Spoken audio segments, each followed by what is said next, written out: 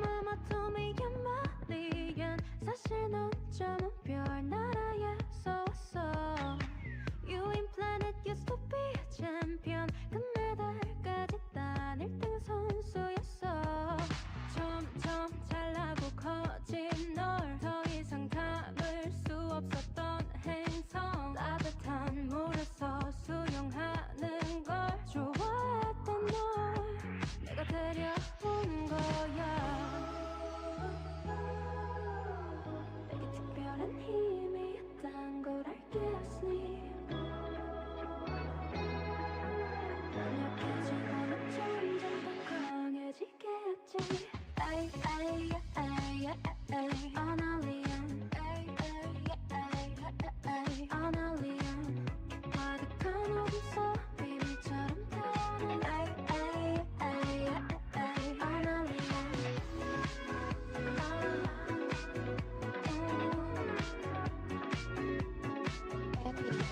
My mama told me you're not alien. 너의 판을 뒤집기 위해서 왔어. 누군가 너의 기억을 지워 모든 걸 방해하는 거야. You listen. 점점 가둬둘 수 없을 정도로 커져가는 너의 힘과 목소리. 행성은 널 주목하고 있어. Now you're ready for this. 준비가 더 된 거야. 특별한 힘이 있단 걸 알겠니? 이제 너에게 주어진 답이 있겠지. 에이 에이 에이 에이 an alien. 에이 에이 에이 an alien. 가득한 어둠 속 비밀처럼 타오르는 에이 에이 에이 an alien. 이제 숨이 필요 없어 alien. Tell them who, tell them who. 누구든 내가 누군지 묻는다면 나날이 TV 꾸미는 네가.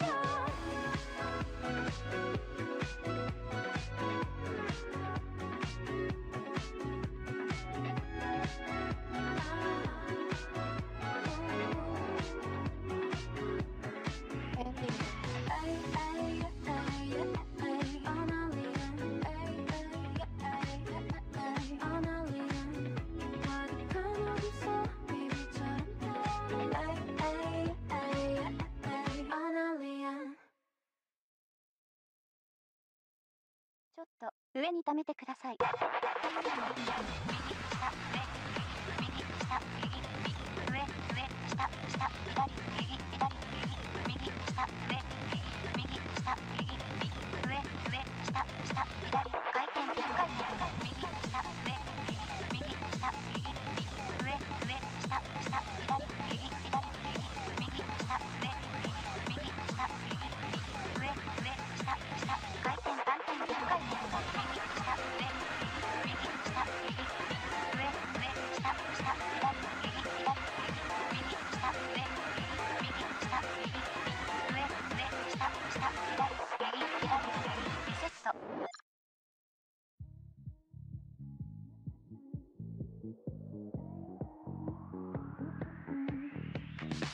My mama told me you're my alien. 사실 넌 점은 별나라에서 왔어. You in planet used to be a champion. 금메달까지 딴 1등 선수였어. 점점 잘나고 커진 널 더 이상 담을 수 없었던 행성. 따뜻한 물에서 수영하는 걸 좋아했던 널 내가 데려온 거야. 내게 특별한 힘이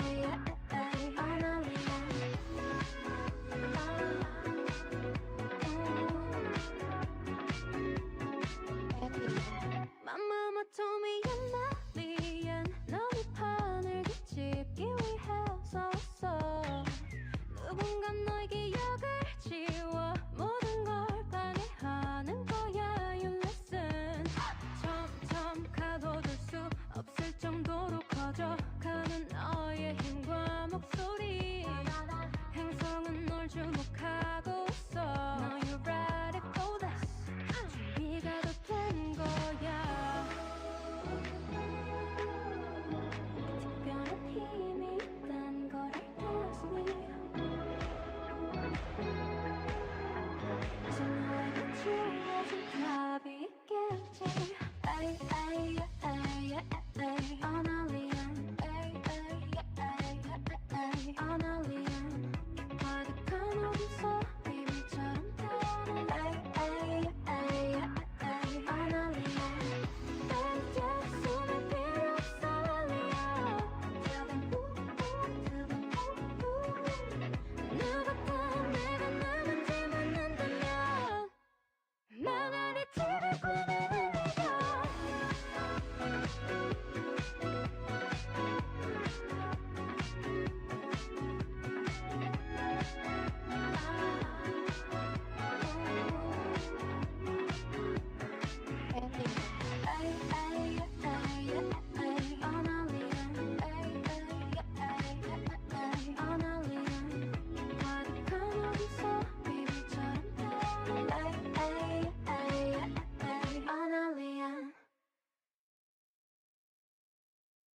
ちょっと上に溜めてください。右下上右下右右上上下下左右左右右下上右下右右上上下下左回転1回転右下上右下右上上下下左右左右下上右下右上下回転3点1回転 We'll be starting shortly. Thank you for your patience.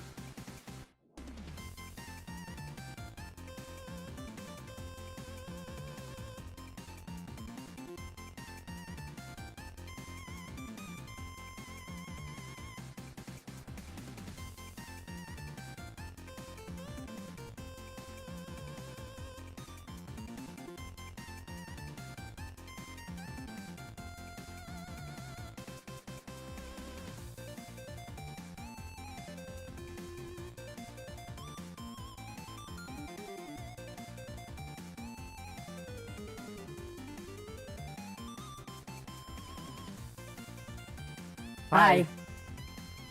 Good afternoon. I am Jeffy, Italian fashionista.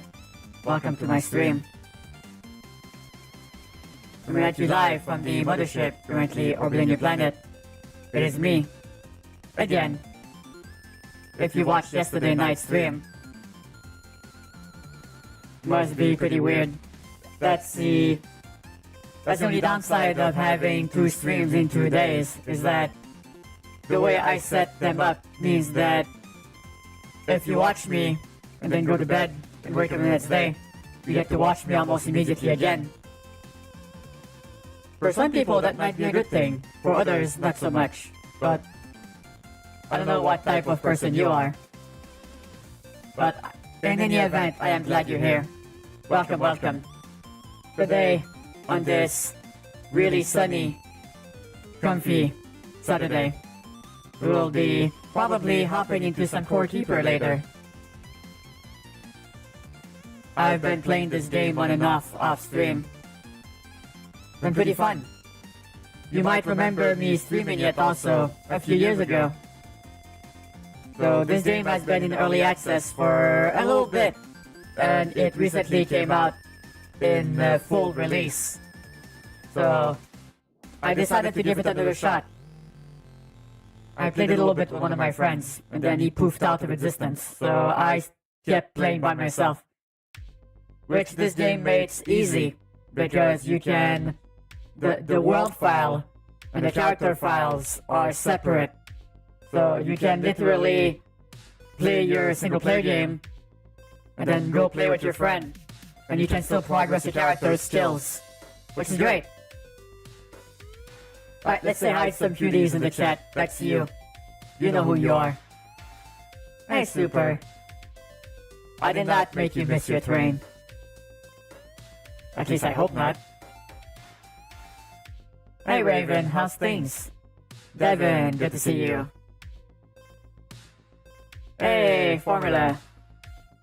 Are you working tonight? Listen, also has been covered by a weird looking cloud that is gray. Wonder what it could be. Oh my goodness. No, please. Hey Duck. Or Donovan. Or Duck. I'm not sure which one I prefer to call you yet. What kind of person I am, an idiot according to this piece of paper I wrote. Well, don't write bad things about yourself, Sleeper. That's not nice. I'm doing good, Raven. Thank you for asking. I took a very short walk because I underestimated the time it was. So I looked at my watch and I was like, oh shit, gotta go stream. Thank you for now, the distance that we found and that happens to people. Yeah, well, it gets worse when your friends all have children. Which means not only will they poof out of existence for long stretches of times, sometimes they will even poof out of existence while actively playing a game with you. Which is totally fine, because, you know, if your kid needs you, video games can wait. So I understand. Still a little bit sad, but, you know, it's not tied to logical feelings. It's just me being a needy bitch.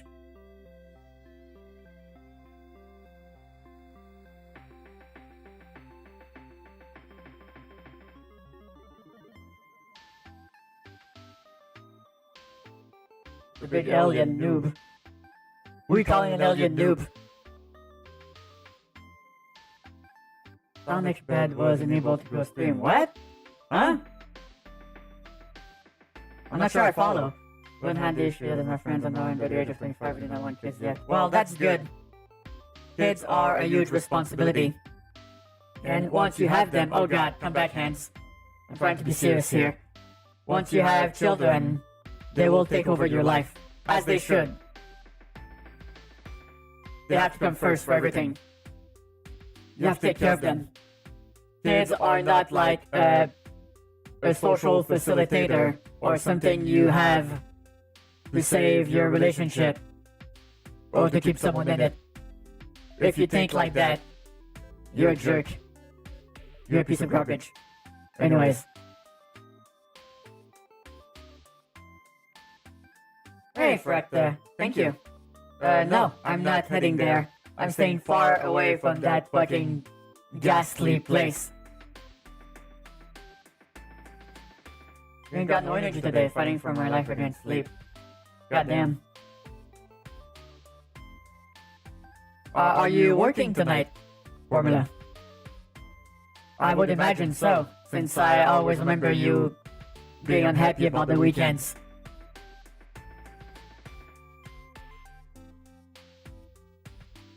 I mean, if you are working, I would recommend a power nap. Because you don't want to be that sleepy at work, because I feel like it would make time go even slower. That's your Jeffy Bad tip of the night. You're welcome. You're trying to fix yourself a night shift. Oh, okay. So in that case, a nap would not help. There's a bowling tonight.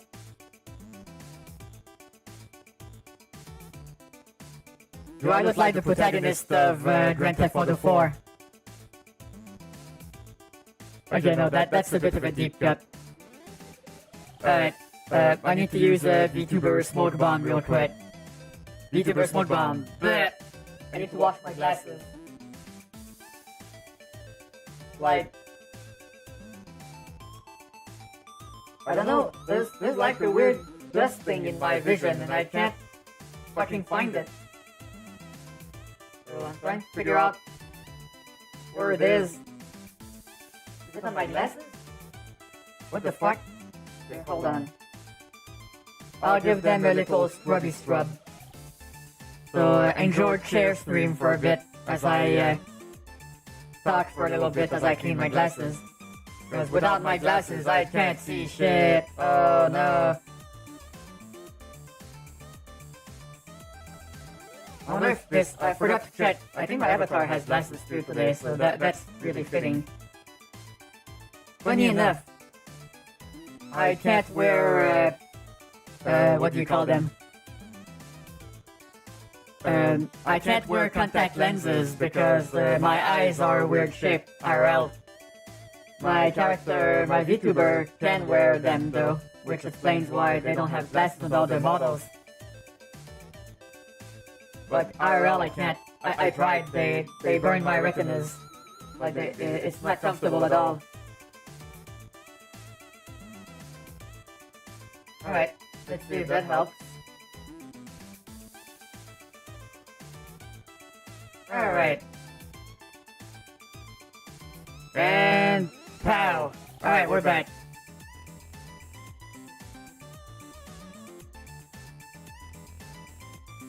What have I been? Been away working.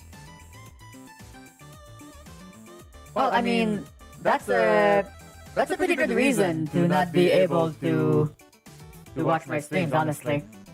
If you're working on your professional life and your health, don't let me stop you. It's fine, no worries. Nope, it's still in my vision. What the fuck is that?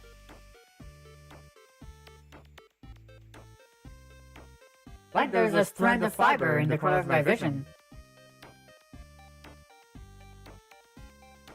Well, I think I got it. Wow, that was weird. Ugh. My eyes are weird shaped too, let's go. Hey! Alright, I feel less alone now. It's in my eye. Oh god, Formula, don't scare me like that. But yeah, I'm glad you're doing well, Fracta. You know, you gotta work as much as you can when you're younger, because the older you get, the less you want to do it. I speak from experience. Like, there will be some days now that I will have, like, no fucking energy. And I'm just gonna drag myself through the day. It's stupid too, because my brain is saying like, okay, why not take a nap then, you bitch? And I'm gonna be like, okay, sure. Then I'm just gonna lay down and just... Why am I not falling asleep? What's happening? And then I get back up after 30 minutes of trying, and I'm frustrated and tired, which is not a great combo. Yeah, I've been good, Fracta. Thank you for asking. I'm on the verge of quitting the whole full-time streaming thing and going back to work. So I have an interview at an office on Tuesday afternoon. So I hope that goes well. Knock on wood. And if that works, I'm gonna be back on the workforce. And the job is gonna be in a more client interacting position, which means I'm gonna be dealing with the public, but not the open public. It's B2B, as they say, business to business, which means I'm gonna be dealing with the accountants at the different job sites I will be offering application support for. So it's like semi-call center, semi-administrative support. So it seems exciting. I want to give it a shot. It comes with 5 weeks of training too, so even if I don't like it, it's 5 weeks for me to decide, and also 5 weeks of payments. So it's a paid training. But even if I don't end up liking it, I can just go like, peace, and then I cash in my paychecks. Don't want to work now, Formula. Relatable, but you gotta. Gotta pay the bills, gotta, how do I say this? Gotta contribute to society somehow. We all have to find a way to do it. That's how I see it. Look at it this way. You pay your dues, and then you go home and you do whatever the fuck you want. That's how I see it. That's the cost of modern living. Hope it goes awesome for you. Thank you, Fracta. I hope so too. I hope so too. I spoke a little bit about it on stream yesterday, but the gist of it is that It's gonna be 3 days working from home, 2 days at the office type of situation. Not only that, it's in uptown, which means that at rush hour, everybody's going downtown. I'll be going uptown, which means I will be dealing with way less people in the subway stations, which is nice. Which is nice. My voice is perfect to listen to when high. Wow, that's something I never heard before. I got a lot of comments about my voice taking some time to get used to. Some people being actually annoyed by it and getting angry. So the responses I've ran the gamut. Some people really love it. Other people can't fucking stand it. Well, guess I can use that to my promotional material then. That definitely bad. When you want to look at the fashionable alien and probably smoke some ganja. I'm gonna workshop it a little bit. The fucking rain. Ah, man. Yeah, speaking of which, what happened with the hurricane? Did you get hit? Or were you not in an affected area? Because I heard it got pretty spicy.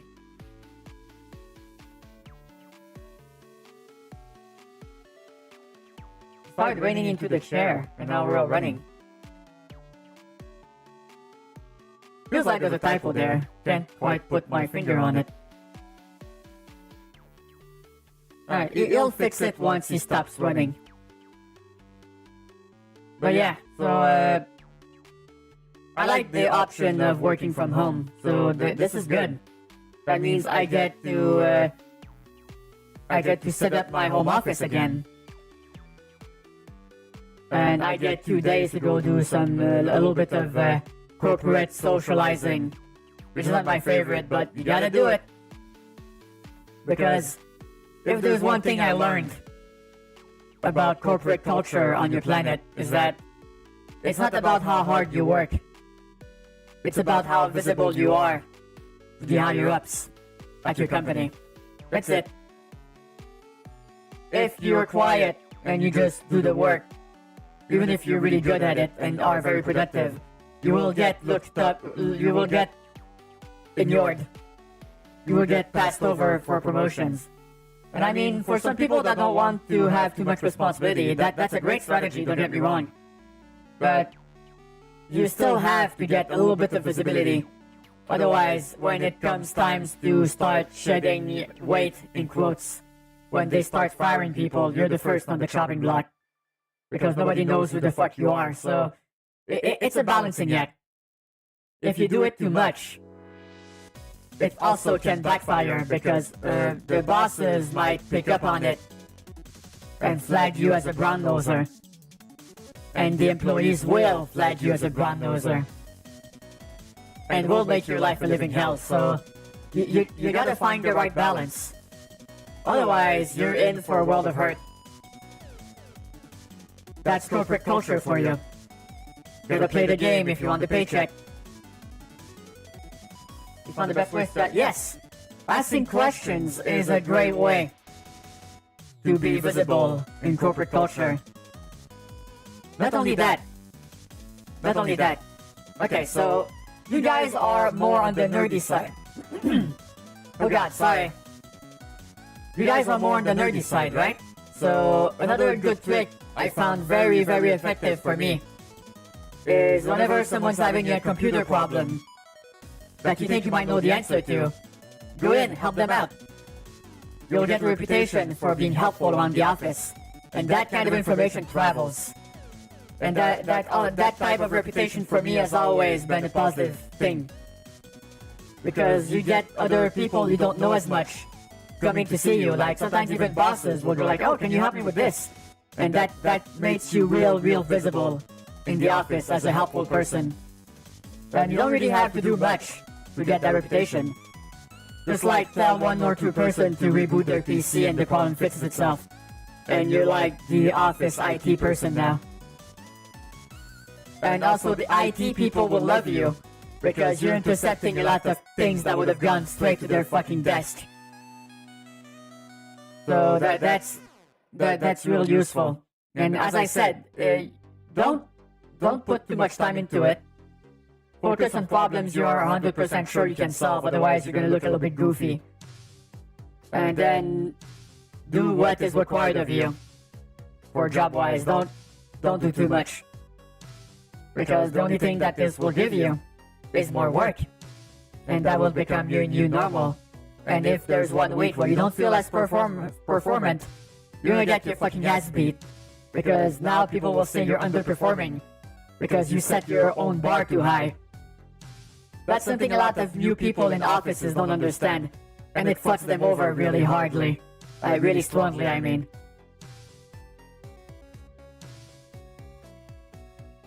If you tornado flood warnings, watchers, and there was a big plan, Georgia.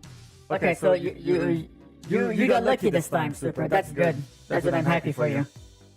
I say I can't disagree with you about work. I'm currently on the hunt. Find a meaningful thing to do.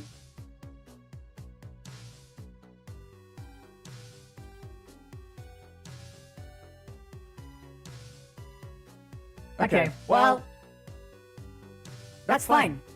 Oh my god. Come on, hand, stop it.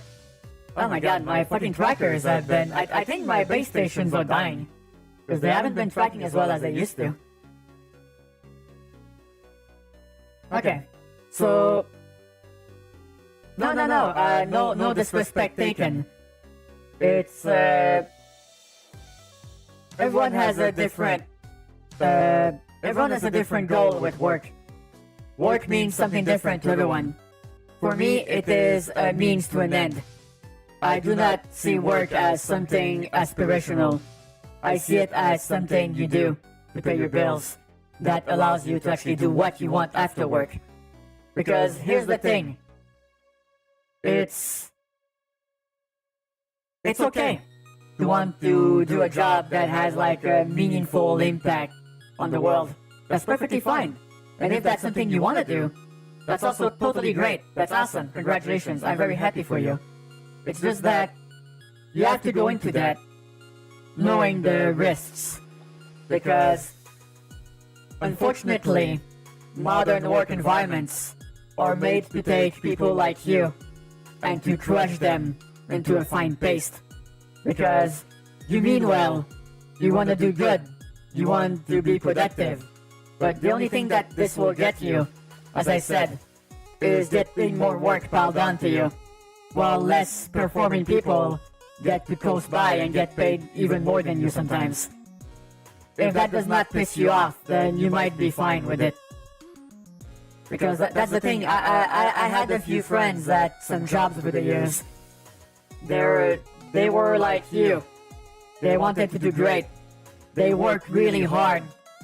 Not only did they not get promoted, they just got more and more work put on them. And because that's the thing, if you work too hard at a job, you become, what's the word I'm looking for? You become like indispensable. Is that the word you can say in English? I'm not sure. You become like required. You become like the linchpin of the whole fucking office. So they cannot promote you because if you go away, all that productivity goes along with you. And they might have to hire 2 or 3 more people that they've been saving money by letting you work instead. So that means they'll just leave you there and you'll just get run into a fine paste. And it sucks because things should not be that way. It's like if you work hard, you should be promoted. You should have an adequate amount of work that does not make you want to jump out of a window because of the stress, because of the sheer amount you're expected to do now. Because yeah, it's frustrating. It makes no sense. But it's what I learned over those like 15 years of working in offices around my city. I wish it wasn't this way. I wish working hard would actually reward you with something. But yeah, at the end of the day, if you find purpose in a lot of work, then yes, office culture will be fine for you. But that kind of stuff is not exactly for me, so I have to find a way to make it work for myself. Rumors I bet another hurricane is coming along. Oh god. Alright, well, I hope you don't get actually hit, Flipper. Because I heard some stories from you over the years when you did get hit. And that sounded pretty bad. So hang in there, man, you got this. Anyway, yeah, office work. Gotta love it, in quotes. I mean, at the end of the day, I don't mind office work. I find that... Oh, hold on. I can agree with you there. I do hate being used and thrown like a worn-out tool. I am mad about it, but I can't explain when I say my heart wants... Well, I mean, yeah. Yeah, okay, so... Here's a way I found to fix your current conundrum. So... What you can do, right, is find a field of work that actually helps people, but not overperforming it, so you don't get crushed. And then use some of your free time to do volunteer work and other things, because volunteer work has a different vibe. They don't start piling on more work on you. I mean, sometimes they do, but that's another entire fucking story. A lot of the time, it's going to depend on what the actual culture at work is. So maybe you'll be lucky and hit one of the 1 in 1,000 offices that are just fucking wonderful to work for, because the bosses actually value the employee. Yeah. My last job was a little bit like that. Unfortunately, some of the tasks they requested of me was out of my field, and I couldn't bear it, so I had to leave. But they were actually grateful when you did stuff. It's like when I took over the duties of the marketing director for a few months, they were so happy. They gave me a freaking $2,000 bonus. They didn't have to do that, and they did. So as I said, it's like my advice covers the majority of office scenarios, but there will be some diamonds in the rough. Some offices, some work environments that will actually give a fuck about you. And let me tell you something, if you find that, don't you fucking dare leave it. You stay there until you take your retirement, okay? Because those type of jobs are super fucking rare. And you might not ever see another one in your lifetime. They're that rare. So, think about that. Keep your eyes open.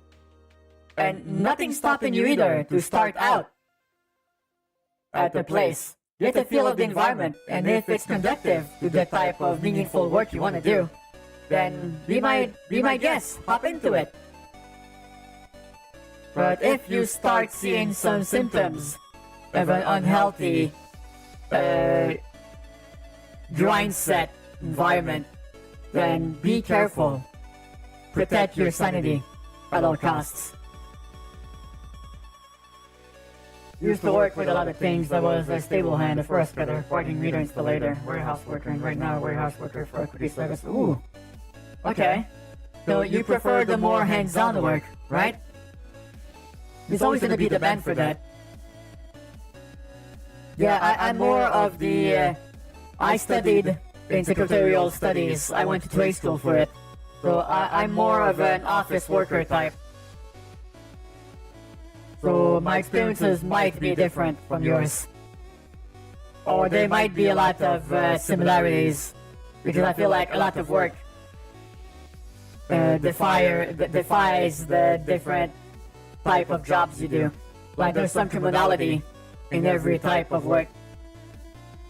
You remember a good place and always become yeah, sometimes all it takes is like 1 or 2 bad employees to poison the well, or 1 bad manager that gets hired that drives away the good manager. Or it's like, yeah, sometimes a good situation, it's like it goes both ways, right? Sometimes a bad environment can become actually great. all it takes is a few people. The reverse is also true. Sometimes one or two fucking dipshits can make things unbearable.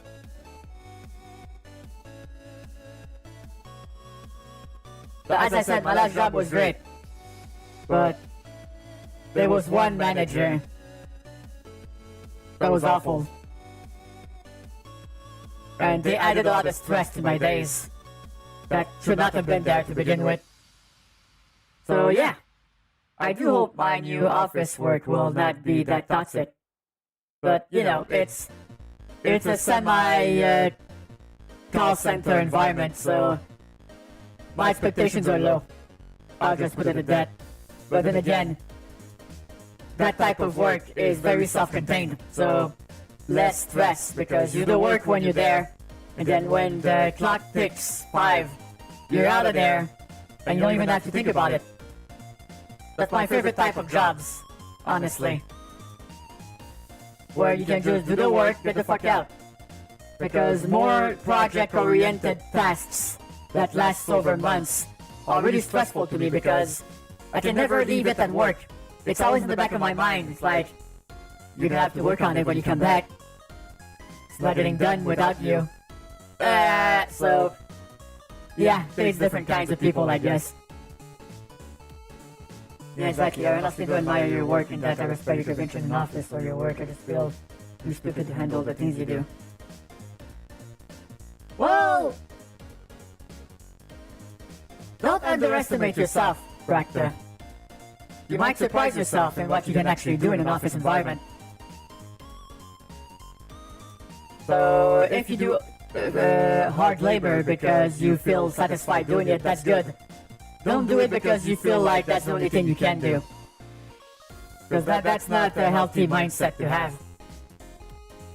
Seriously, we are always our harshest critics. So, you might feel stupid, but trust me, you're not.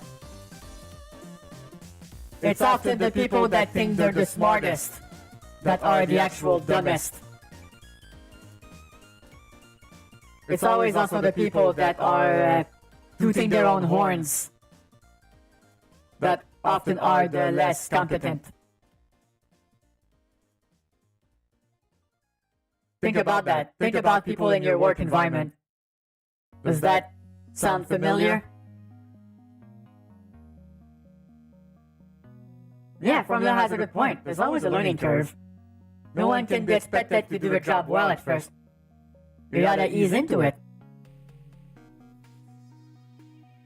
Yeah. And it's like, there's a lot of different type of office works you can do too. It's like, call center stuff means you talk a lot to people. So if you're an affable person, that could also help out. And also, dealing with people over the phone is so much better than dealing with them face to face. Because if one of them wants to punch your face out, they can't do that over the phone. They can only yell like the fucking bitch they are. Yep, correct. I feel like insecure people, always tend to overcompensate by telling others how good they are at stuff. And the actual real talented people are really more often the quiet, humble types. But I mean, sometimes do get the rare, like, 1%, like, entitled genius that's like, can't shut up about how great they are, but then they stop to work and you're like, oh my fucking god, they are great. Then you just left baffled because you want to call them out on it, but they're just so good at it that they're so good at the job that you're just like, okay then, I guess you earned it. Fuck. It's so nice to mute and be able, yeah, exactly.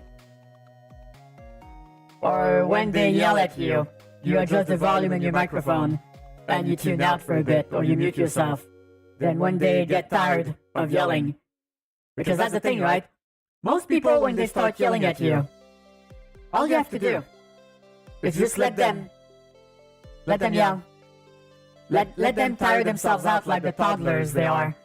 And then when the rage will subside, they will feel so fucking embarrassed that they'll become very compliant with whatever the fuck you say afterwards.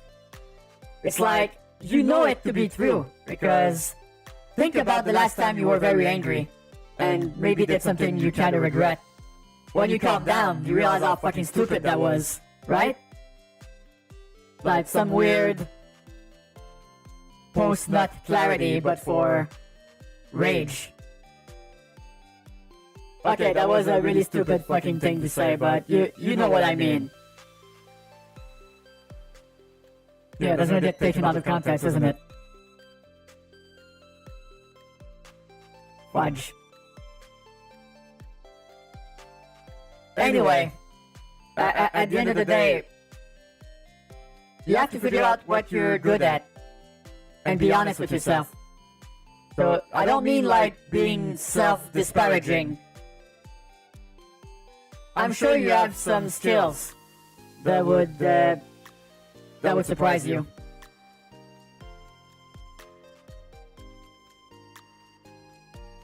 The fact you realized it and you apologized already puts you ahead of like 80% of angry people. Because a lot of them won't even acknowledge the disrespect they did. As I said, no one's perfect. Everybody makes mistakes.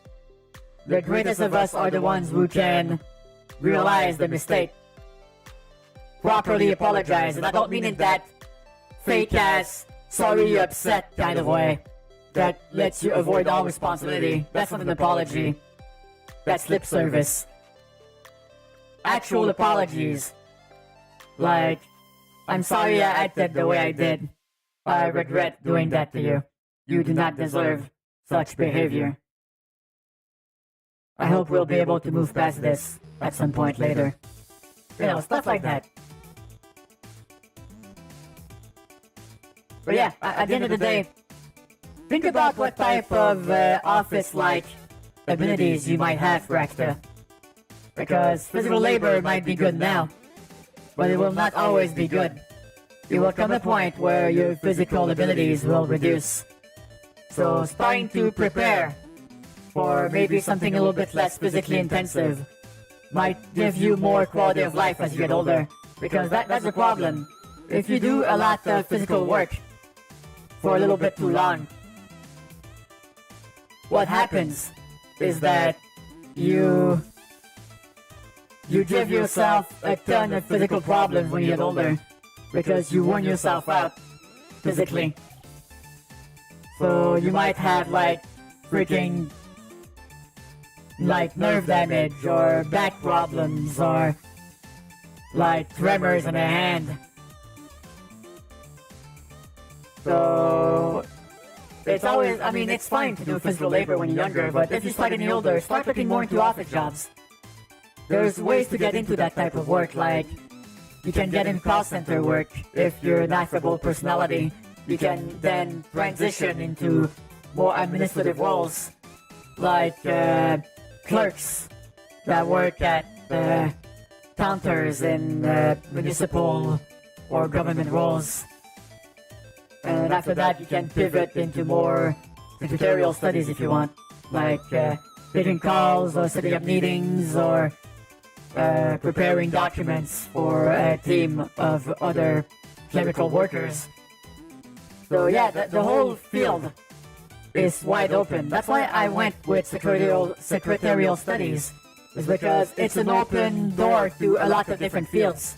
Like, I've worked for professional organizations, I've worked for law firms, I've worked for little offices of 10 people, in a lot of different fields. I've worked in legal, I've worked in medical, I've worked in retail.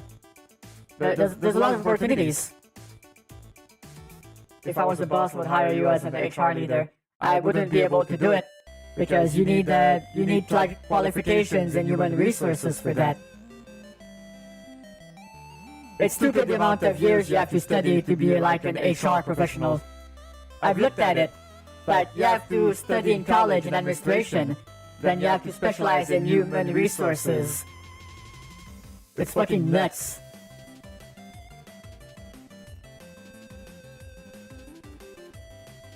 I mean, I guess I wouldn't mind doing it.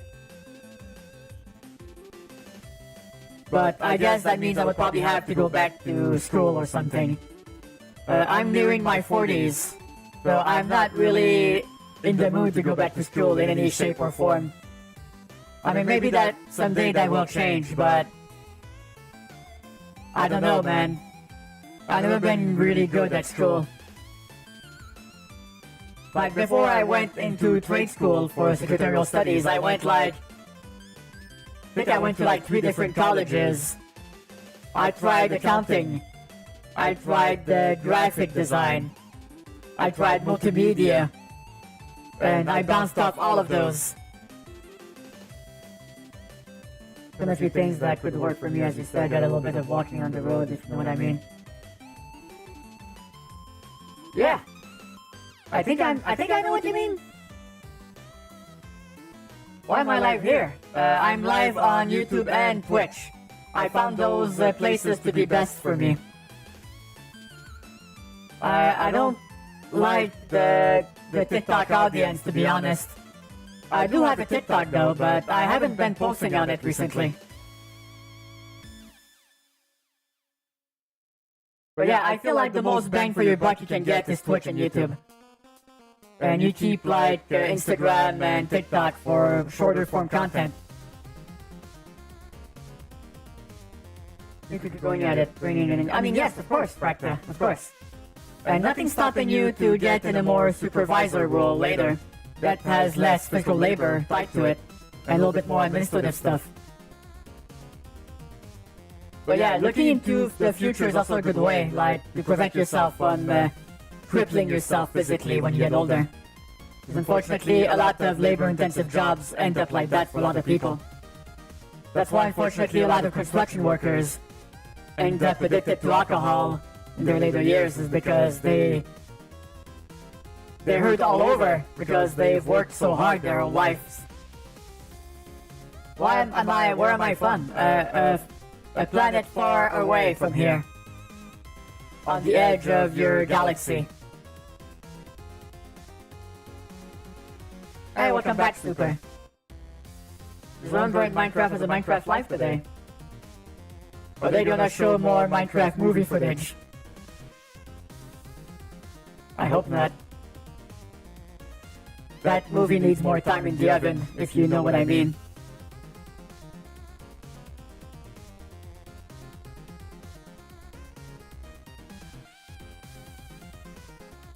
Did you catch your train, though?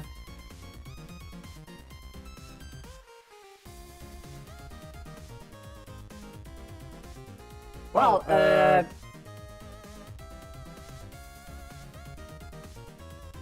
I do a lot of talking on my streams. I used to do more games, but these days I do more reaction stuff, like I watch videos and I hang out with people in chat, but sometimes I do play games.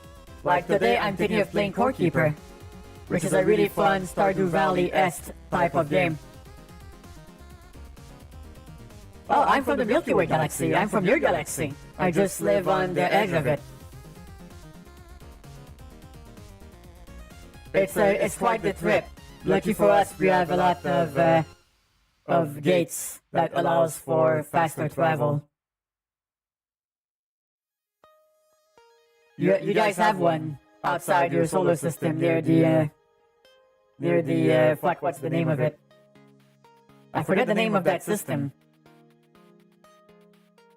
But it's about a day away in traditional ship speed and lower than light travel times. We have fun more. I mean, that's the whole point, Fred, indeed. But sometimes we play games, sometimes we look at videos, sometimes we just hang out. But we always make sure to do it fashionably. Unfortunately, I have way too many outfits. It's kind of a problem. Because I always go like, okay, what am I wearing today? Do you live stream gaming was the name of the channel? I mean, the name of the channel is Jeffy Bed. That's it. Well, I think I called it Jeffy Bed the Alien on YouTube, but it's just Jeffy Bed. Right here. Jeffy Bed on everywhere, always. You can say it's a Stargate. Ooh, pop culture reference. Man, I haven't watched Stargate in forever. It's kind of wild that one of the Stargate SG-1 actors ended up doing the voice of Kratos. I would have thought that to be possible. It's fun to have fun, but you gotta know how. Oh my god, Fluffy, come on. My tag is Jeffy Bed on YouTube though. Okay, alright. The name of the channel is Jeffy Bed the Alien, but yeah, the actual tag is Jeffy Bed. Thank you, Super. Hey, Charizard, how's it going today? How you be?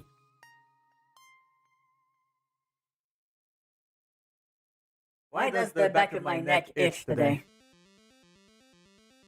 Guess I must have slept weirdly on it or something. Hey, here's one thing that sucks about getting older. Sometimes you can, like, make yourself sore just by not sleeping correctly one day. It sucks. It sucks real bad. Don't do it. Make sure you invest proper monetary funds in proper sleeping attire and equipment. You will not regret it. Don't be like me. Don't sleep wrong and then have a kink in your neck for the next 3 days.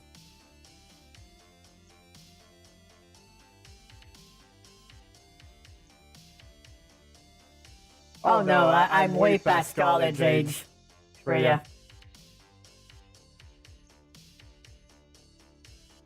And what am I doing? I mean, you know, stuff.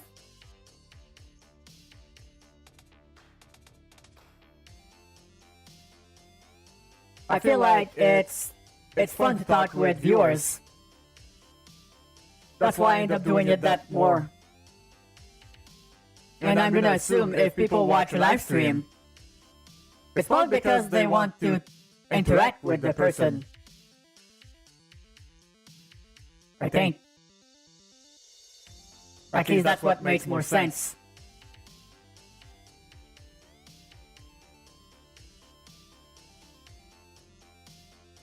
At least I like interacting with people. Why interact with people? They suck. Oh, come on, Mandalay, don't be like that. Wow, aren't you a grumpy buddy today? I know, people are awesome. I also love humans.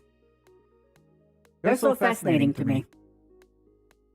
I grew up watching a lot of Earth programming and video games and stuff.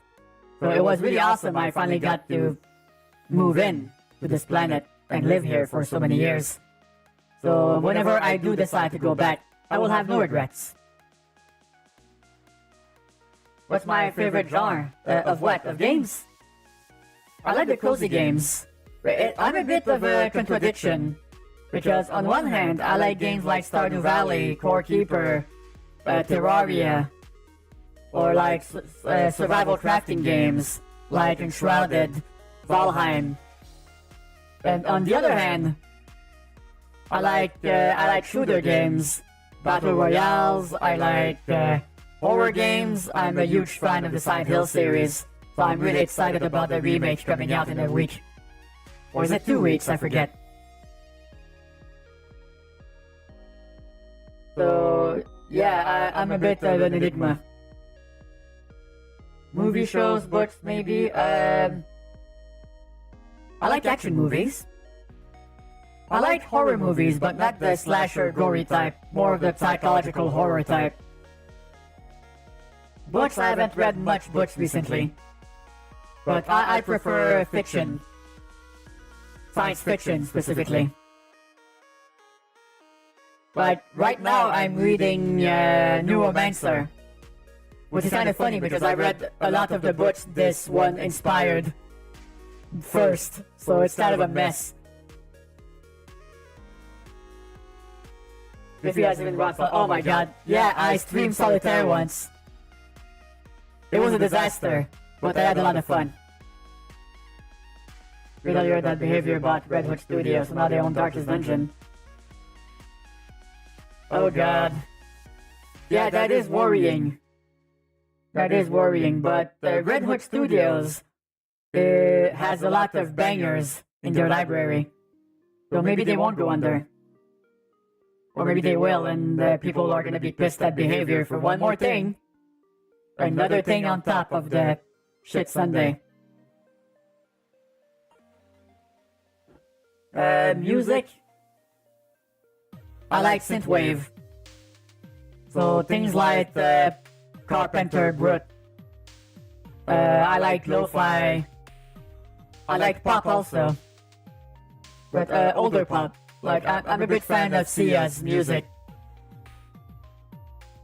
And also royalty-free music for my streams. Doesn't matter what it is, as long as I don't get sued for it. Like what you're currently listening to is part of the Streambeast catalog, which is music provided for free for streamers so they don't get banned. I love the copyright system. It's great. It's so great, I wanna try. These are totally not frustration tears. Ah, fuck, I hate the copyright system. I can't, it sucks. Like, if you're too good of a singer and you just sing a part of a song for 5 seconds, you can get your fucking channel deleted. I mean, you'll probably get a few warnings first, but still, what the fuck? Yeah, I've been streaming for over 6 years now. And I remember in the first, in the late 2010s, you could pretty much stream whatever music you wanted and there was no repercussions. But now everything is so fucking sensitive that you can't, unless you want to get your channel banned. And I used to do streaming in another language in an earlier career, in the early 2010s, and that was like the fucking far west of streaming back then. You could stream anything, and there were so few people streaming, you would probably get about 20 people watching you just for that. Kind of fucking crazy to think about, that such a period of time existed. Doing vibes of Gamora and Mentis. Perhaps. Perhaps. Although I don't feel like they had skin stripes. I guess my character design is a mix of a lot of different things. It's an OC I've had in my sketchbooks for decades. So the fact that I was able to design and inhabit it, pretty great. That's what I love about being a VTuber, is that it lets you express yourself in a way that real life does not allow you to. It's fun. We like to come on Earth, say hi to Robo from my side. I'm Earth adjacent right now. See, it's right behind me. Lazily twirling around like it doesn't give a fuck about anything. The internet reception here is not great though, which is why I do have an apartment on the planet itself. In lovely Canada. They were the most receptive to having an alien person come in. As long as I did not bring any weapons with me. And in exchange, all they asked was to have a look-see at my ship. So if Canada starts having flying saucers, then you know who to blame.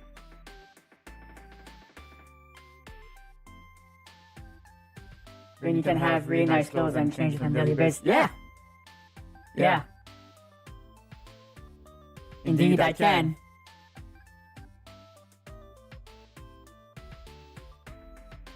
Shreya, you wanna see all the outfits I have? Because I do have a video for that. It's in my intro, when I do my stream starting soon stream. Might have to skip up to that part. But if you're up for it, I can take a few moments to showcase it. Feel like some people always like seeing that too, so that could probably be enjoyable to some people. Let's do it. Well, Fluffy's excited. Yeah, when I said I have too many outfits, I'm not joking. Alright, fuck it, let's do it. Hold on, let me cut the music. Here we go. Okay, so I'll go back to my intro screen and the video will start, but I'm gonna try to get to the actual... I'll try to get to the actual relevant part. Alright, so give me a second. Alright, where is it? So I think it's like 3 minutes in or something.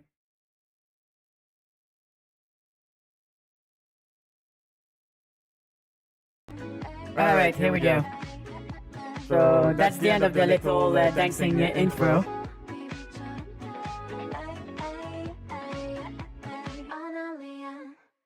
And now, the too many outfits segment. 上に溜めてください。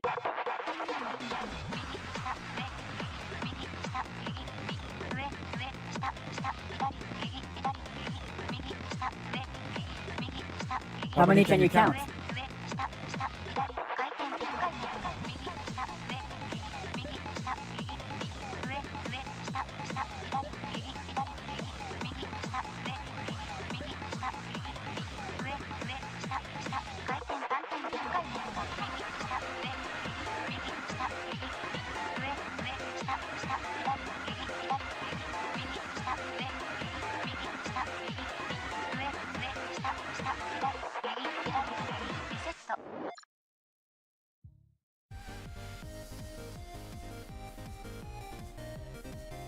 The answer is over 40, but some of them are not showcased in this specific video, because this video is like 2 or 3 years old at this point. Time flies. Alright, to answer your question, Shreya, you're the only person on YouTube talking. All the other people you see talking in this little window here are on Twitch. Twitch.tv/DefyBed.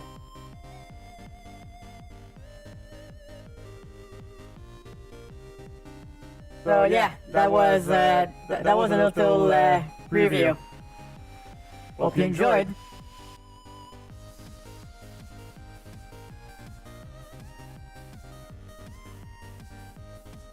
When will I end the live stream? I go for a few hours. I started about an hour ago. So that means probably gonna end around 3 or 4 p.m. Eastern time. I don't know what that is in your time zone. I know your planet has a lot of those, and it gets really confusing. My people back home live underground, so we have like one time zone, that's it. It works out really well. I'm surprised you guys are not doing it.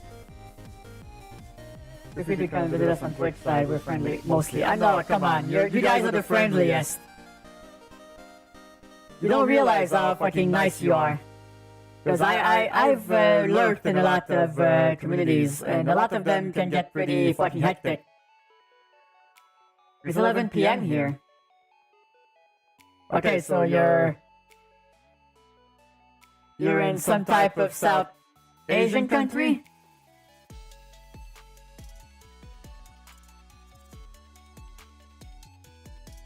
That's my guess.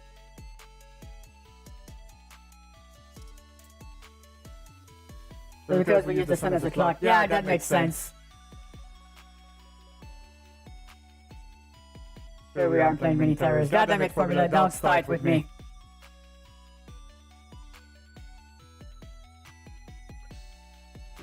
Well, yeah, so usually the way these streams go is that I have a main attraction planned. And we start the stream by hanging out and talking.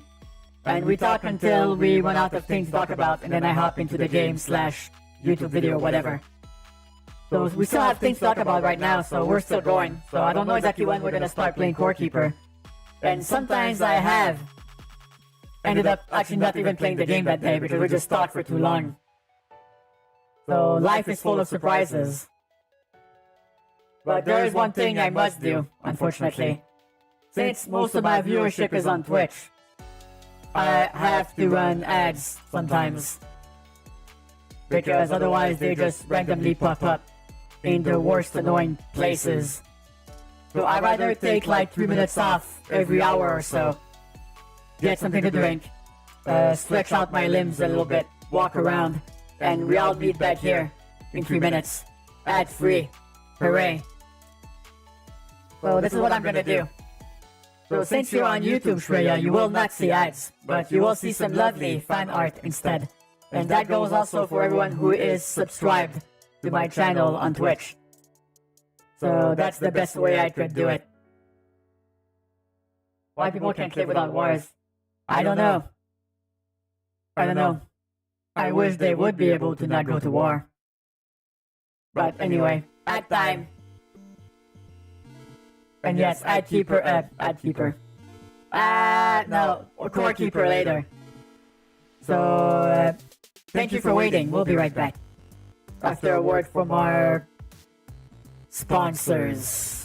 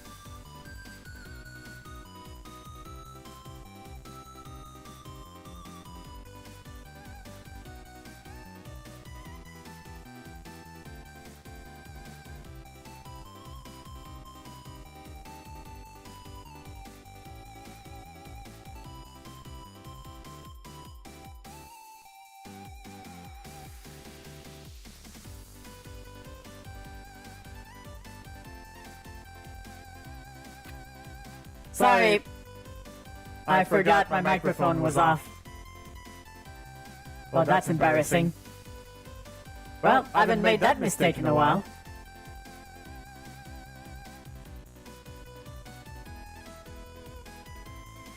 Oh my goodness. Well, it's not a VTuber stream without stuff, is it?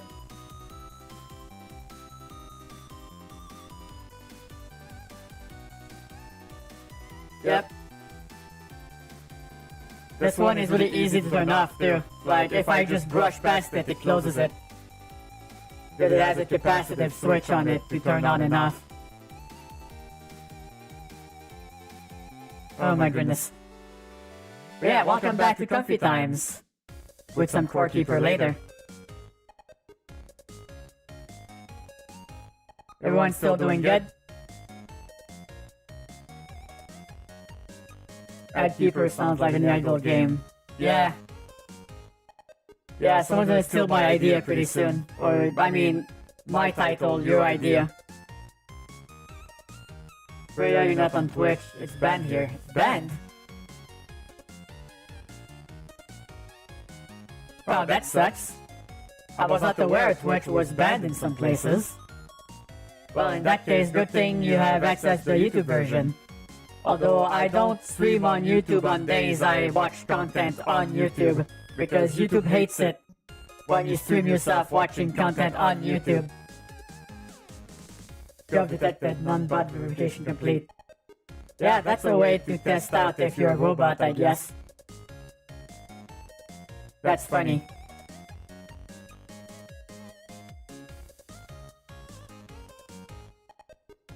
Alright, let's take a look. So, any big news today on gaming side? I don't really see anything much about it. Been pretty quiet, gaming news-wise at least. I mean, I'm still excited about the Silent Hill 2 remake coming out on the 8th of October. And you bet your sweet BP I'm gonna be streaming that every night once it come out. Because I wanna go through it with you guys.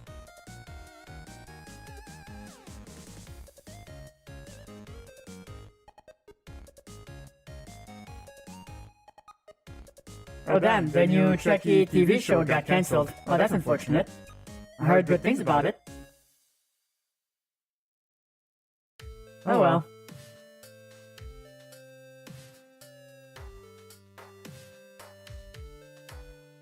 Yep, it comes out on the 8th of October, which means what I'm probably gonna end up doing is I might take a break next week. Get ready for the fucking marathon we're gonna be doing. Because if I understand correctly, the game comes out on Tuesday the 8th of October. So if I can do this, what I'm gonna end up doing is I'm gonna stream on Tuesday night, Wednesday night, Thursday night, as long as the game lasts. And we're gonna be going through it every single night until we're done. Because that's the only way I'm gonna be able to stream this or go through the game, because I need to get through it ASAP. Because there's a real culture of spoiling assholes outside that are trying to ruin the experience for people. So I want to get rid of that risk as soon as possible.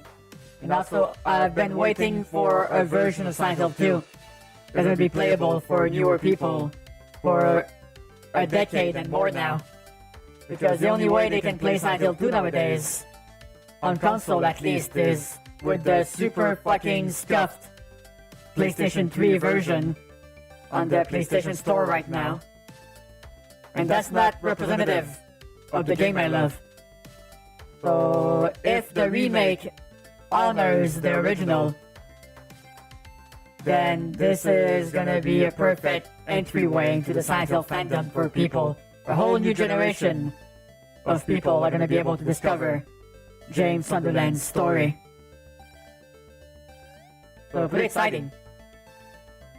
YouTube is okay with watching other YouTube videos and recording, but watching them live is no go. Yeah, exactly.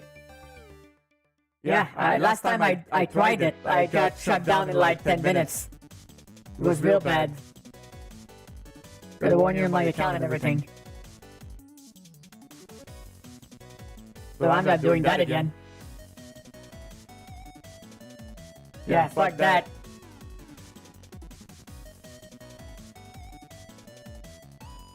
Life's too short for that bullshit.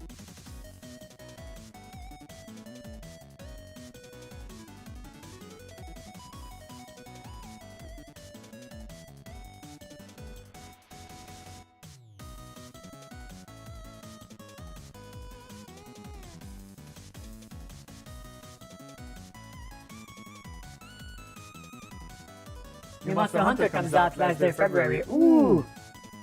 That's exciting. I was a big fan of Monster Hunter World. I was a little bit disappointed by the aesthetic of Monster Hunter, the new one they released after that. So I'm excited to see them going back to the style of the one I really loved. So that's pretty cool.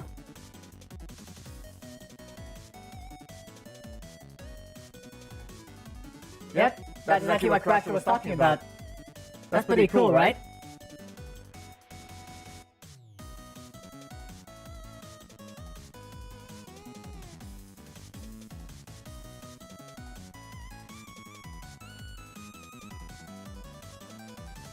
World is meant to be more like World, this bigger scale. Exactly. That's what makes it really interesting to me.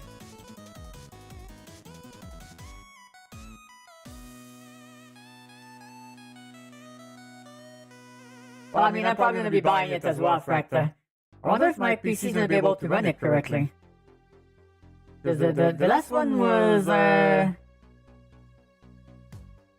was able to play it correctly. But you were noticing some, a little bit of ceiling, so to speak, in the performance. Because that's the problem. My PC is a little bit older than 6 years now. And I bought the pieces just before the new generation of graphics card got announced. So I have a 1080 Ti, which apparently was like a funny accident because it's one of the best value cards that ever released. And all of the generation after that started overcharging like fuck. So I guess I got lucky in my unluckiness. But I don't know how long this PC is gonna last. So I feel like maybe it's gonna start having problems soon. So I'm thinking about ways to prevent that from happening. So I might have to buy a new PC at some point.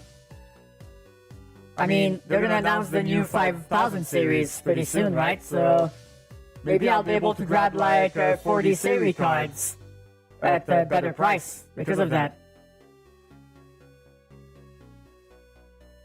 I guess we'll see, won't we?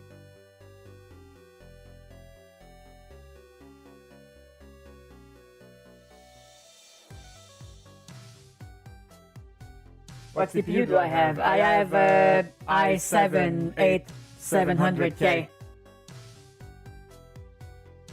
So 8th generation. But in your week off, you can better prepare for Silent Hill 2. Can you get a smoke machine, roaches? Oh my goodness. As tempting as that would be, Fluffy. No, it's like I'm not gonna be doing a lot, so I'm gonna take a little break because I also have some shit I need to do in real life. If the job interview pans out. Like, I need to go shopping for some new office clothes. I need to do some cleaning of my house, set up my work from home setup. So I have a few things I want to take care of. So a little break would do me some good also.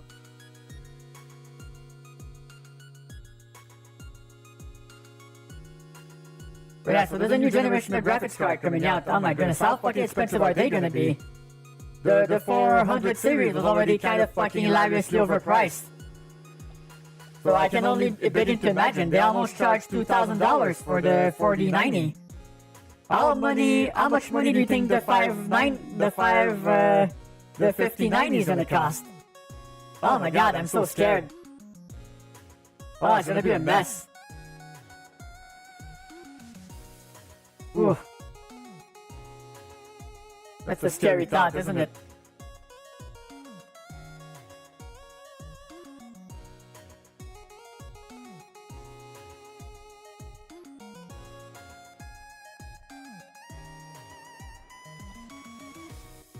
Can you afford upgrades? Yeah, but I feel like the only sensible thing to do nowadays, Spectre, is to buy like 2 generations back and get like a good middle range card, so you get an upgrade, but you pay a fraction of the price of what like the top end is. Either that or you buy a lower to middle end newer graphic card when they release, and you try to center your gaming setup around it. Because that's the only way I feel like I'm gonna get something affordable. GPU definitely needs a boost though. 30 series aren't too bad comparatively. Well, I mean, I feel like any graphic cards I buy is gonna get throttled by the 8700K CPU. So I'm probably gonna end up buying a new PC at some point. Probably go like with a 70 card. And probably a good i7 or high-end i5 or something. Probably more i7. I like i7s. They're a little bit higher end, but they don't throttle as much. I think it's too expensive. I think better than the good mid-range. Yeah, mid-range is where it's at now. Because you still end up getting more power than the actual modern consoles these days. And it's a little bit more expensive than console, but you also get access to all of the previous games that came out on PC. And even some console games that have a PC version. You have access to emulation. You can do video and audio editing. It's like, it's a no-brainer, honestly. If you really want the plug-and-play thing and never have to think about it, then a console might still be a better choice, but I feel like PC gaming nowadays has gotten pretty simple. It's not as bad as it used to be.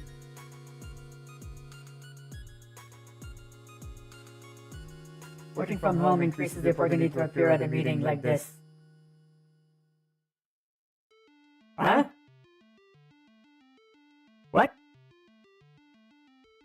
I'm not sure I follow. PC Master Race. Oh my goodness, Fracta.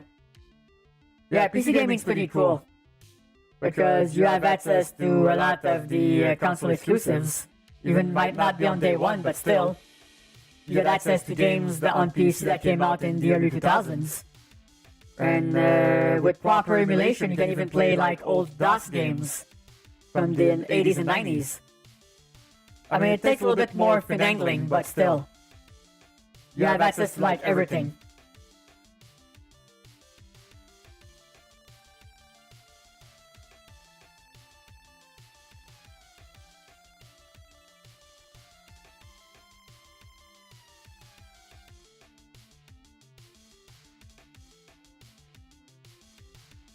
Looking like your green skin. Oh!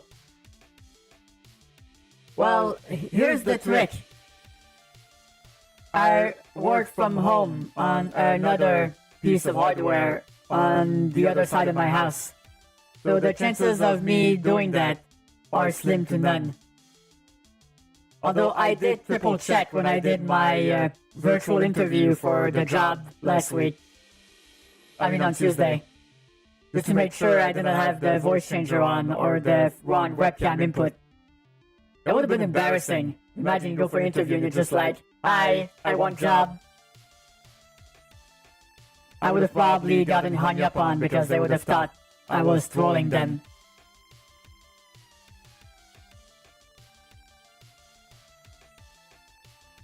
Would have been funny though. Embarrassing but funny.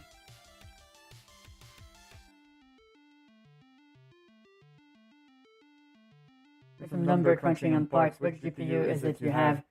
I have a 1080 Ti. So if I remember correctly, I have a 1080 Ti, i7 Intel 8700K processor, 32 gigs of RAM, and M.2 SSD for the operating system, and regular SSDs for storage. So it's not a slouch by any stretch of the imagination. Especially considering I'm playing most of my games in 1080p right now. to try to squeeze out even more value out of my PC. So I don't feel like I'm gonna run into problems. The only problem I'm starting to have right now with more modern games is like, it's not even... It's like, I had problems with Alan Wake 2, but it wasn't because my computer couldn't run it. It was because the programmers fucked up and did not support the 1080 Ti for a month or two. But they fixed it after release. And I tested it later. And on my system it ran like a dream after that. So it's not even that. The problem I'm having right now with my PC is that there's starting to not be enough overhead for me to run my vtuber software and tracking system on top of the actual game I'm playing. So the only thing that might happen as I play more and more modern games in the future is that I might switch to my PNG tuber if I can't get a proper frame rate for my regular 3D model. Because this is 3D, and I have like full degree of motion tracking with like motion capture stuff. So that has a little bit of overhead as well.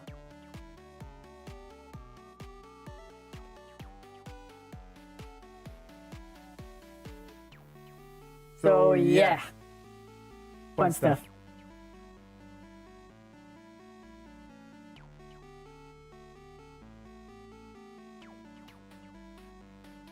Yeah, I mean, if I'm gonna be buying a new CPU and a new GPU, I'm gonna buy a new PC at that point. Because then I get to use this computer as a possible dedicated stream box. Or maybe I can turn it into like a couch console. Because I've done that with my old PC that had a 970 in it. And it works great. Only not for any modern games, but for anything else, it works really good. I'm really happy about it. But then I get to bring that design to this PC once I retire it. Uh-oh. What is it? Unoptimized posture detected. Please adjust vertebrae alignment as depicted on page 10 of the Federation Health Guidelines Handbook. Oh my goodness. Alright, fine. Whew, here we go. That is much better posture, is it not? Thanks, Mandalay. Hey, Toll, what's up? How are you doing today? Think of modern game emulation, Bloodborne is... Yeah, I've heard, it's awesome. I never thought I would see the day. They were having so many problems emulating it.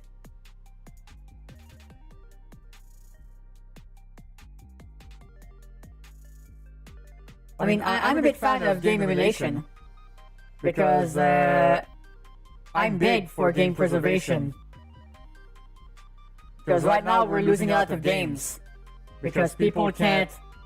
It's like, a lot of companies start delisting shit, and since a lot of games are digital only now, it's starting to have some problems. We gotta be careful about that.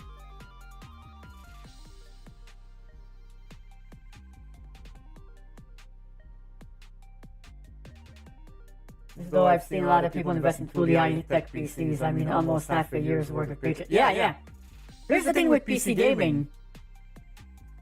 Here's the thing with PC gaming, Fracta, is that you hit a lot of diminishing returns really fucking quickly nowadays.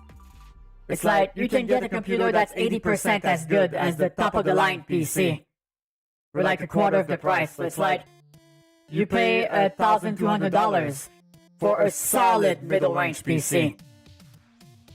Because it'll do like 80% of the job top-of-the-line PC would. But you end up paying like 1.2 to 1.5k. So $1,200 to $1,500. Or you do like I did back in 2018. And you buy like a top-of-the-line PC. I mean, it was top-of-the-line when I bought it, but it became obsolete 2 months later when the 2080 came out. But as I said, you can never win in that front. But I ended up going top of the line back then. And I ended up paying $3,000 for it. So 3 times more expensive. The only upside is that 6 years down the line it still runs games smoothly. But it's starting to show its age. a 1.5K computer might not last that long. But then again, maybe it would, because remember, we have started hitting severe diminishing returns on graphical and graphic fidelity. So your computer might last you longer. I mean, yeah, if you try to get the best of the best, it's gonna get outclassed in a year. So don't try. Find something that fits in your budget and what you want to do with it, and how much future proofing you want.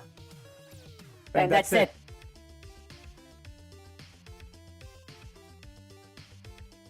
Yeah, $300 difference for 8% performance increase. Yeah, as I said, diminishing returns. Well, I mean, Vim's Lair is not dead, Crasher. There's still a lot of games over there. At least I think there still is.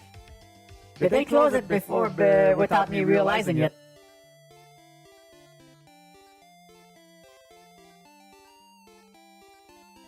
No, there's still a lot of games there. Well, I mean, not as much games as they used to, that's for damn fucking sure.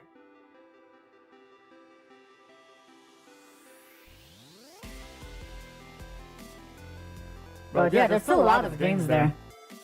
Which is why I probably should not be talking about it much. I don't want them to realize.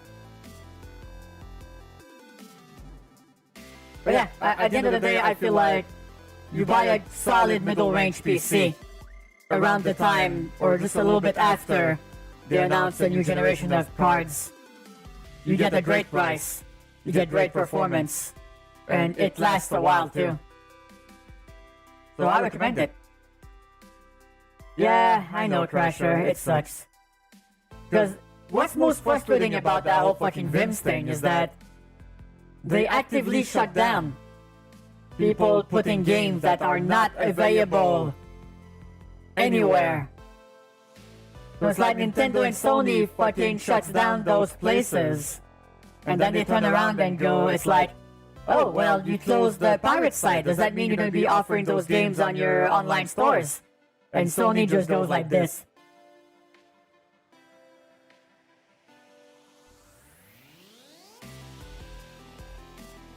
No. What's the point? Make the fucking games available on your storefronts, and people will stop pirating your shit as much. Why is that so hard to understand? Are they allergic to money? It's like the fucking Futurama meme. Shut up and let me give you money. Or shut up and take my money. That's the meme, right?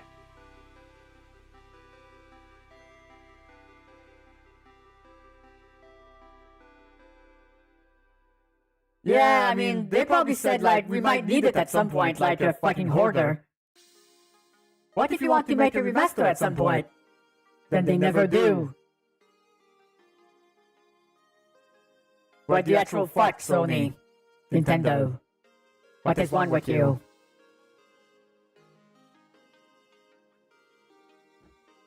Yeah.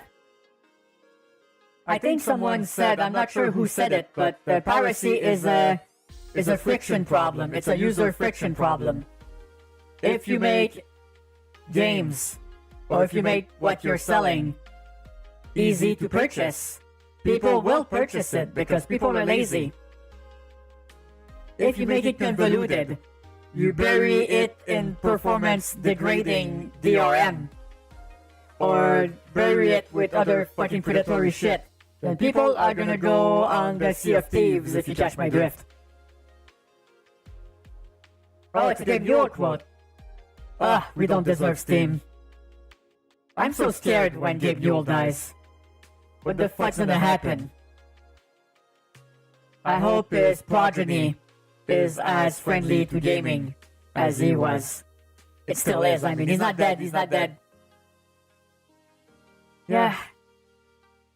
It's like piracy over the world reduced drastically once Netflix came out, because it had everything on it. But when the whole view-on-demand ecosystem became a fucking fractured mess, piracy went back up again. I don't get why this is not more readily understood by executives in those industries. Or maybe they just know and don't give a fuck. Because everything is about almighty profits. I don't know, man. Maybe it's like you could live with your failures and put you all back to me. Even Ubisoft started listing their games back on Steam after their own launcher fucking crashed and burned. I mean, on one hand, I love Steam. It's probably the most... It's one of the only services on the fucking internet that has not fallen victim to angstification. Like, everything's getting shittier all the time. But not Steam. Because Steam is not publicly traded. It's a private company owned by someone who loves games. So on one hand, I'm happy it exists, but also I'm worried it exists. Because everything's on it now. So the day, like, Gabe dies, and he goes to one of his sons, and one of his sons turns out to be a fucking spoiled bitch, and he ends up putting it on the stock market, or selling it to investors. And then the angstification begins. And that's like where our entire library is at. That's worrying. That's why I've started buying some of my games on Good Old Games now. To try to spread out my library. Because Good Old Games has no DRM on it. And you can literally download offline versions of all your games to play. So even if the internet stops working, you have all your games. That's one of the requirements to sell on GOG. Is you have to have no copy protection shit on your games. So people can execute them offline. Well, Gabe does more than you think, Fracta. Like projects. Like what they did with the Steam, the Steam VR headset. Or the Steam mobile console. Like, they do fun projects because they love games. The Epic Launcher is still pretty bad. Yeah, their online services are so good that now even Steam uses it sometimes. Yeah, I know. I mean, I don't mind the Epic Games Launcher. It's really bare bones, but you got so many free games on it. And if you have Twitch Prime, Twitch gives out so many free games now. A lot of them are on Good Old Games, on Epic, and on their own storefront, so... You know, can't say no to free games, right? Can't beat free. But yeah, I'm scared for Steam. Because if one day they lose control of it, you know it's gonna become shit. So I hope that Gabe Newell's kid is not one of those assholes that's gonna sell gaming's future away to some venture capitalist. But seriously, you look at any service that is owned by private equity firms or on the stock exchange, and they're not as good as they used to be. You can literally see the service degrade year over year. It's like a good example of that, Discord. What the fuck's happening with Discord? It's like there's so many pop-ups now. Like they have quests, they have like storefronts selling you icons, effect, profile features. And now you can barely put 2 megabytes of uploads on your Discord servers unless you have Nitro. And it's like every time they add more shit to it, it's getting bloated. It's getting real fucking bloated. And it didn't used to be like that. So anything publicly traded falls victim to the line go up mentality and will become shit. They can sell you the solution to the problem they created. Yeah, it's not great. It's so fucking slow, man. The Discord mobile app. It's a mess. Prime is too expensive now. Yeah. Yeah, I get Prime because I have Amazon Prime. Because I help out a lot of my friends and family with shipping. So I use Amazon Prime, which comes with Twitch Prime. At least until they realize how good of a deal it is and stop offering that. So I don't know how long I'm gonna get that. Because, you know, instification. Same thing with social media apps. You look at Facebook back in like the late 2000s. Or you look at early 2010 Twitter. So fun. So simple to use. And now look where we're at. I mean, I don't want to be like old alien yells at cloud at the moment, but that's how I feel.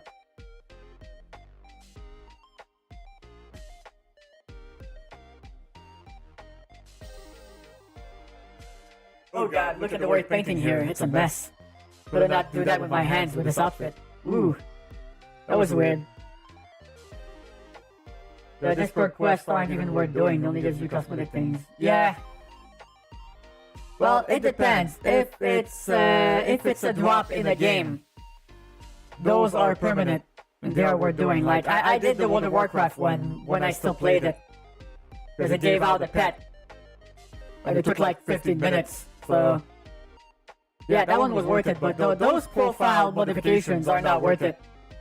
Like wow, 2 months, amazing.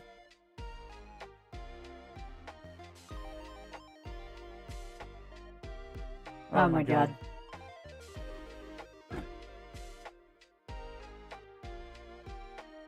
I wonder what's gonna take Discord's place once it gets shitty enough.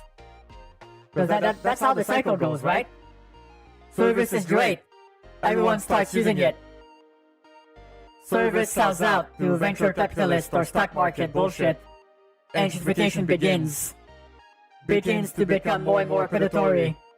People start leaving for a new alternative that does what the original did but better. And then we're back to step one with a new product. And the circle continues.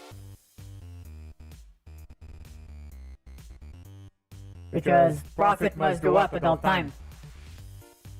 It's done. What happened to having an acceptable amount of profit? Why must you always make more? I do not understand it. It is a baffling thing to me.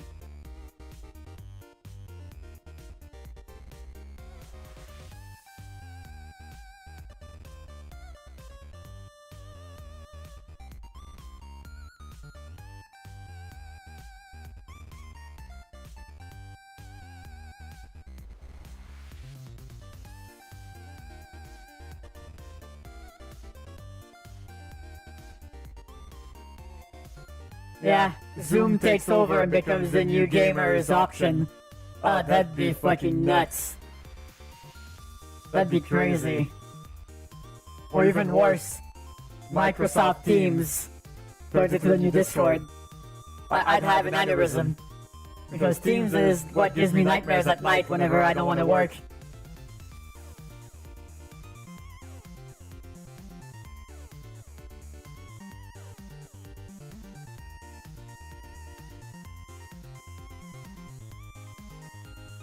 Oh my goodness.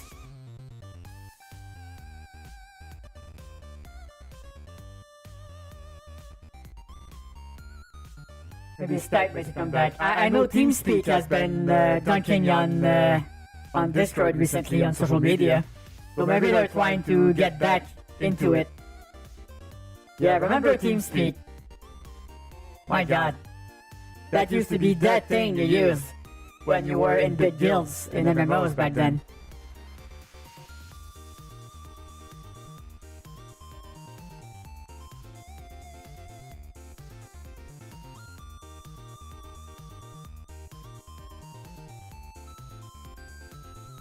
Yeah, I do remember TeamSpeak. I don't remember Raid Call though. I think I missed that part. Oh, that's cool. If you haven't seen Deadpool and Wolverine on the theaters, it's coming out on home video on October 1st. Well, I know what I'm watching on that day then.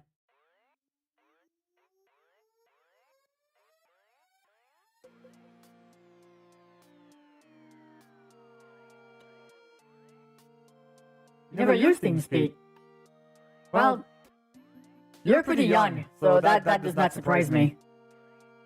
Yeah, that was a big thing in the mid 2000s.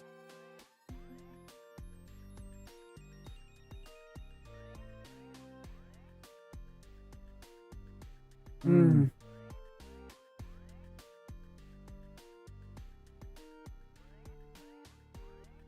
But you know, it was like a very, very basic version of what Discord is now.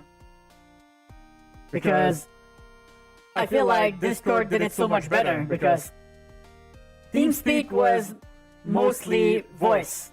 It really didn't have much in the way of text chat. So what Discord did was pretty revolutionary for the time. But the thing is, some people had their brain aneurysm somewhere and started using it to store information online. And that's not good, because you can't fucking search that shit. That's why the internet now is more scuffed than ever, because a lot of information is now hidden in unsearchable databases like Discord. So there will come a point in a few years where AI is gonna rot everything, and when you're gonna do a search online, it's gonna be so much garbage you're not gonna be able to use it anymore. So it is kind of messed up to think about.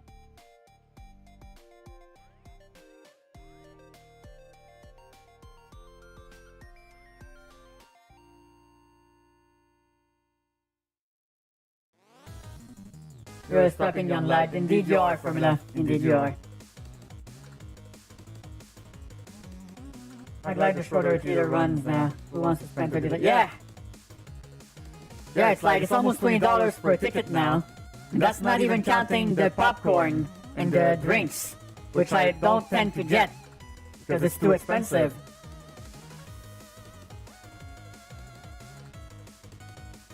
So yeah.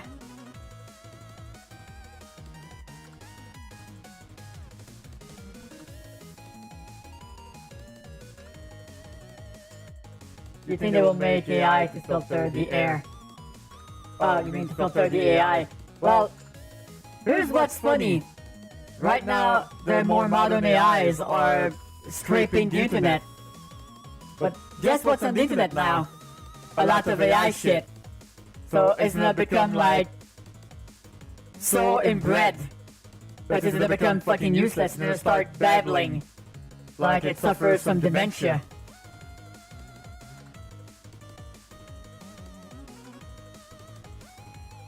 So that's one of the best case scenarios, that AI trains itself on itself in an incestual fucking circle of bullshit and becomes so unusable that all the venture capitalists and all of the stupid investment brokers and tech bros stop using it, and we can go back to a semblance of normal. That's what I'm hoping for. But I'm not holding my breath for that, because that sounds like a fucking miracle.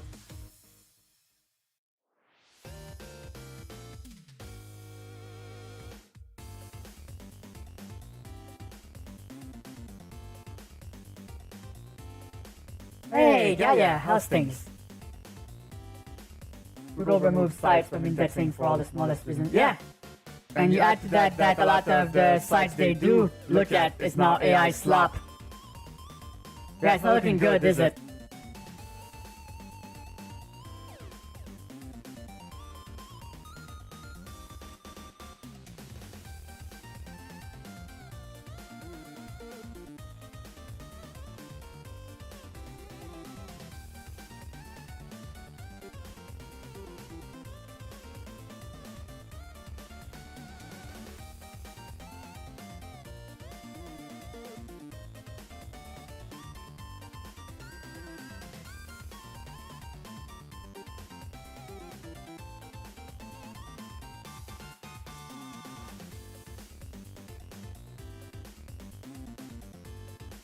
My mom's new TV has AI image sharpening and sound bad. Oh, dear God.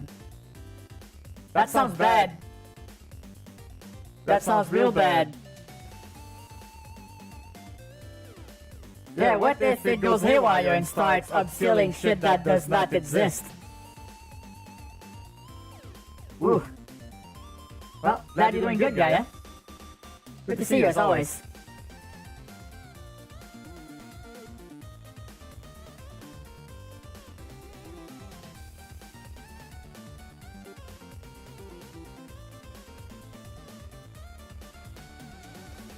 Alright. I think we pretty much covered everything we wanted to.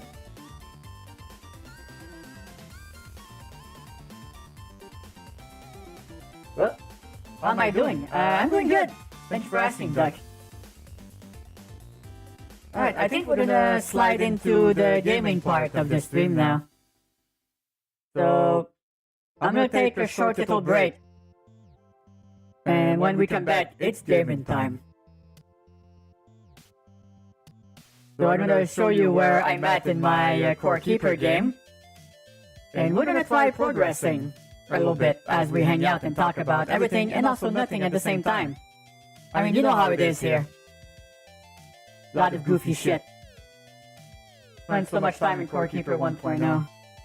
Yeah, that game seems like it was tailor-made for you, Rusher, I'm gonna be honest. Alright, so I'm gonna run a short little ad break. And we'll all be here back in about 3 minutes. Don't watch the ads. Go do something else for 3 minutes. I recommend acquiring adequate amount of snacks and sustenance. And we'll see each other very soon. Okay? Be right back.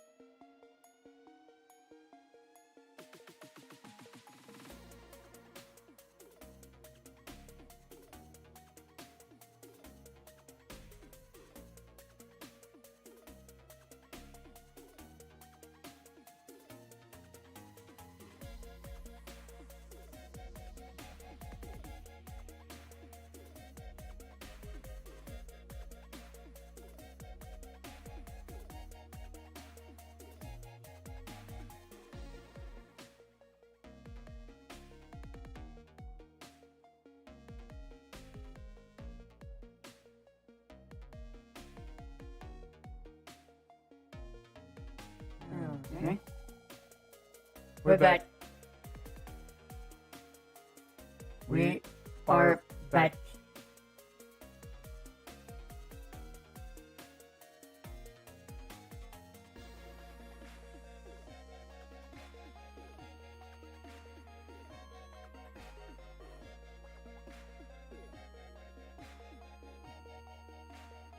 Alright, ready for some Core Keeper, I hope. So if you don't know what that game is, it's a really fun, cozy crafting survival game. It has a top-down perspective like Stardew Valley, but has a more in-depth crafting system. And a really unique premise where you're stuck underground in lots of different biomes. So it mixes bits and bobs of other games. Like you have to do bosses to progress, like games like Valheim.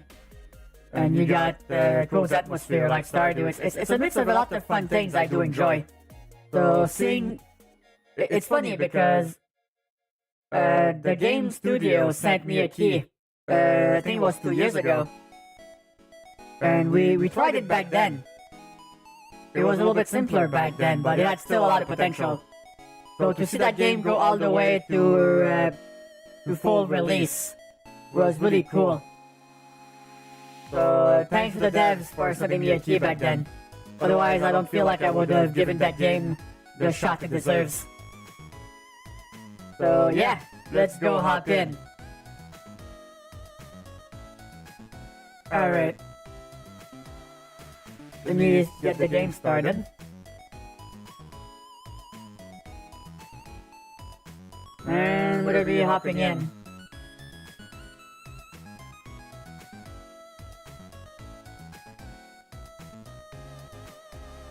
Okay, so Core Keeper. You just the old fan art. You got Agent to thank for that. That's his fault.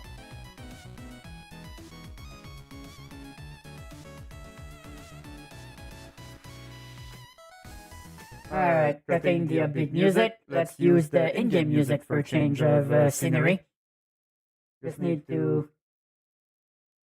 capture the game window once it pops up, and we'll be good to go. Pretty much instantly after that. We're gonna enjoy a little bit of awkward silence for the moment.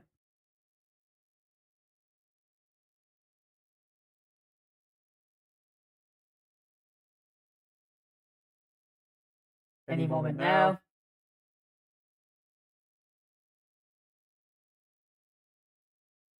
Right, don't you dare crash on me, game.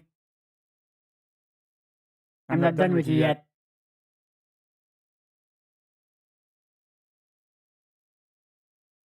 Okay, good, we got visuals. Alright. Just need to fix one thing really quickly. Alright, vtuber smoke bomb. I think I need to fix my tracking. Something's a little bit scuffed right now. I can't quite put my finger on it, so I'm just gonna reset the tracking. Give me a second. I will be with you shortly.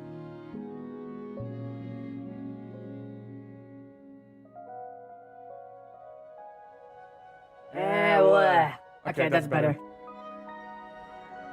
Get even to our conclusions, so I don't think people's drawing. I mean, that was not... Agent did not draw that. He used a stock picture and put my face on it. It was still great Photoshop because, I mean, he did do some art to it. He added the stripes and the color to the actual old man art. So it's still a lot of work. And it's always amazing when he does that. I really love the one he did of me as She-Hulk. That was fun. That was a lot of fun. Okay, so hold on. There we go. Oh yeah, it's great. It's great, Fluffy. I love it. I hate it and I love it at the same time, if that makes any sense.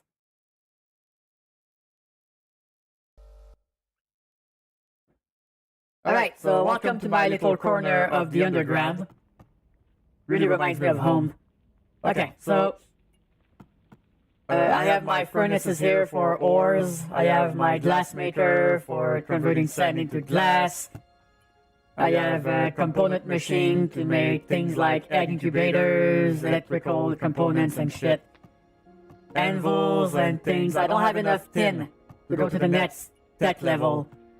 Although I did make a generator and an egg incubator, so now I have a potential new companion that's going to be following me once it pops out of there. I got some farm for food, because you have to eat in this game. And what's fun is that every food has a bonus on it. And when you cook them, you put two pieces of different items together to make a custom recipe that incorporates both of these food effects together. So you can make a lot of different foods to buff different parts of your character. And there's combat, range combat, bombs, potions. There's a lot to love in this game. And not only that, it's co-op. You can play with like 4 other people, I think.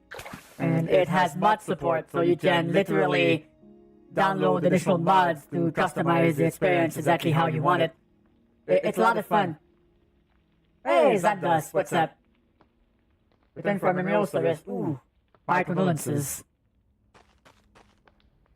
Alright, so this is my base. I have a few wood farms set up around, so I can harvest wood when I run low on it.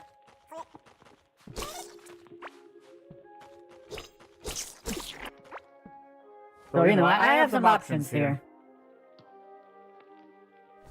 I have some options. And there's a lot of random patches of mushrooms I can just run around and gather if I need more mushroom for my recipes. Because mushrooms have good health regen.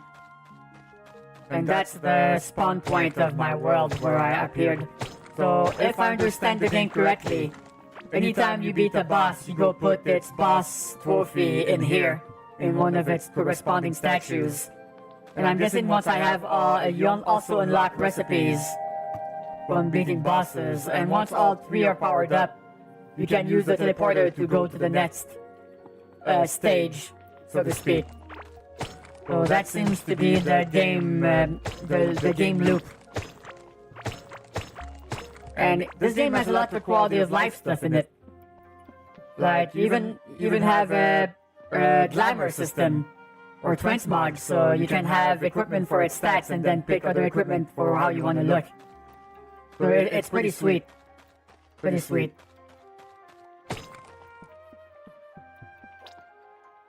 Well, may she rest in peace, Zap.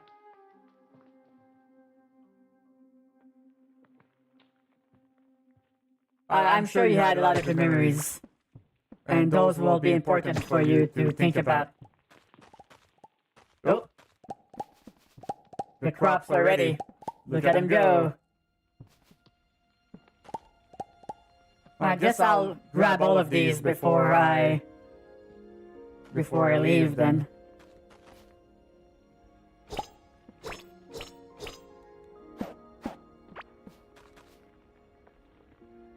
Maybe I just need to put the torches somewhere that will not block the movement.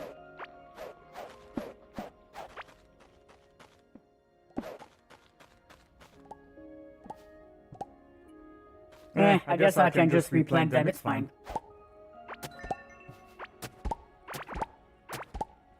Uh-oh, we got some slimes coming in to wreck my shit. Well, nothing my watch, buddy. Yeah, they attack your base sometimes, so you need to start setting up some traps, I'm guessing in harder biomes. Alright, let's replant these.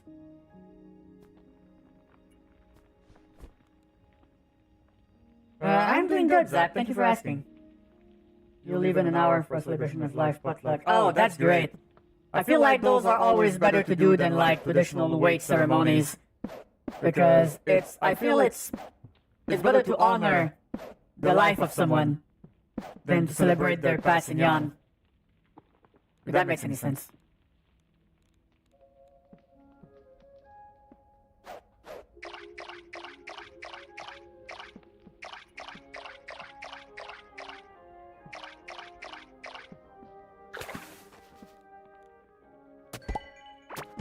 I like how you can harvest many things at once with the same tool you use to put the gardening stuff on. It's so easy. I wish Stardew Valley did that. I mean, they kind of do. I think maybe no. I think you still have to manually grab everything. So I don't have enough gardening skill to get like 1 seed back for everything I get. So sometimes I'll get less if I get unlucky.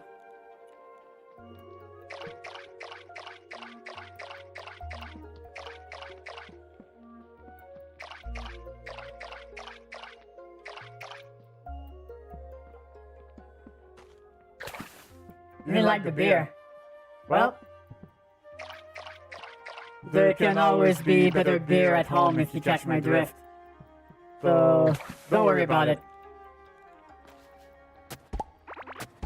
Can't wait to get a better tool so I can start harvesting even more of these at the same time.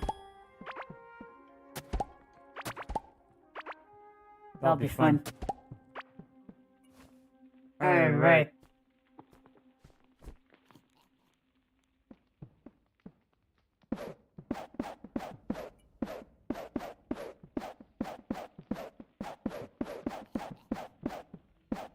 No, I wish the console version was compatible with the PC one so I could play with some of my friends who don't have PCs. That feels like a missed opportunity.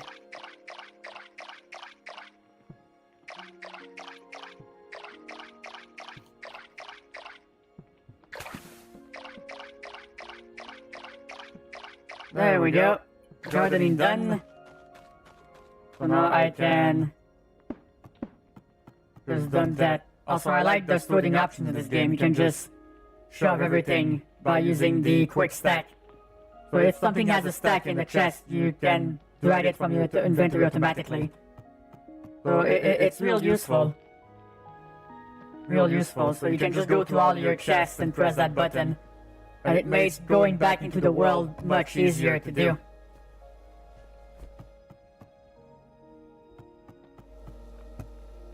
Okay, there's some progress here.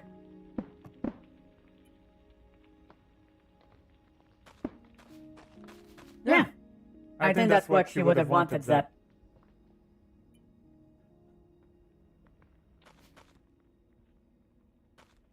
Okay, so we're ready for adventure once again. Let's go see, so I tagged it on my map. There's a new biome over there. I'm gonna start heading over to. And there's a weird structure there I need to figure out. There's a roaming boss I can try to kill. And there's a boss just standing over there, too. I'm gonna assume he's in the new biome. So we're gonna be making our way there. So I'm just gonna eat some food to get ready.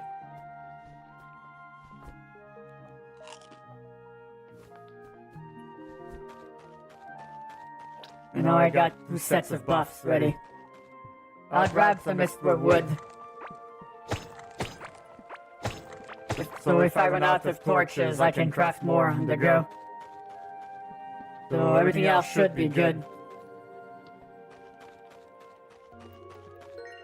I think I'll put some torches so I can illuminate the way. To make it easier to navigate.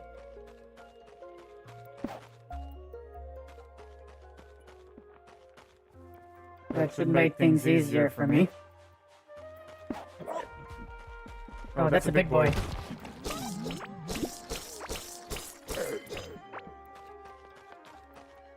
Ooh, stone skin potion. Ooh, that's interesting. Yeah, so anything you do in this game, you can rank up.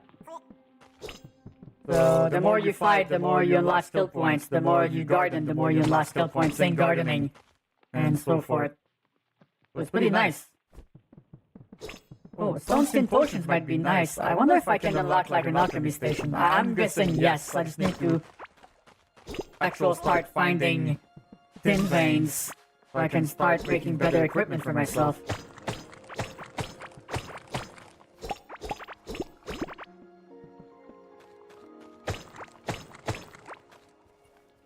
And the fishing is very satisfying too. So I've been doing that a bunch.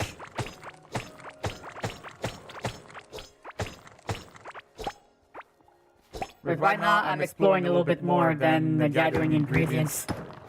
Because I have a very limited inventory. I'm trying not to push it too much. Oh fuck, I went down the wrong way, huh? Oh well, I'm gonna assume the biome eventually switches down here. So we're gonna keep digging south, see if I can get the biome switch. Right, it's looking a little bit spooky here. Ooh, train tracks! I wonder if that means I'm gonna start finding like a vendor or something.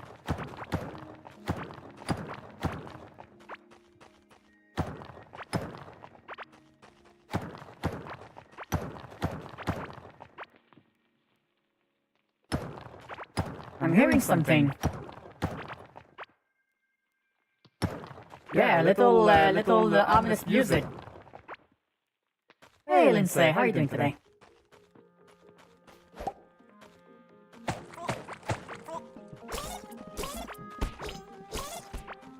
Killing monsters is also good because they drop some random loot sometimes that can be pretty good.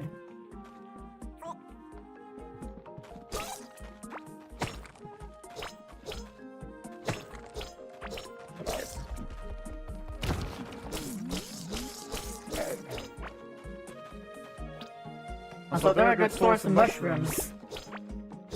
I wonder if they're gonna be useful in potions as well as food.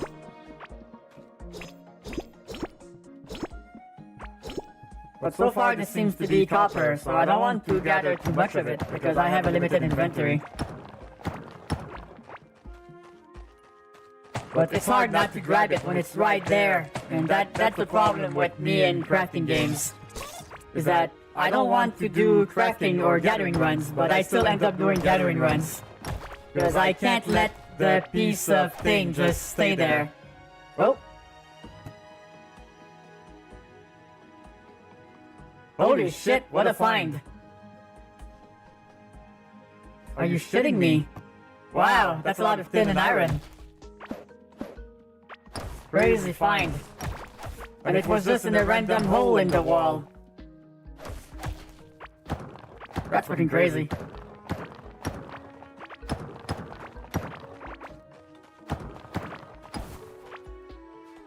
So my mining's getting pretty good. I'm one-shotting all of these blocks now.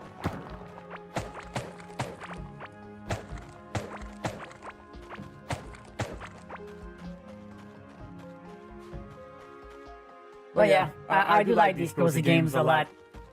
Although they're dangerous. If you're not careful, you're gonna end up spending your whole afternoon or night playing it. Like, there was one night I played this, where it's like, I started at like 7 PM, right? And I played for a bit, what I thought was a bit. Then I look at the time and it's like 2 AM in the morning, and I was like, oh no, oh what the fuck. I love when that happens. I mean, I hate, but I also love when it happens because I don't lock in games as much as I used to. So whenever it happens, I'm kind of happy about it.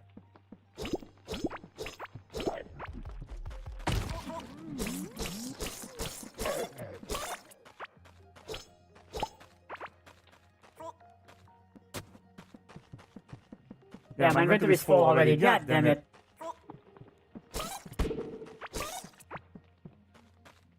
Okay, what are these?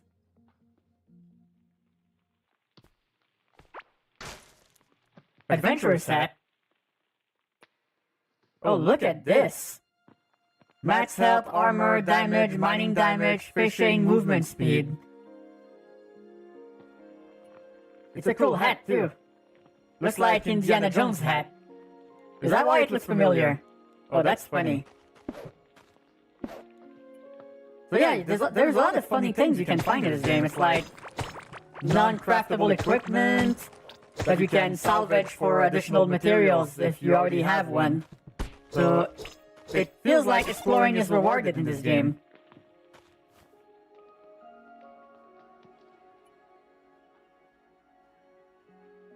Oh my goodness, I have too much equipment. I need better equipment. I guess I might have to make a little trip back home. Might have to make a little trip back home because now I have enough tin to craft the next piece of my set. Or the next tier of items. So I think I'm gonna do that. I'm gonna hoof it back north and see if I can retrace my steps.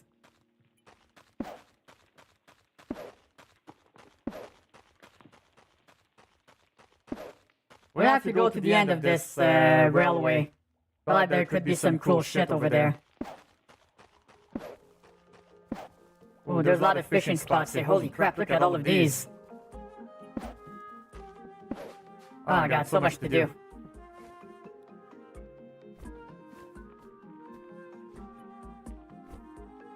I also like to plant the root seeds whenever I walk around for a bit, because those will give wood I can then gather when I pass by later.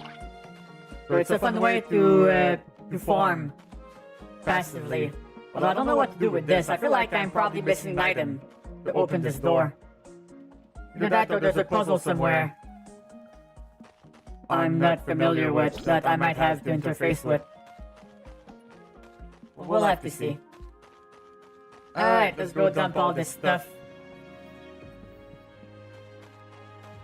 We can also start processing the copper. Well, we're gonna have to harvest all of that soon. Alright, here we go. Alright, so I'm gonna... That's a great fucking hat. The thing is, the projectile... The projectile pierce is very good if I'm gonna be fighting multiple enemies at once. But this is a good all-arounder, so I'm gonna keep it for later. If I start focusing more on melee, maybe I will do something like that. But I will keep it, because it's a really good piece.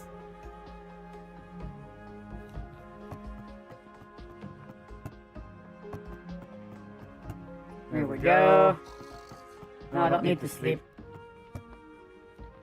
Okay, so if I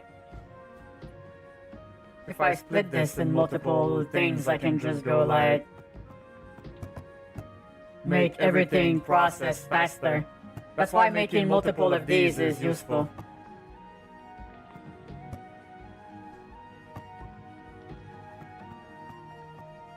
Okay, so at the very least, I can upgrade the workbench now, which I'm gonna.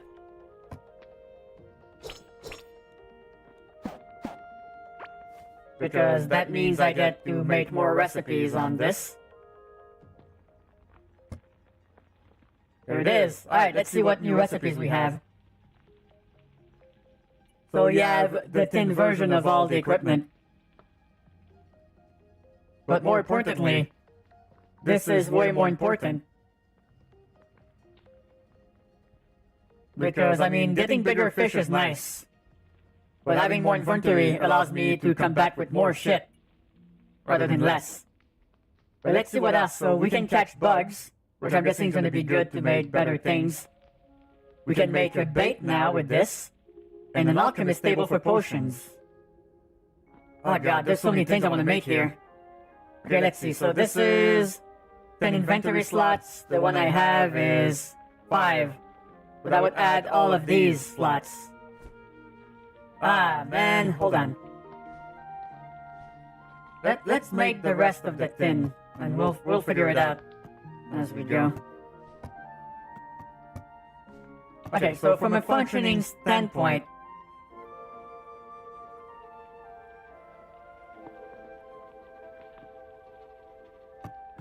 what would be the best to get?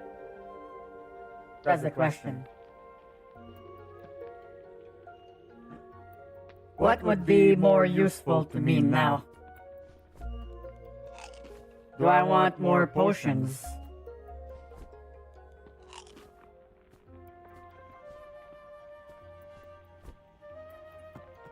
That's a tough one.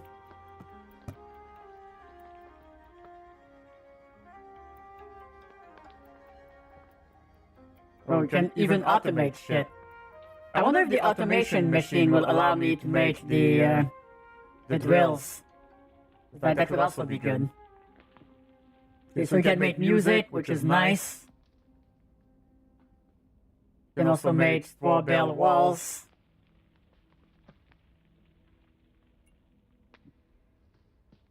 Loose flooring. Ooh, a loom.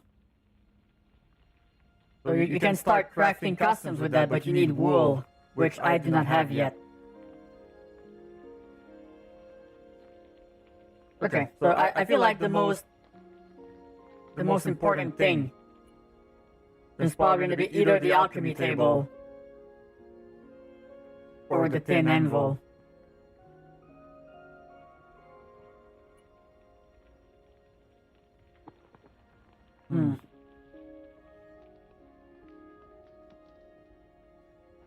Yeah. Because I mean, you can make more armor with the tin anvil. But I feel like, I think the alchemist table will allow us more options because we have a lot of different food and things we can use. So I think I'm gonna make, yeah, I think I'm gonna make the alchemist table first. Because that feels like this would be a really big investment. Okay, so what is this? So that's just for decoration. So I think I'm gonna... The alchemist table would probably fit better with the food chest, I think. Alright, let's take a look. So, slime, hard berries, slime, bomb pepper. So you need slime for everything. Which means I should probably put the slime in the food chest. Wait a second, can I use slime to make food? Ooh, that's interesting. So what's the range on things getting pulled from chests? I wonder if I need to make better chests for that. Or is it like 2 or 3 blocks now? So many questions.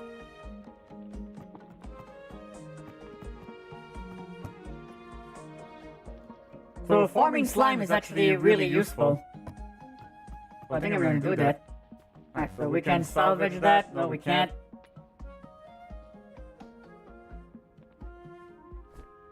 Well, guess I'm gonna have to destroy it.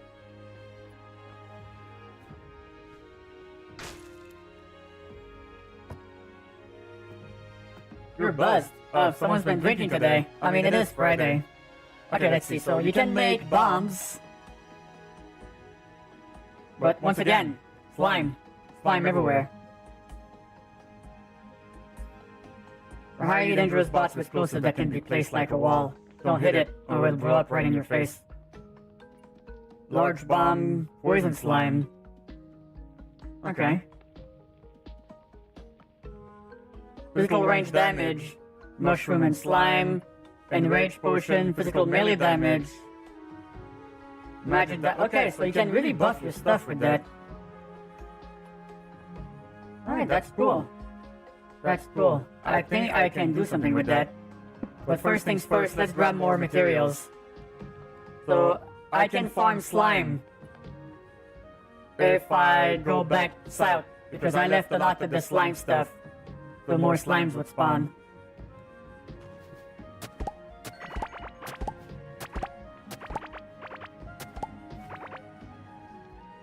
Alright, glow tulips.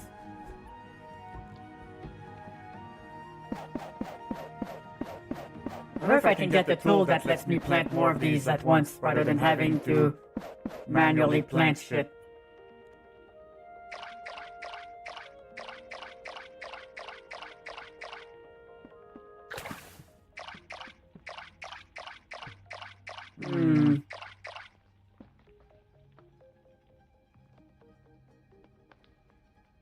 No, it is Saturday today. It's Saturday afternoon. To be more precise.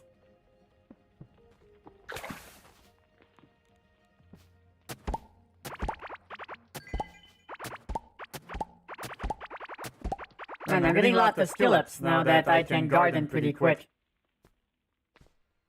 Okay, so... Wait, glow tulips? Wait, do I have one more spot here?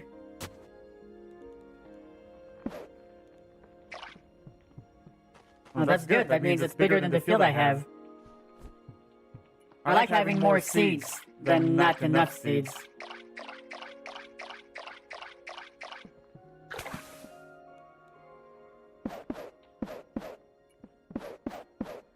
But I feel like once I max out the first rank of my gardening skill tree, I'll probably be able to get more seeds than I plant. Because the chances will be better for me. Well, I guess we'll find out. Or maybe there will eventually be a seed workbench I can use to turn some of those produce back into seeds. Because I know you can do that in Stardew.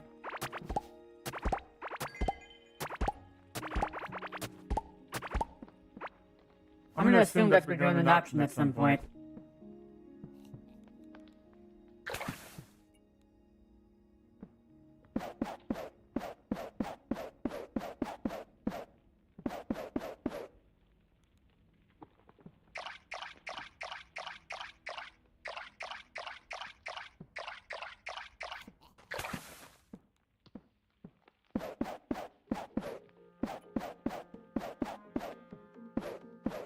That's a lot of bomb peppers, holy crap.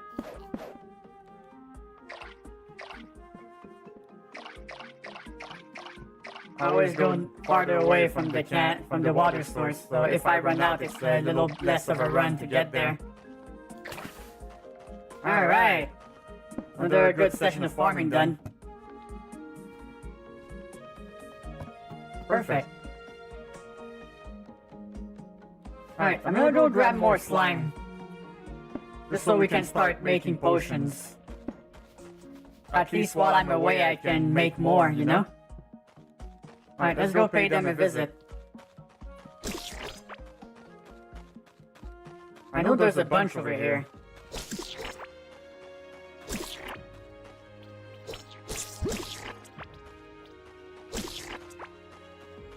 And they spawn because of the slime floors. So as long as I leave those around,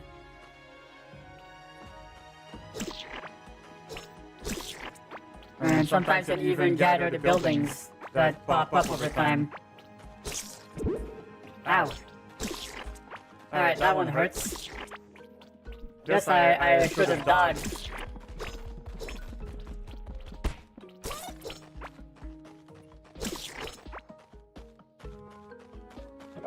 Right over here, you dingus.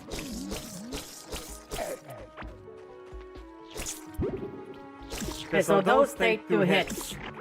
But I have good health regen here, so... Oh, what is this? Is that the teleporter? Oh, that's interesting. I don't think I've been here before.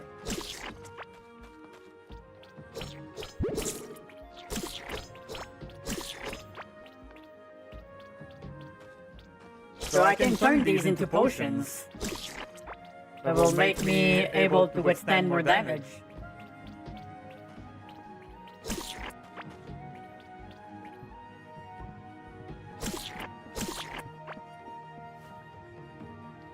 Alright, hold on. Alright, I got some seeds. So killing the slimes also gives you more seeds to get stuff. Oh, proper key. That's good if we find another locked copper chest.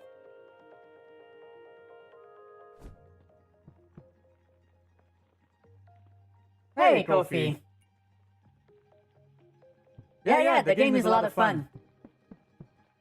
There's so much more stuff now that the game actually released, instead of being in early access. So that's been a lot of stuff. How are you doing today? Alright, I'm gonna go check this out. Ooh, this is ominous looking. A waypoint. Oh, does that mean I can use it to go back to the start? So I don't have to walk all the way back to the base. Oh, that's cool. So that will allow me to make like smaller forward operation bases.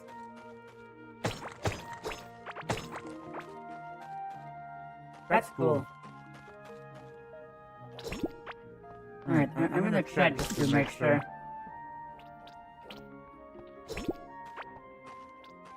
Okay, so could probably put some torches here. And I'm also going to... Oh no, it's already tagged. You must use a waypoint or portal to teleport here. Well, I'm gonna use it. I want to see what happens here. So does that mean I can... Yeah, I think you can. Yep, I'm back near my house now. Oh, that's cool. Yeah, that's awesome, because those waypoints allow you to discover farther and farther away without having to take like 2,000 years to come back. Although I think it nukes your buffs. I'm gonna test it out. So if I eat this food, and I hop into the portal,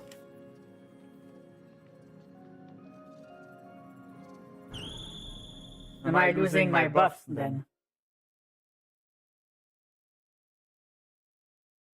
No, they're here. Okay. Alright.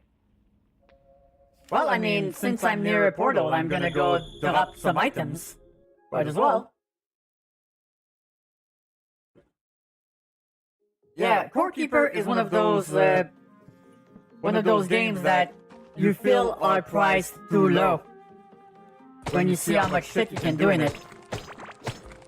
And it's that part of indie gaming that feels too good to be true, but is good. If that makes any sense.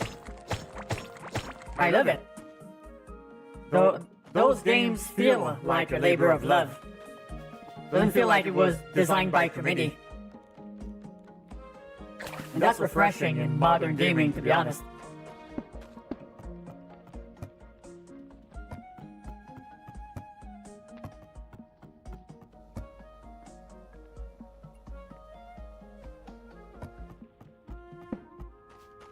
Alright, let's fill up this thing. So we got more glow tulips here.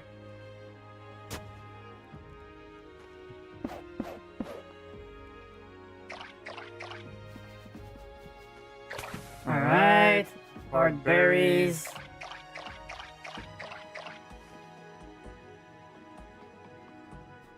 Six of them.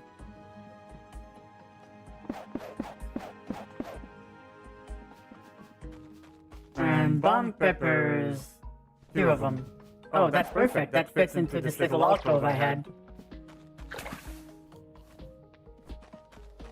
Alright, let me go turn some of those clothing into fiber. Because I already have these. So fiber is probably going to be used with the loom to make some cool shit. I got some artifacts I need to sell to this weird guy here. So I think I'm gonna do that. I'm gonna put some stuff I don't need. Then I can use that to buy better things like curious eggs and shit.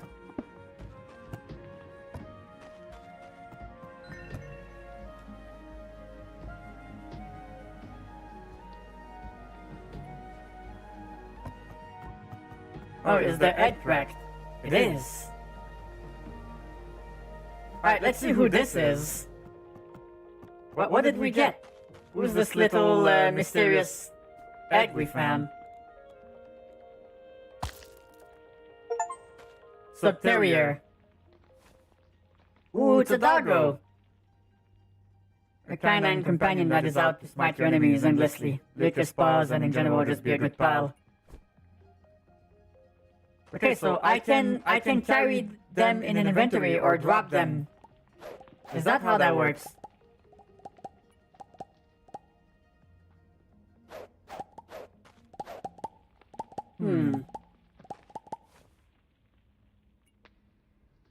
Okay, do I need to feed them pellets so because I see a bar underneath. Hold on. I got some pellets. I just need to remember where the fuck I put them.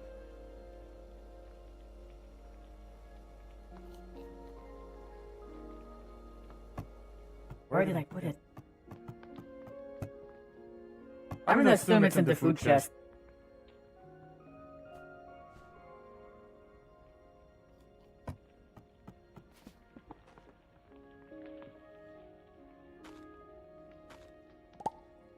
Oh, I'm guessing I have to put that in my pet slot. Oh, that made sense. Oh, that's awesome. That's a good way to do it.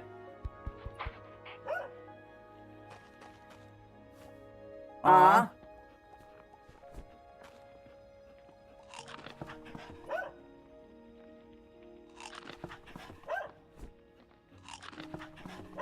Wonder what happens if they gain a level. I'm guessing they do more damage. And they just follow me and teleport if I get too far. Ah, that's great. I'm guessing I can also have more pet slots if I get specific equipment, right?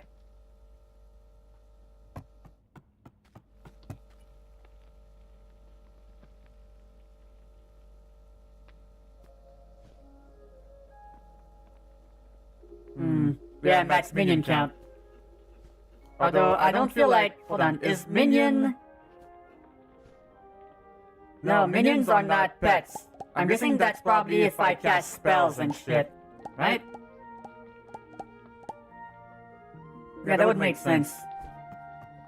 That would make sense.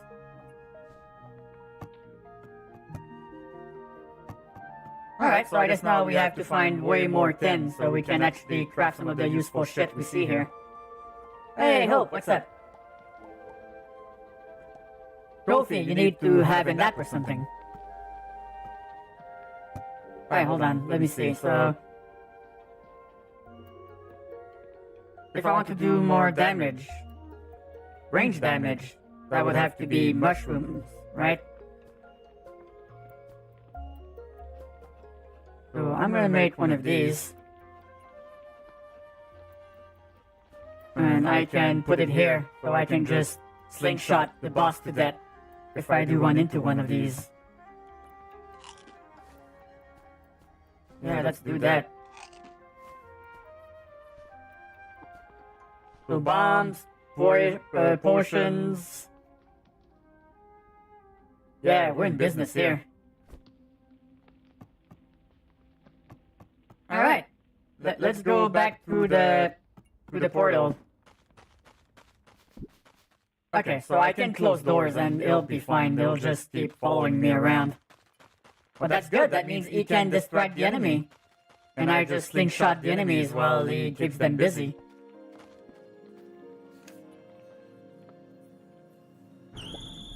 Alright, let's do it. Let's keep going.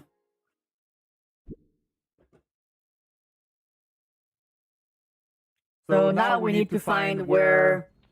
We need to get more slime for potions.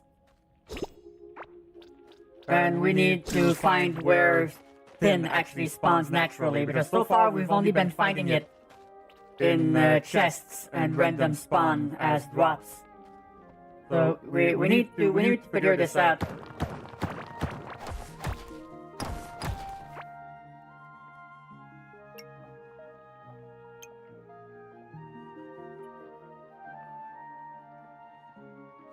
Okay, that's all the skills. Oop. Yeah, so this is another potential source. Ooh, lively egg. Ah, jeez. Okay, so I have to go back. Because this can incubate while I'm away. What if I'll be able to build my own portals at some point? That would be a good way to do it. So you could actually like make little corner of the world explorable without having to go really out of your way for it. Alright, I'm gonna go dump this in the incubator. And we'll go right back.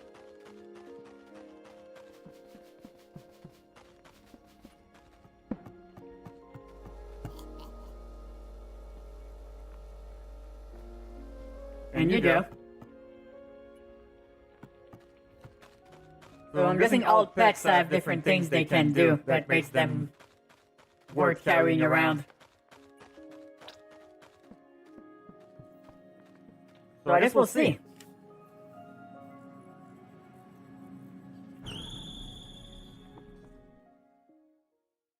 I hope you're having a good day, Hope. Good to see you as always.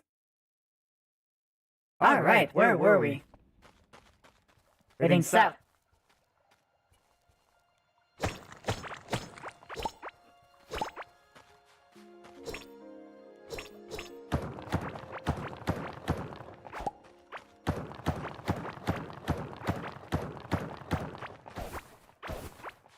Okay, I think we're gonna hit the new biome now. Because we're making a beeline for the boss. I want to see what this biome is made out of. Ooh. Some type of rock.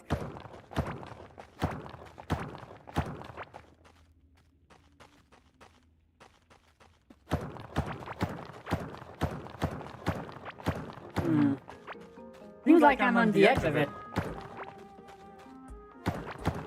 But can't... I guess I'm gonna have to make a bridge.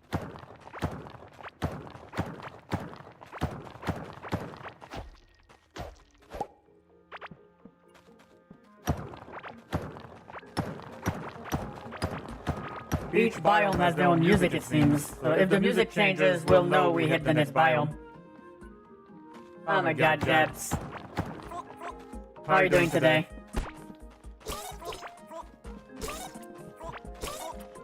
Oh, there's a lot of little mushroom boys here. Well, might as well grab everything while we're here.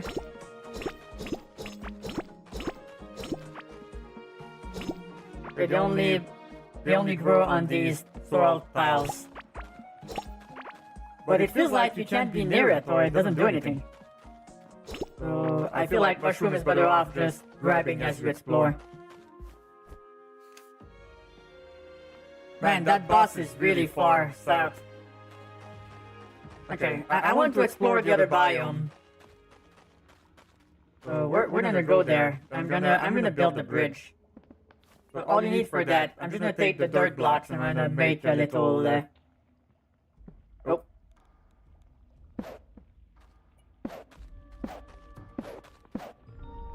Forgotten ruins. Yeah, that's a new biome.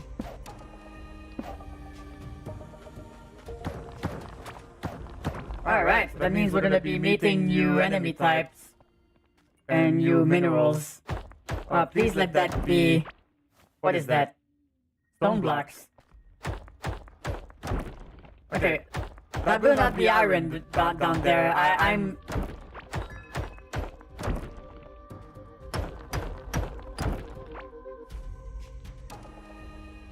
Uh-oh. It's iron.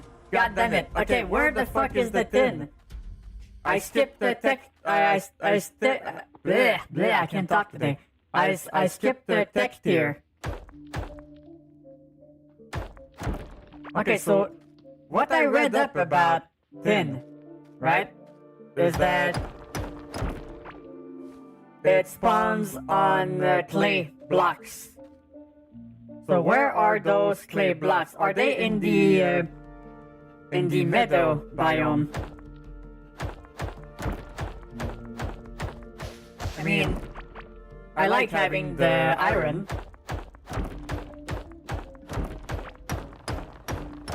But ideally, I would like it more. Oh god, okay, there's some chuckleheads over there.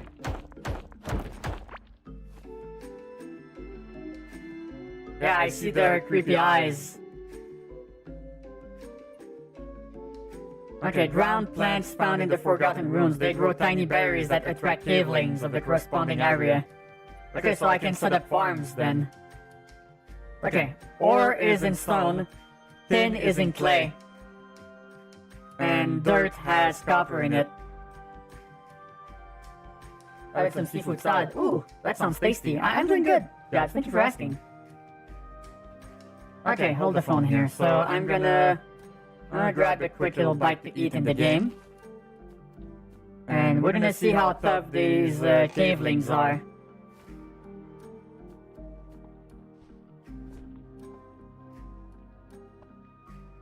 Right, run!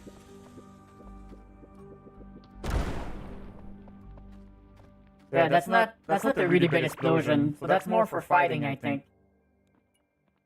Okay, I see one over there. Maybe I need to explore those meadow biomes a little bit more before I start flying around in those cave biomes. Unless maybe this biome has both. Maybe it has both iron and tin. Well, I mean, I can find out. Let's see if I found any. Do I have any tin in here? I do not. I have a lot of iron though. Well.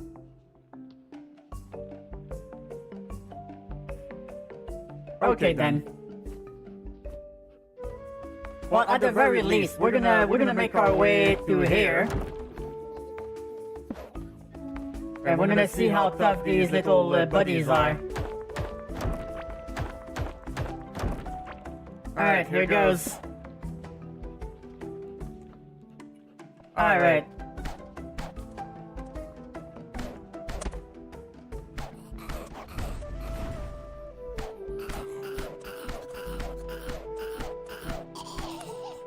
Okay, they're tough. And this guy chucks fucking fireballs.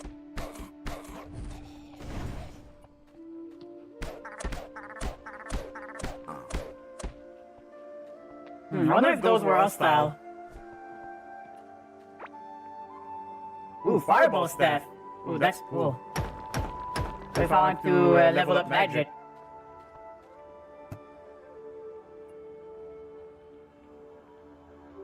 Oh, that's Cadol. No, he's not hostile. Yeah, I saw you can do animal husbandry in this game. Like, once you start getting tin, you can make animal cages and start, like, setting up farms and shit. So once I get more easy access to tin and iron, both of these, I can start, like, setting up farms and shit at my base. I feel like that's gonna be really helpful. What is that? Direx. Ooh, interesting.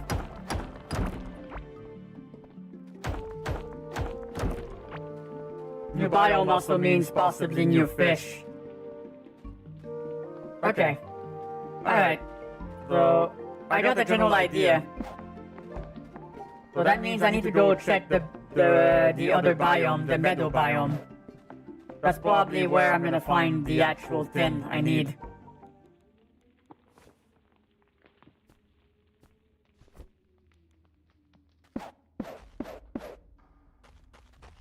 Alright, let's do it.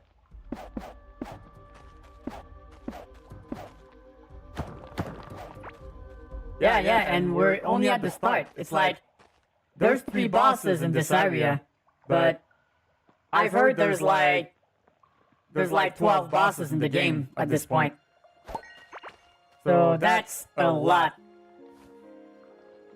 That's a ton.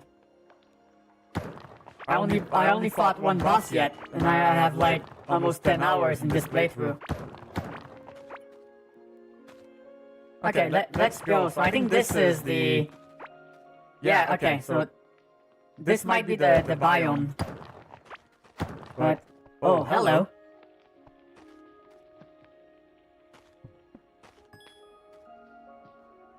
Oh, talent pointed running.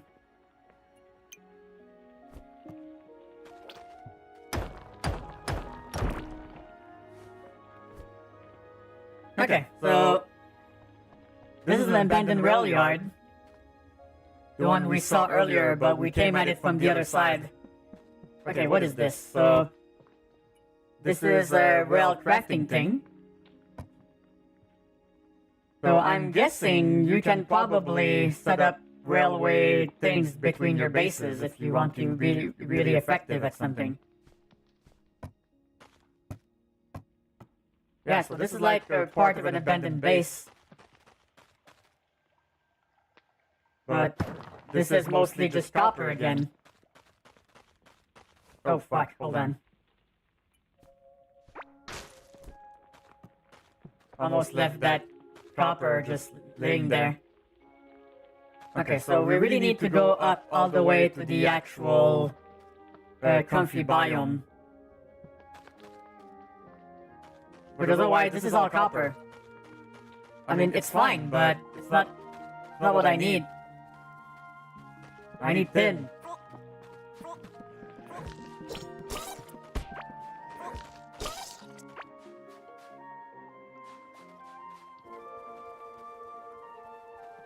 Yeah, there's some stuff in there I can't quite get to.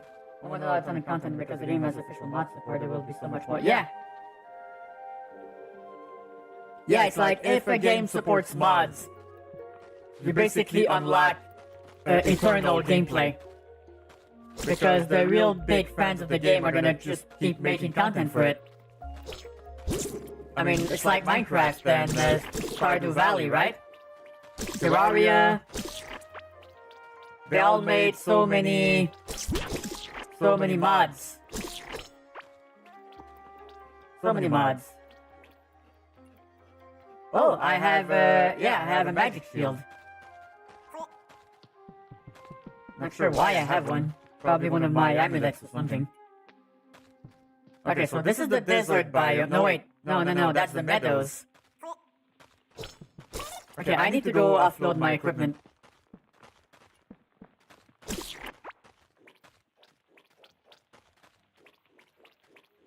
Squeak. And we'll loop back up to the meadow. Because I've seen a little bit of meadow near the base, but it's not... It's not the actual meadow biome because it ends, right?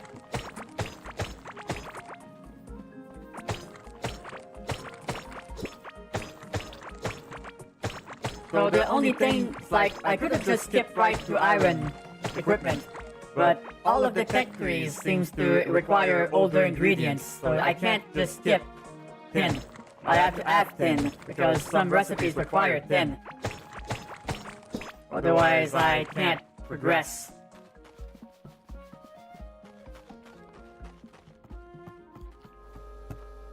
Alright, almost.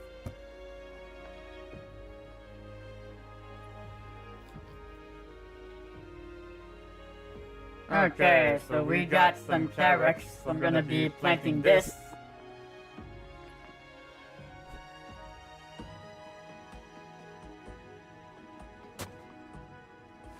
Alright, let's see what that gives.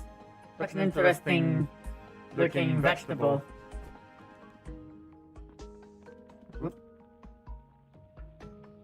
Oh, I can't.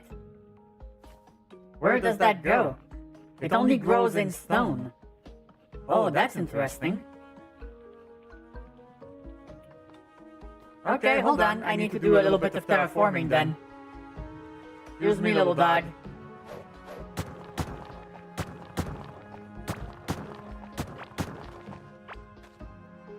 So if I put stone here... Whoop.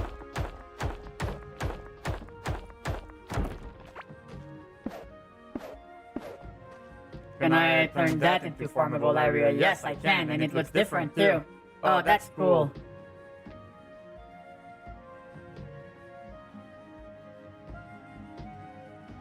Okay, so I can just plant this. Alright, where did I put it?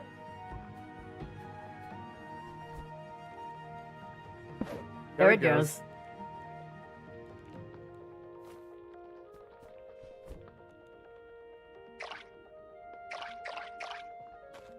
Alright, so now I'm gonna use the carrot in the cooking recipe. So I can figure out exactly what it does. So, heartberries heal. So I'm gonna put that there because I already know what the recipe is gonna be. And we're gonna see exactly what this does. Hold on. I'm gonna invert the recipe because I wanna see what type of food that makes. Unless it still makes the jelly thing. Yeah, that seems like it's gonna make a jelly thing. Alright, what is that? Yep. Crunchy berry pudding. So health, max health. And it gives armor. Oh, that's cool. So that gives armor. I feel like that's the equivalent of one of the yellow fish, the orange guppies. They give armor too, I think. Oh no, wait, they give mining damage. Oh, that's interesting. Alright, that's good to know. The bonus armor itself is already really big. And also your pet gains XP even if it doesn't kill the targets. That's really good to know. Okay, so we got more bomb peppers. Okay, so I'm starting to hit the point where I have way too many crops of one type, so I'm gonna start storing these seeds. Maybe not the glow tulips, I still have some room in my field. So bomb peppers, full. Some bomb berries, not so much. Heart berries, pretty full too, so we're gonna plant a few. We're just gonna plant a few of those glow tulips. Just so I can get a nice little setup here going. And I'm gonna turn this side here into a rock biome farming area. So I'm just gonna by digging up some of this.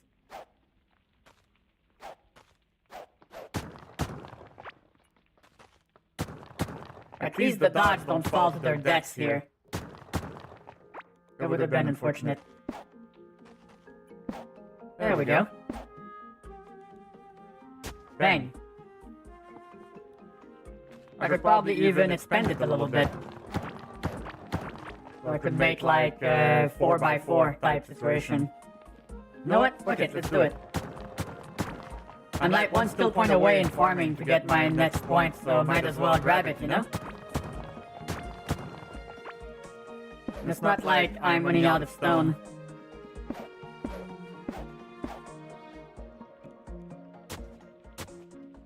Yeah, there you go, that's a nice spot.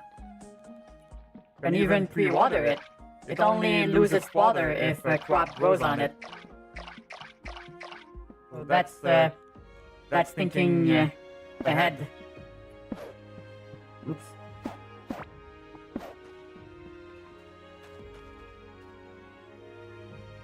Hey, Super. Good luck on your return trip. Yeah, if you're farming cooking XP, that is another good way to do it. Which reminds me, I should probably be writing some recipes. Okay, let's see. So I want health, mana, blue glow, and food. So I'm gonna stockpile a bunch of these so they craft while I'm away. And we'll figure out what other combo we can do with this. But I still need to... I think I'm gonna get my last point.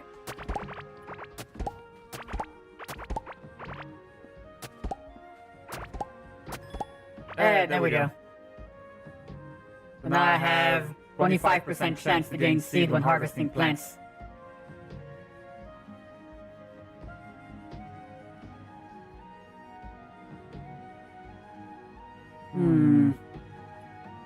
I mean, this lets you harvest more. I'm not sure which one I want best. That second tier is kind of garbage. Oh yeah, that reminds me. Hold on. So if I put that, I want to see what it does.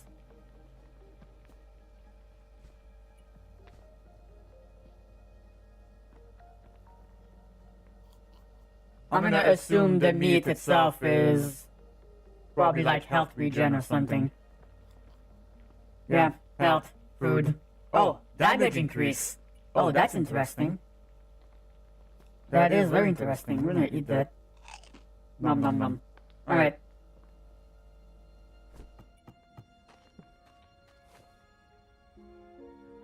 Hey, Albedo.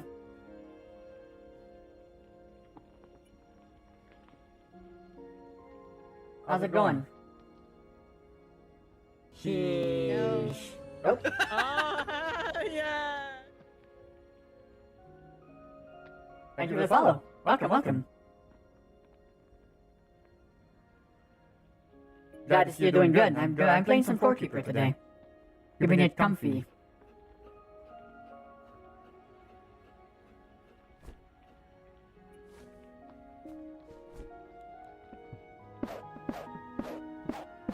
I should probably build a second cooking station. Well, I need to expand the size of my house a little bit. Because it's a little bit cramped. Because the thing is, I have to set it up in a way that I can put all the crafting stations around the chest where they have the resources they can pull from. I feel like that would probably be a better idea. Maybe I can redesign this at some point. Like, expand it a little bit. But that'll probably be a good project to work on. This game is a crafting survival game, and it seems to take a lot of inspiration from other games in the same style, like Stardew Valley, Terraria, Minecraft. It plays a lot like Stardew Valley, but feels a little bit more like you're playing Minecraft but in isometric view or something. It's an interesting concept. I like it. It's like it's entirely underground, but there's a lot of different biomes. You can farm, you can fish, you can fight. There's a lot of random drops, equipment you can't craft, so it rewards adventuring.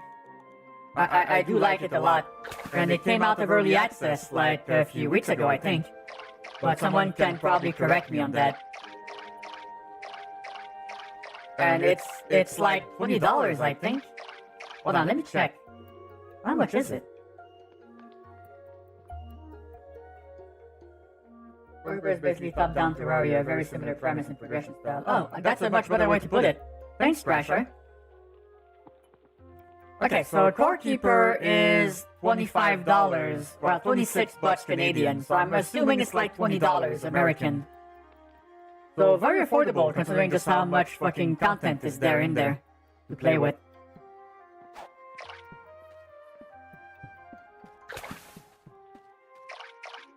I need a better watering can. But yeah, you basically upgrade your stuff, you work through the tech trees to get more convenience, and, you know, it's a whole thing. It's a whole thing. You can even do, like, animal husbandry and shit. But I haven't unlocked enough of the newer materials to actually start doing that for real. Because until I can craft animal cages, the only way I can get those animals to come with me is if I grab a piece of food and, like, make them walk all the way to my base. Which would fucking suck and take forever.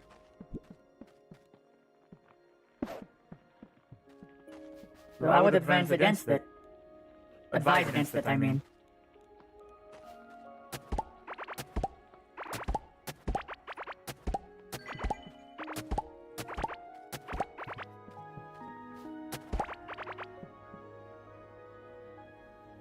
So 27 Canadian, $20 US, that makes sense.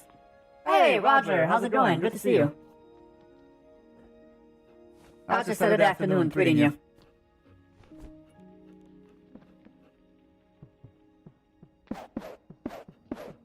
Doing a little bit of light virtual gardening.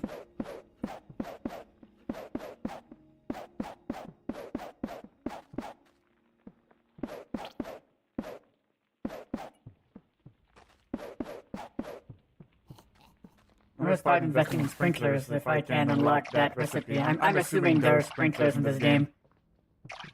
Otherwise, it would make no sense.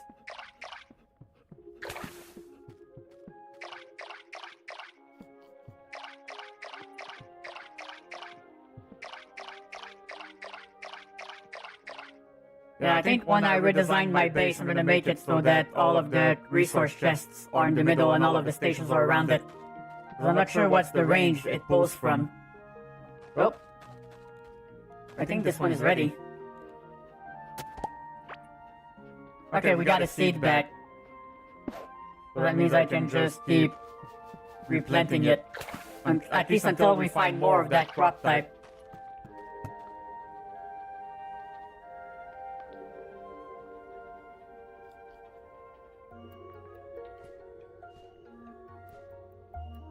There we go.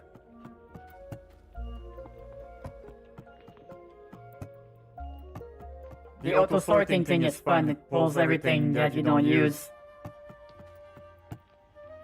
So you can just literally clear your inventory in a fraction of the time it would take normally.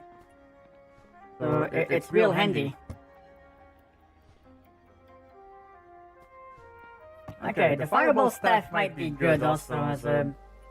Ooh, that's item level 8. There's a lot of mana to cast though. That's the problem. But it does burn damage on time. And the secondary does explosive projectiles. So that might actually be a good secondary we could use at some point. Okay, so I'll keep the stone moss if I want to make a enemy farm at some point. That could be good. Also, I need to switch the scrap parts. Because I think that should go in here. Right? Because that's how I repair my stuff. Yeah, that makes more sense, I think. So it's $26 for you, so you are in Canada then. Nice. Always good to see more fellow Canadians. Possibly directly adjacent, so any squares directly around the outside of the chest, yes, that means double chests have more things they can attach to. Yeah, I think the optimal placement would have to leave one slot open so you can interact with the chest. And leaving stations all around them. So chests like these would be very good if I set them properly so they can interface with a lot of adjacent things. Yeah, I think that might be worth looking into for reals.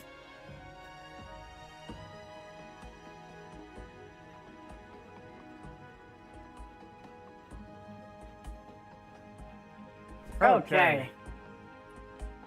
Oh, so the swirl does dry up if you don't put shit in it. That's good to know. Alright, so I think we're ready for our next installment.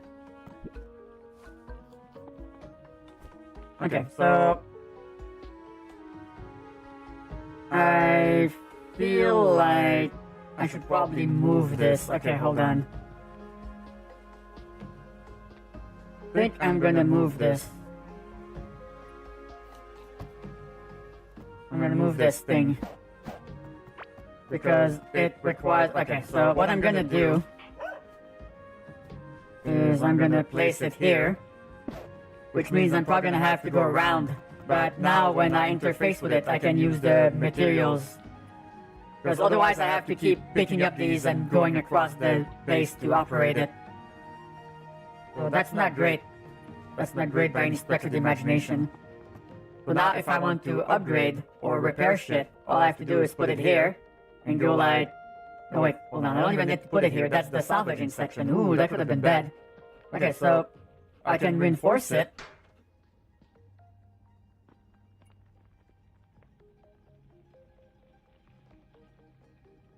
And that repairs the durability, because it's like a second durability bar.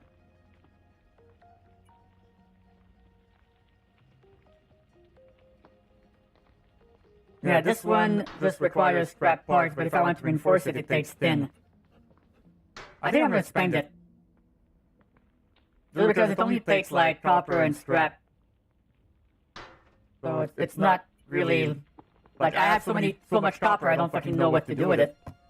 So might as well use it, you know?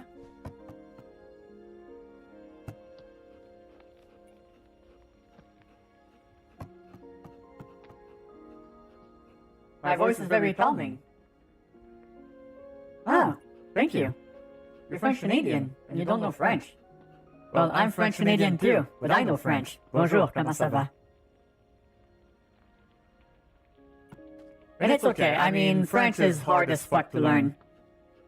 So there is absolutely no shame in having problems with it. Hell, I can't even write it correctly sometimes. It's difficult. It's difficult, so no shame in that. No shame whatsoever.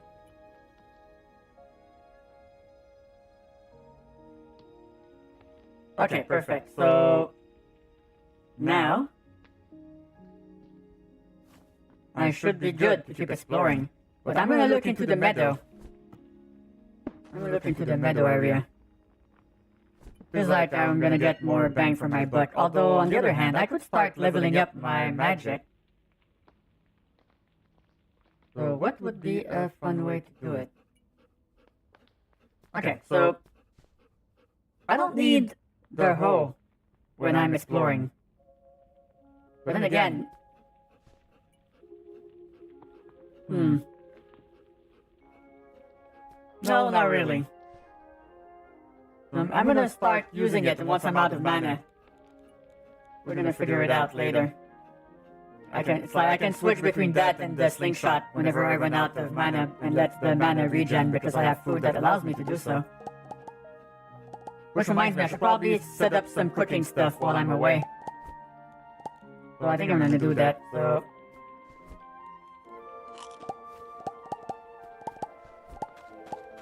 And I could just keep farming forever if I'm not careful because of the sheer amount. Alright, let's see, so...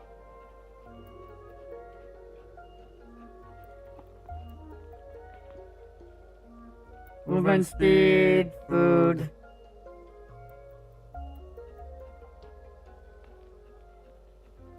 Okay, so I already have a lot of that. I'll have a lot of orange cave guppies. So what I could do is I could make another recipe with it. So if I take that and take something else I have a lot of,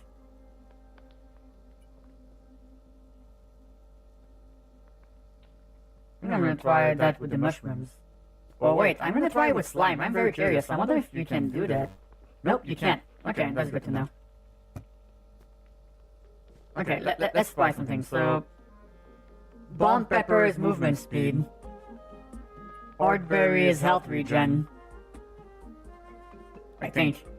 Hold on, let me check the recipe book. So, if I use like the guppy, Hordberry gives max health and mining damage and health regen. So I'm gonna do that. I'll leave one so I can still have space in the inventory to sort it into. I'll let that cook for a bit. And we'll come back at some point.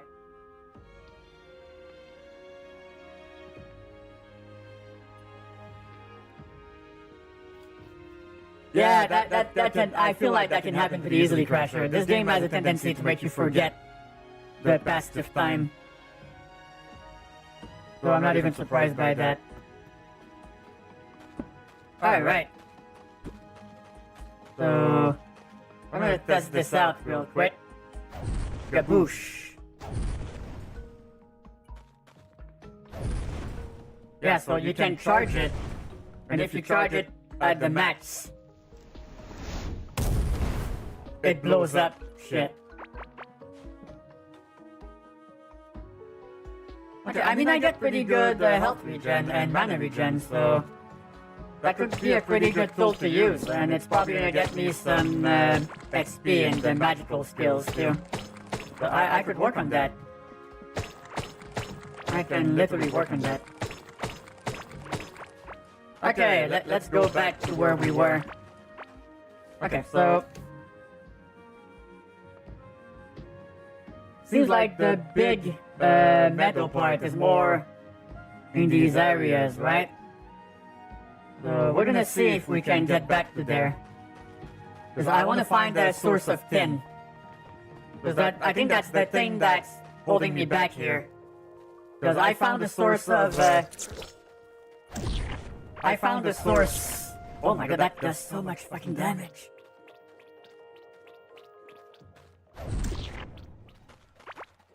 Wow, I killed something off screen.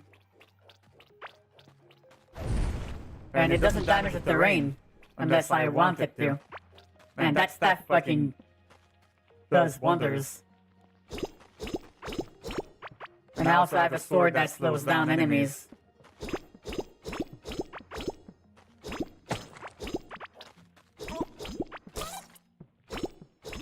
Man, the mushroom here respawn really quick. Because it's like they're in the darkness, and they're away from where I'm at. So that means I think that's how they respond. Because if I'm too close, it doesn't seem like the thing do anything. Alright, so that's cattle. And it wants to eat crops. Which I have a lot of. But would probably do something with that at some point. Okay, so I want to find clay. So we need to find it. That's another type of cattle, I think. Hungry for crops. Some random ass bombs. And that's turf block. That's meadow blocks. It's funny because I don't see any gems in the environment. I see a lot of sand, but I don't see any resources. So it feels like... Okay, so hold on, I get an idea. So if the south leads to iron, maybe the north leads to tin. So that might be good. I mean, it's worth a shot. So that's more copper. Ooh, tadpoles. Oh, look at this. There's a dock and everything. Oh, that's cool. Oh, look at this. There's a camp. Rusty fishing hook, so I can sell that. Ooh, iron fishing rod. Oh my god, so we just fucking skip ahead the tech tier with this thing. We don't even have to craft the tin one. Oh, come to Papa. Oh, that's so cool. Uh-oh. Oh, that's the boss. Devourer just went by us.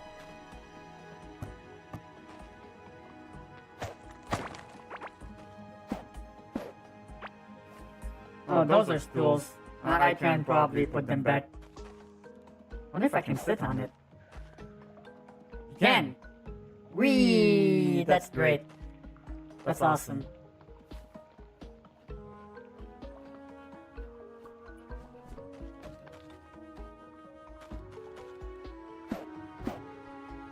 Nope, that was just decoration.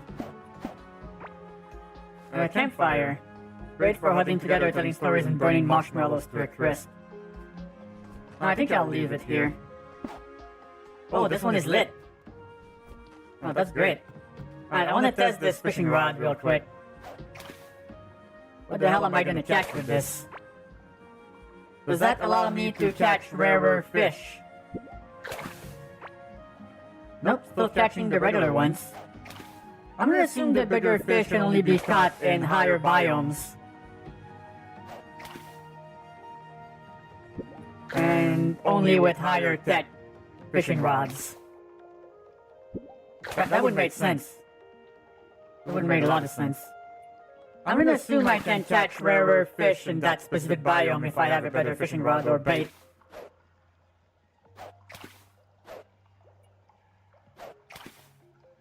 That feels like that makes sense.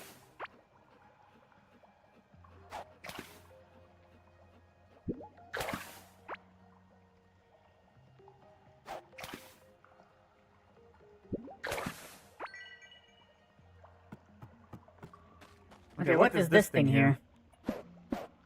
Oh, that's a decoration.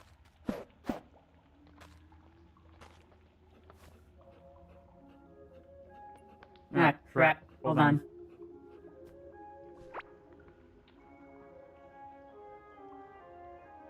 Oh, camp mattress. The resting place of a former adventurer. Can't sleep on it, at the very least.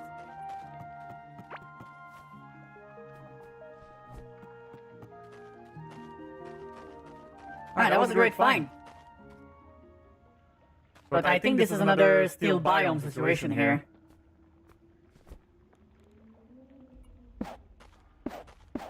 Yep, sure looks like it.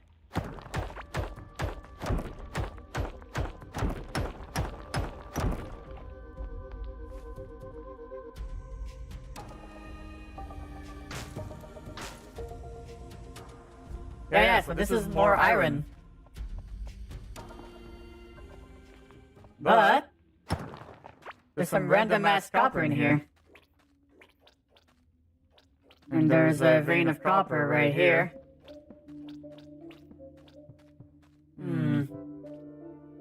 Okay, so it seems like I'm surrounded by that stone biome. Wonder if I can get to another biome. Oh god. Oh no.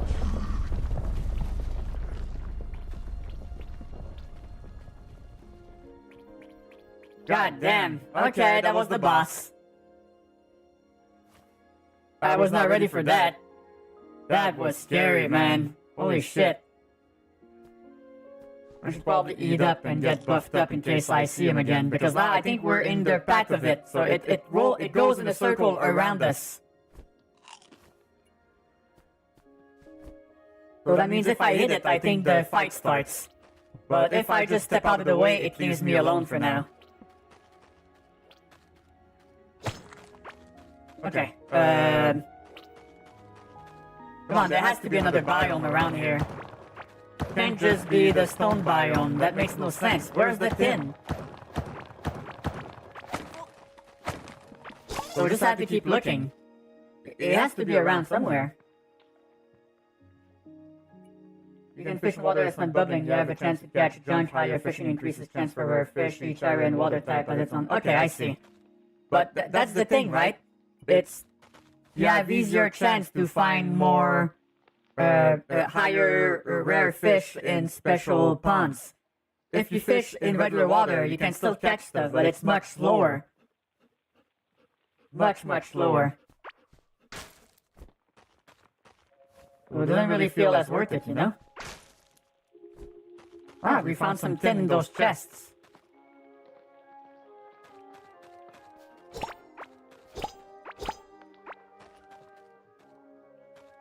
Okay, we still haven't found the other biome. I mean, we found the meadows, but there was no minerals in there. So I'm looking for clay. I would assume clay is near water, right?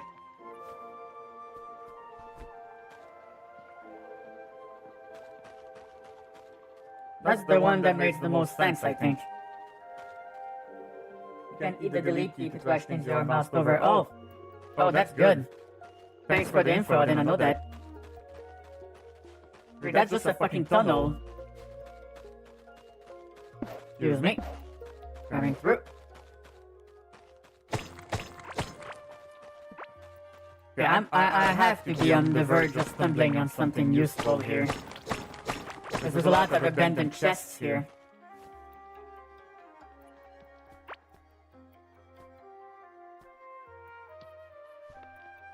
Oh yeah, there you go. Oh, that's a ranger hood. I already have one of those. It's gonna give me more... It's gonna give me more fiber.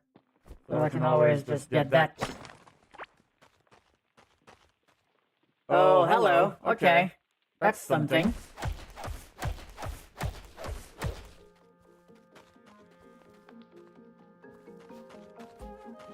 Okay, this feels significant. Is that the golden heartberry? A very rare variant.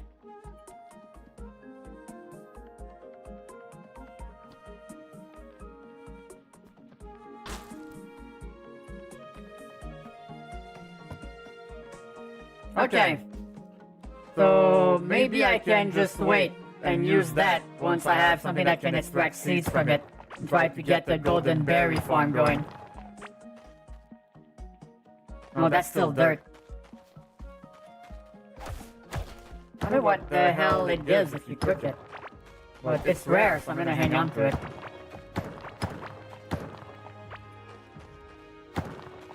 Alright, more meadows.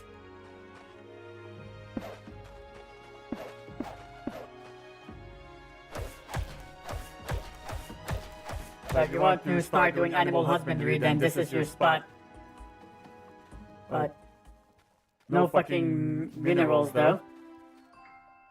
None whatsoever.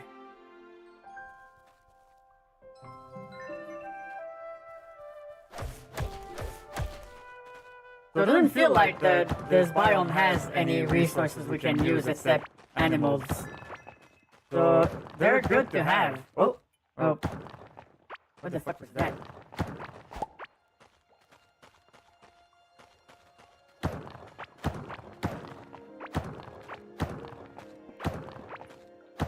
Oh, okay, here we go. This is something. That's like blue crystals. You can use that in certain of those ancient recipes. Yeah, we're digging so many holes right now. A lot of copper.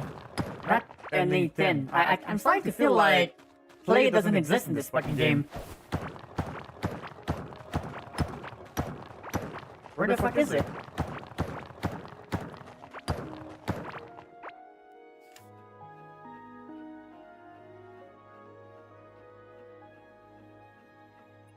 I mean, there has to be something. Because you can't just skip straight to... You go like copper and then bam, iron everywhere. Well, I feel like I overlooked something here. Well, I mean, some of that was harder to cut. Hold on. Well, I mean, I found a little bit, but I think that was more in chests and shit. Rock and stone, indeed, Fluffy. I love that game. Okay, so we haven't found clay walls yet. We found turf blocks. I think that's another ruin we found.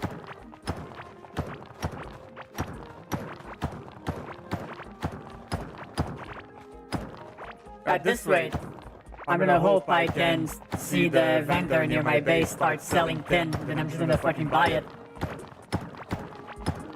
Just so I can go to the iron tier of equipment.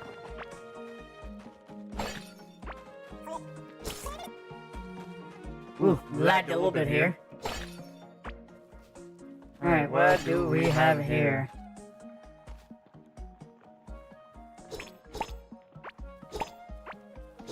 That still gives you farming XP, so I'm gonna grab it all the same. Okay, here we go. So... that's another one of those closed doors I need to figure out how the fuck to open. Probably need a key or something. I'm gonna tag it.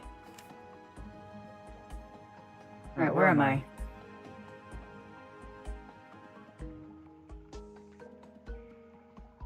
There we go.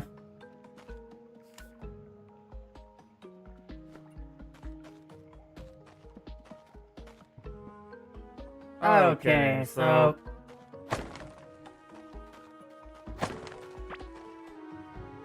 despite probably being right up my alley, I've never actually played Deep Rock Galactic. Yeah, I mean, that's kind of baffling. I mean, maybe someday you will. So don't worry about it. You can always grab it on sale. And you can never be too late to anything. Games are still gonna be there.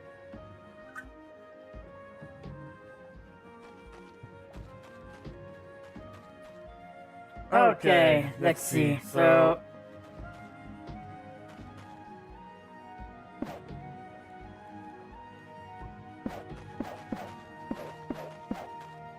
just gonna make my way here.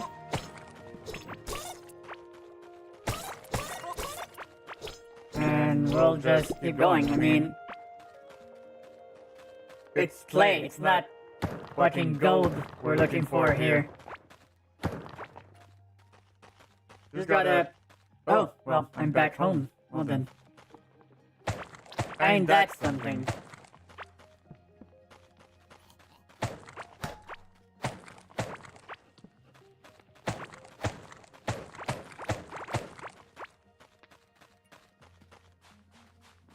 Alright. I wanna see if the guy has more things to sell. He does. But I don't think I have unlocked it yet. He only sells copper ore in limited quantities.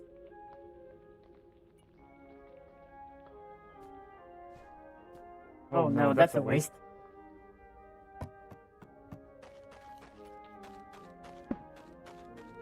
Alright, let's figure this out.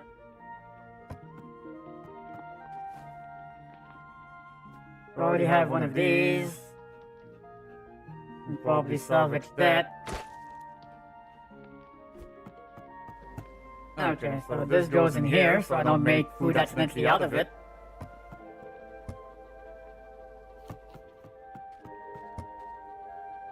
There you go. Yeah, I mean, it's funny. Some people enjoy games more when they watch someone else play it. It depends, right? It's like, for example, I play some Escape from Tarkov from time to time, but I have a lot of fun watching other people play it. It's much less anxiety-inducing. Also. Which is pretty neat. Oh yeah, I need to sell those fish hooks.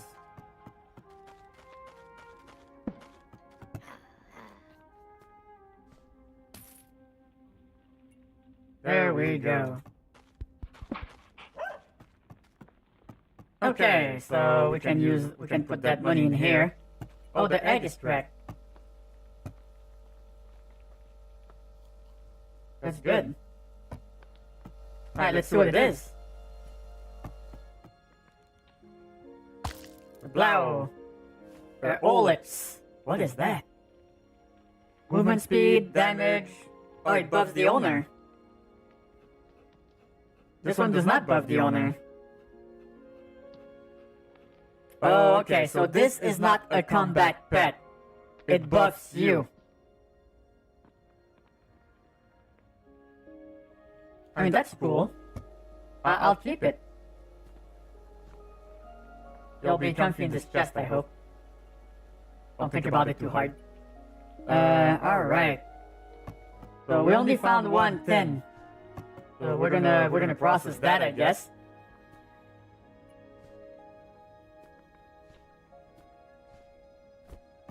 And we're gonna process the copper we found.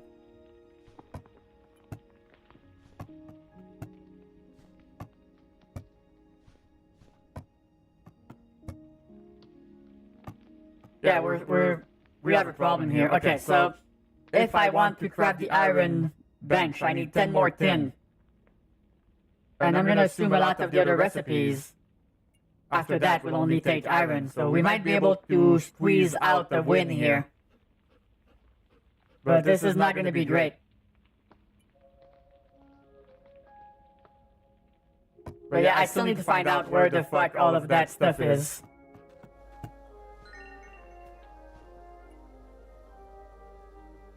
Okay, let's see. What do we have a lot of? I can probably farm, so I can probably make a lot of mushroom and hard berry stuff. Like, if I take half of each, I can just turn that into food while I'm not doing anything with it. And we can do whatever we want with that afterwards, so it's no biggie. Yeah, okay. Was added to my Steam in December of last year. Did I want to keep it? It's quite possible you might have won a copy of it during one of Alien misses of past times. I wouldn't be surprised. I wouldn't be surprised at all, even.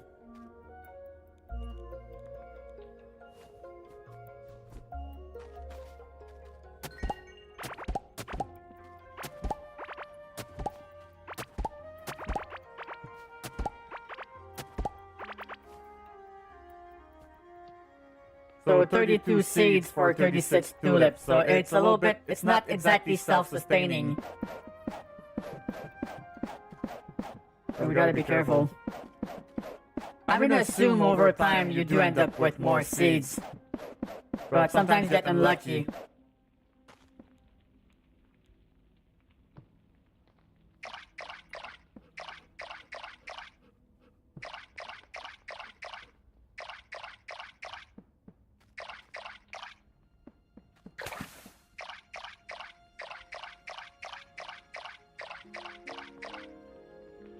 Yeah, if you play it right, you can pretty much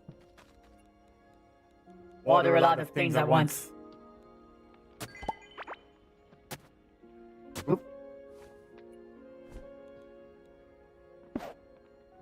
So far, we've been pretty lucky. We keep getting our seed back for this.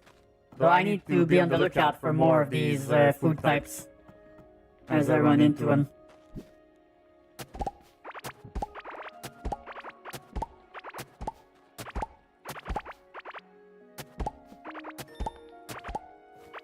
Hey, okay, so what do I do here? More food when eating or more food when I harvest stuff?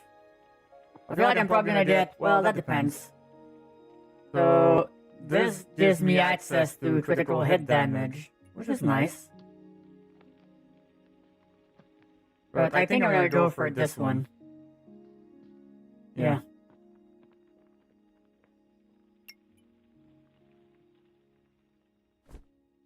So I like how the numbers go yellow if you can put a point in it. That's pretty cool.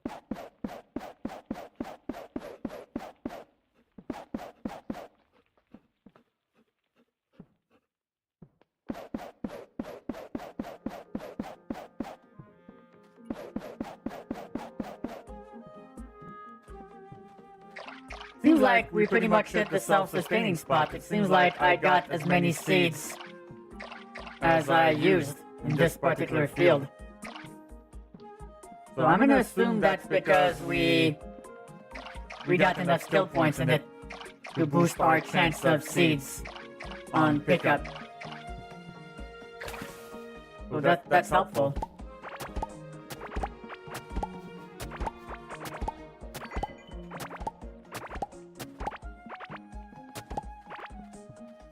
I mean, we'll do the test here, right?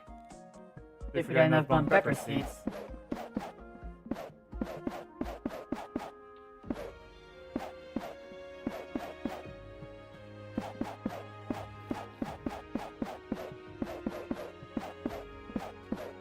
Yeah, okay. So far, we've either been very lucky with our seed chance, or we actually have enough chance now to at least make it so that we get as many as we put in. I'm assuming if we can get our better equipment up to a certain point, we're going to be able to get even more seeds back than what we plant in. So we're going to be able to expand our farm as much as we need to without having to explore the world. But both ways are fine by me.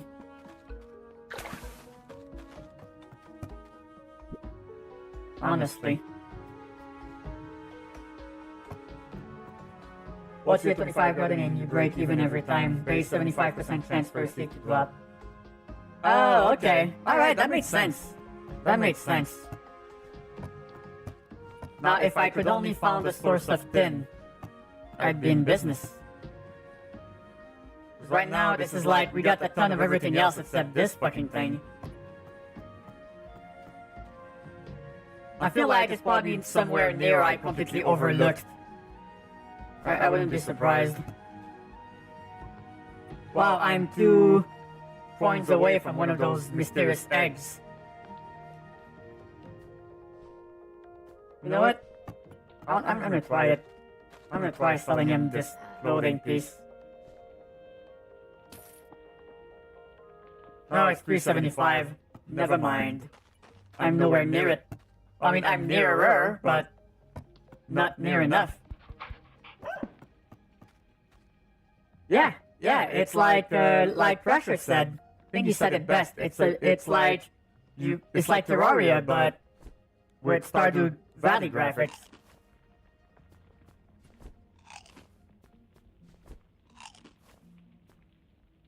Yeah, so all of that shit stacks. Oh, that's good. That's very good.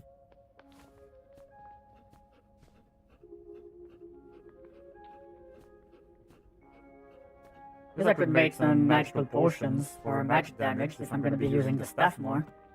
Yeah, let's take a look. So if I want to make a magic potion, I need glow tulips.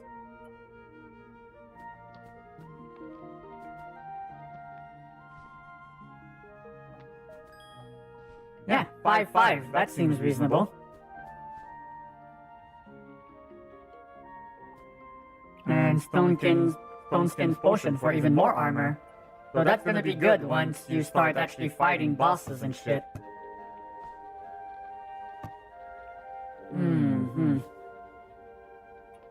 That's good.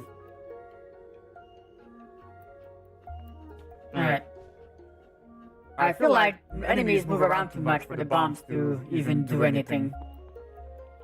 So I'm probably just gonna put that here. And just put all of these potions at the end.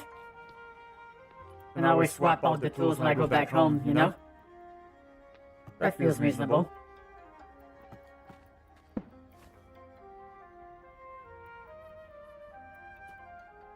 Alright. There we go. Okay, so now I need to find some clay. So, I've been exploring a lot of spots, but I feel like there's some holes in my exploration spots that I might have to look into, like here over here. Seems like there could be some goodies that I might have overlooked. Took you forever to find tin, had hundreds of iron by the time I ended up to break it and instantly skipped that. Yeah! It's like I'm gonna need 7 more tin so I can craft the iron bench and just skip past it. But I'm gonna probably need it for a few specific benches at some point too, which we can probably get to at some point.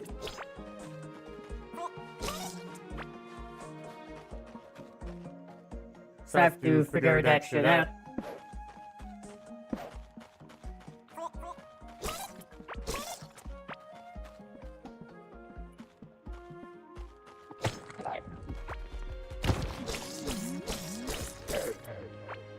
Threat reach level 3, awesome.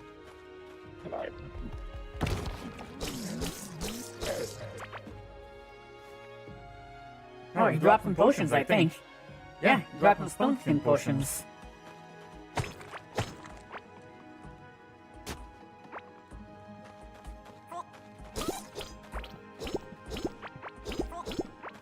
Okay, so there has to be something in here.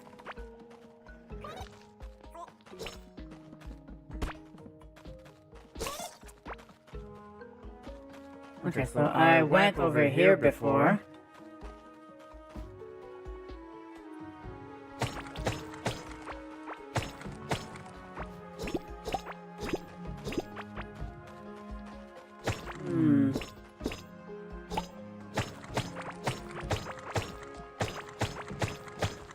Okay, so there's some canyons here. Usually that means we're on the verge of getting into the stone biome. But maybe that's not the case here. Because there's a lot of sand. Okay, let's check if we can get across it this time. I want to see where it leads. Yeah, we don't have a lot of, fudge. Hold on.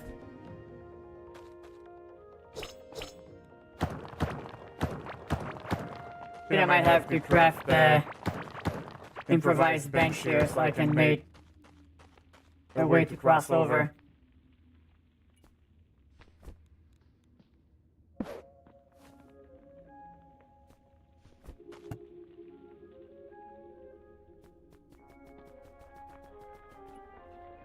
Alright, we'll go with this for now.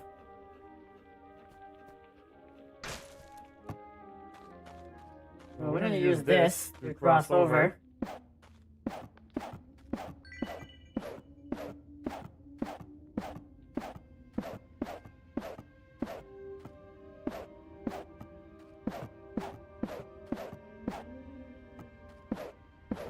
Okay, I'm gonna loop it.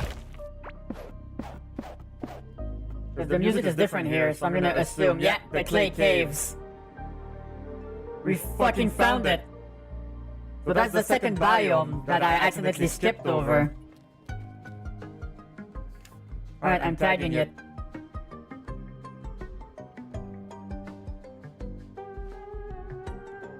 Finally! You know what would be awesome if we found a portal here to go back home?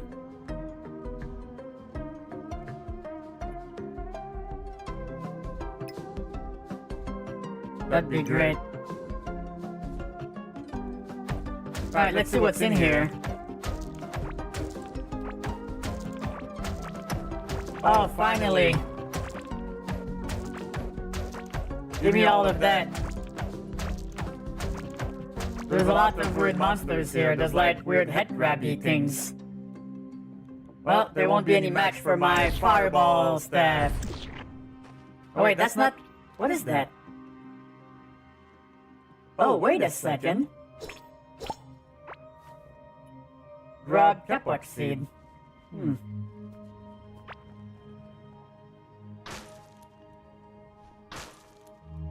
Interesting.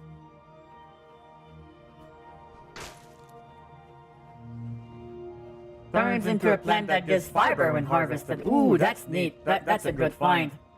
That's a great find, even. So why is there a random ass key here?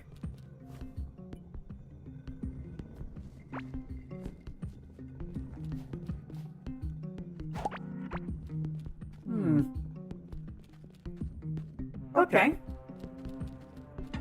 Looks like we got the work cut out ahead of us.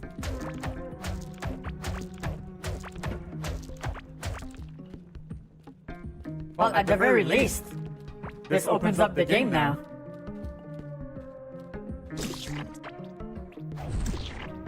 Oh, the staff also lights up the area around you. Oh, that's convenient. Boom. Boom. I get a good enough mana regen so I can still cast it pretty often.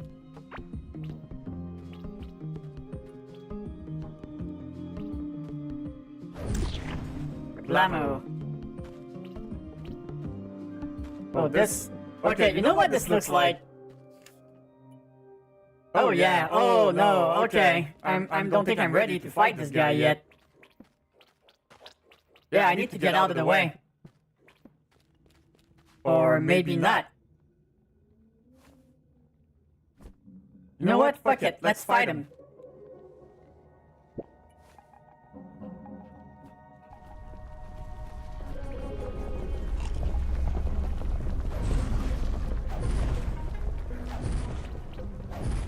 Hey, come back here. You fucking dingus, he's running away.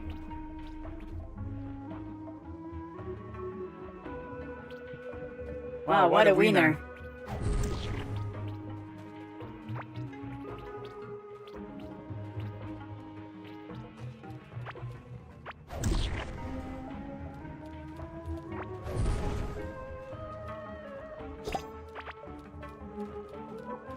Oh, that didn't blow up. You know what?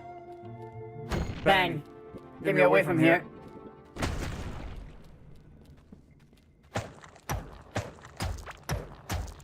Oh, there's another one here. Oh, get away. That's like they turned the creeper of Minecraft into a wall piece. So sometimes you'll be mining and then bam. Holy shit.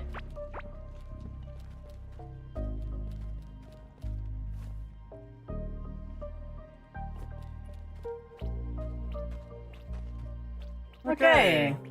I don't think we found a waypoint here yet. So we're not gonna be able to do much with this. But yeah, we're definitely gonna need the movement speed boost from the slime armor. Because otherwise, if he keeps running away like this, we're never gonna find him. Unless we do that.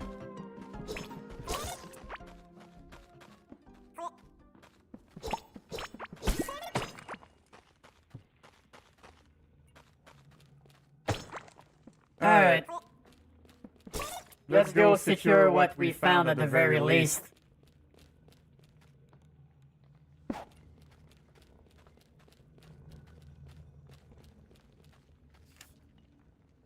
Okay, we found our way at least. Just want to be able to have an easy way to come back, you know? Oh, that's just regular copper. Oh! Well, that's nice. That's real cool.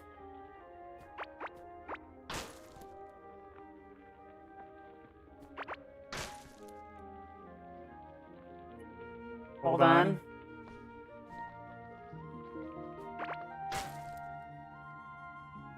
Gotta replace some stuff.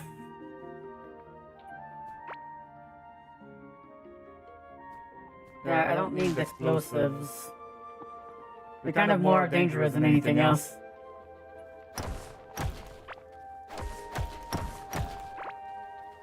Okay, so how much tin do we have? 9.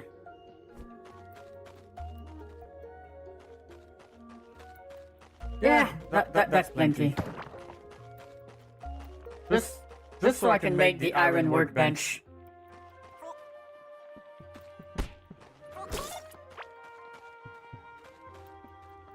Okay, let's find our way back.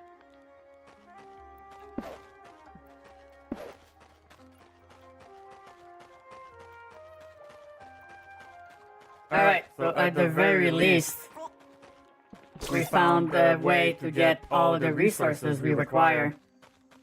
So that's gonna be big, that's gonna be huge.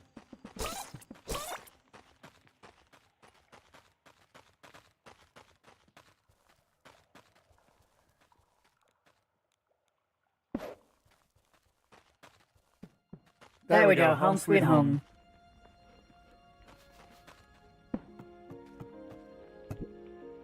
Alright. Let's skip the whole last tech 3. That'll be funny.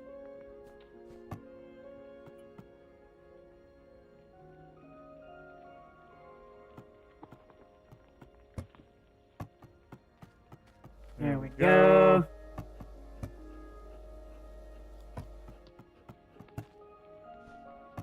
Perfect, the food's ready.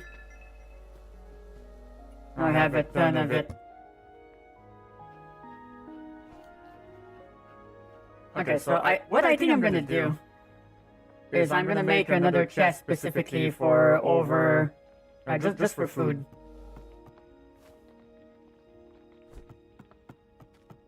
So let's do that real quick. What if you can color these chests or something? Or even better, hold on. Give me that. I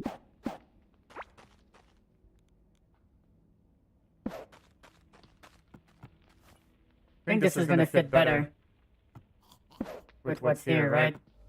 So if I take all of the food items, so food and seed would probably stay in that other chest, so there's more room for, you know, stuff. And this can be like bonus potions and food.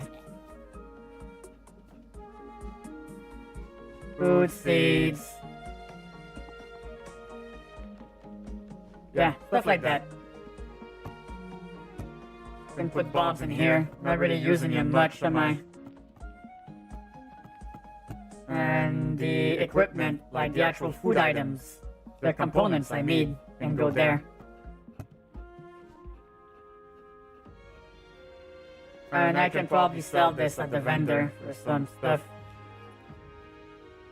Yeah, let's do that.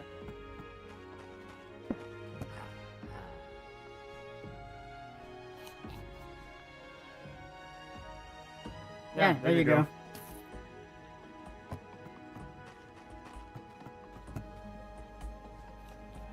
Almost have enough to buy one of those eggs. That's cool. Okay, have I unlocked the additional ore types here? No, only copper, huh? That's fine. Alright, now the main piece of resistance here.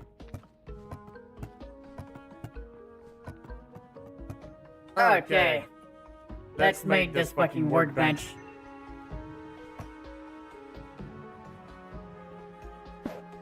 Aha!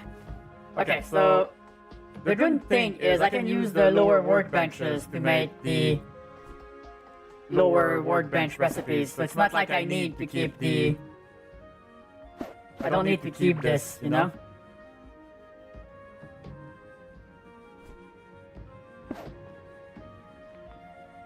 Okay, so I can't salvage this, right? No, I can't. Well, that's kind of a waste. I'll keep it. I'll keep it. I could drop that at the second base.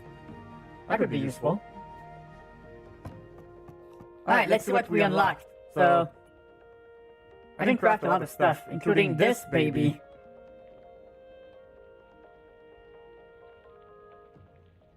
I can transport water with buckets.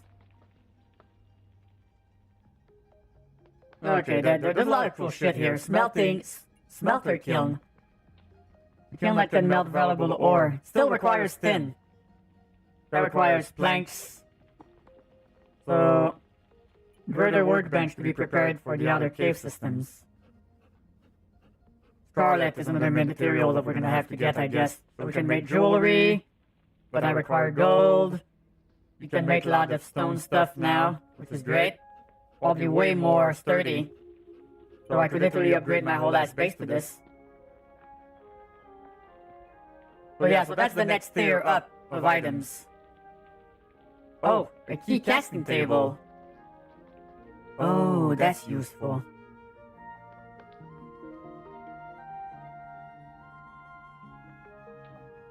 So the watering can allows me to water 4 tiles at once, so that's a really good thing to build.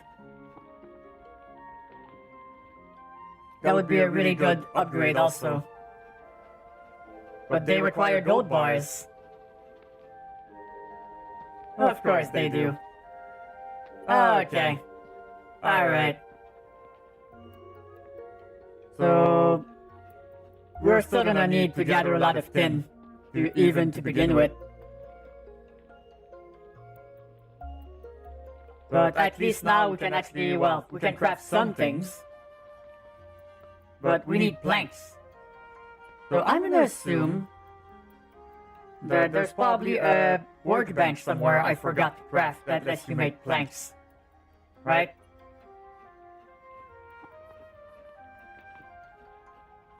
Because there's a loom here. Okay, so let's look. So painter, no, that's not the glass. The carpenter's table is for decorative things. So I don't think it can craft what we need to. Right? Because I don't think so. Hold on, let's take a look at it. It's right here, right? Okay, let's see. So you can make paintings, you can make mannequins to put equipment. That's good for watering cans. Pillars for decoration.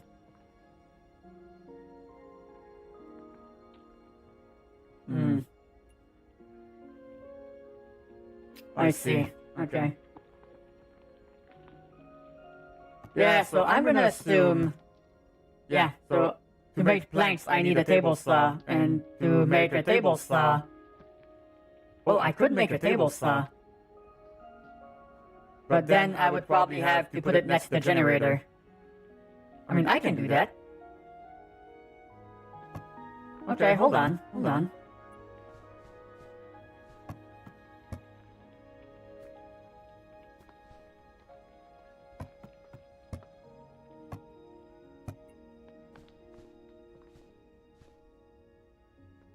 Yeah, okay. Alright, so... I'm gonna move this.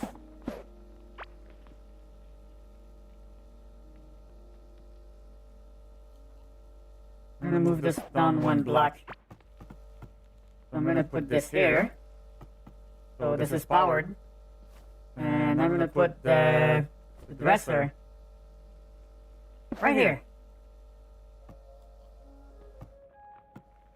A little bit darker though, so I might have to put down a torch or something. Okay, this is not ideal. This is not very feng shui.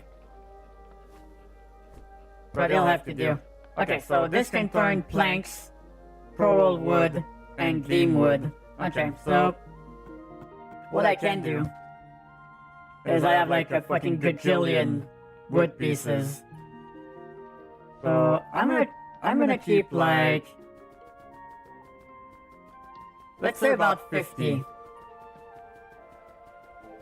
And I'll dump everything else in the wood maker. Because it's processing time. I can always go grab more wood, but this is going to be valuable. And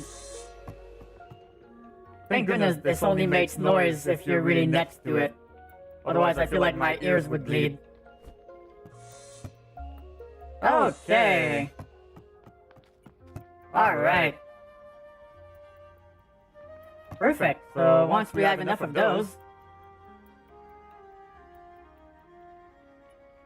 we can start thinking about other things you want to build. Like at the very least, if you want to start having armor that's a little bit more protective, the tin anvil might be a good investment. But then again, the iron anvil might also be a good one. Okay, first things first. I think we're just gonna upgrade our watering can. Because the other one is so fucking antiquated. So we're gonna make that. Now we have a really nice watering can.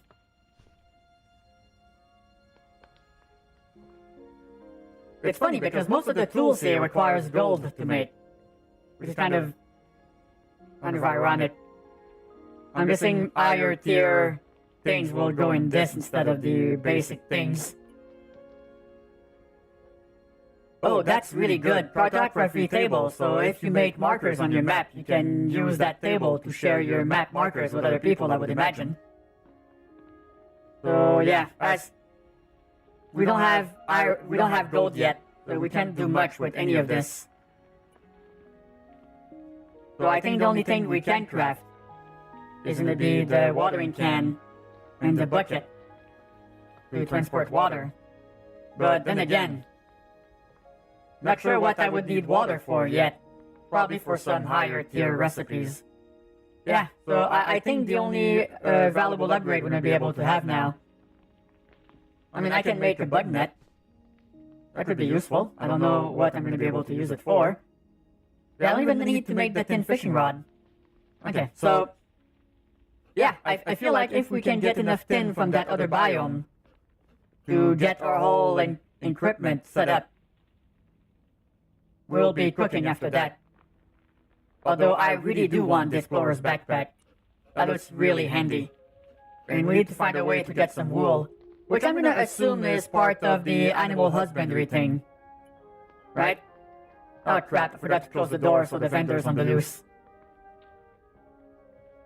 Okay, so music seems not really worth it. I'm really curious to see what the automation table has. So there's a lot of things I can craft here. So there's a lot of possibilities. That's exciting. I'm looking forward to seeing what I can craft in the future.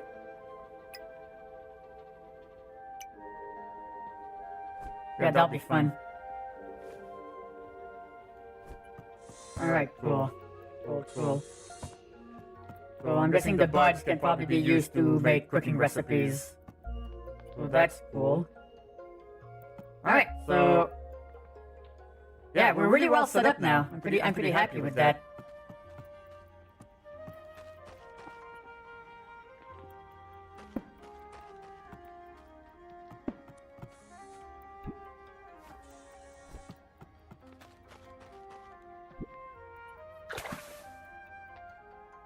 Oh yeah, that's gonna be... Look how white that is. Alright, so if I can get the bait table also, that's gonna be great. We're gonna be cooking with gas. And I can probably also set up an area where I can start farming fiber. And if we get that closed workshop set up, or the loom, we're gonna be able to make some cool, either cosmetic or probably good equipment pieces.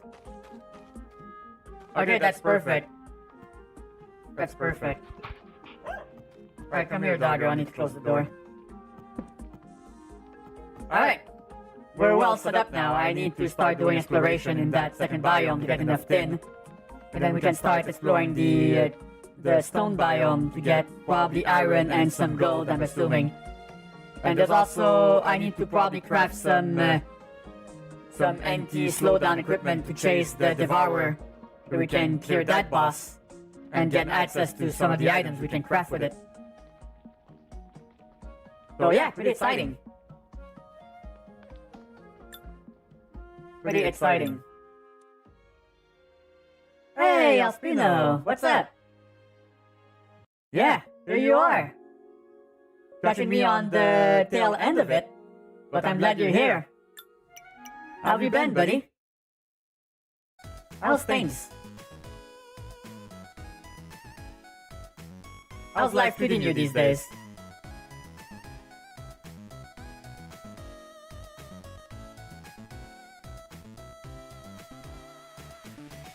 Yeah, Core Keeper.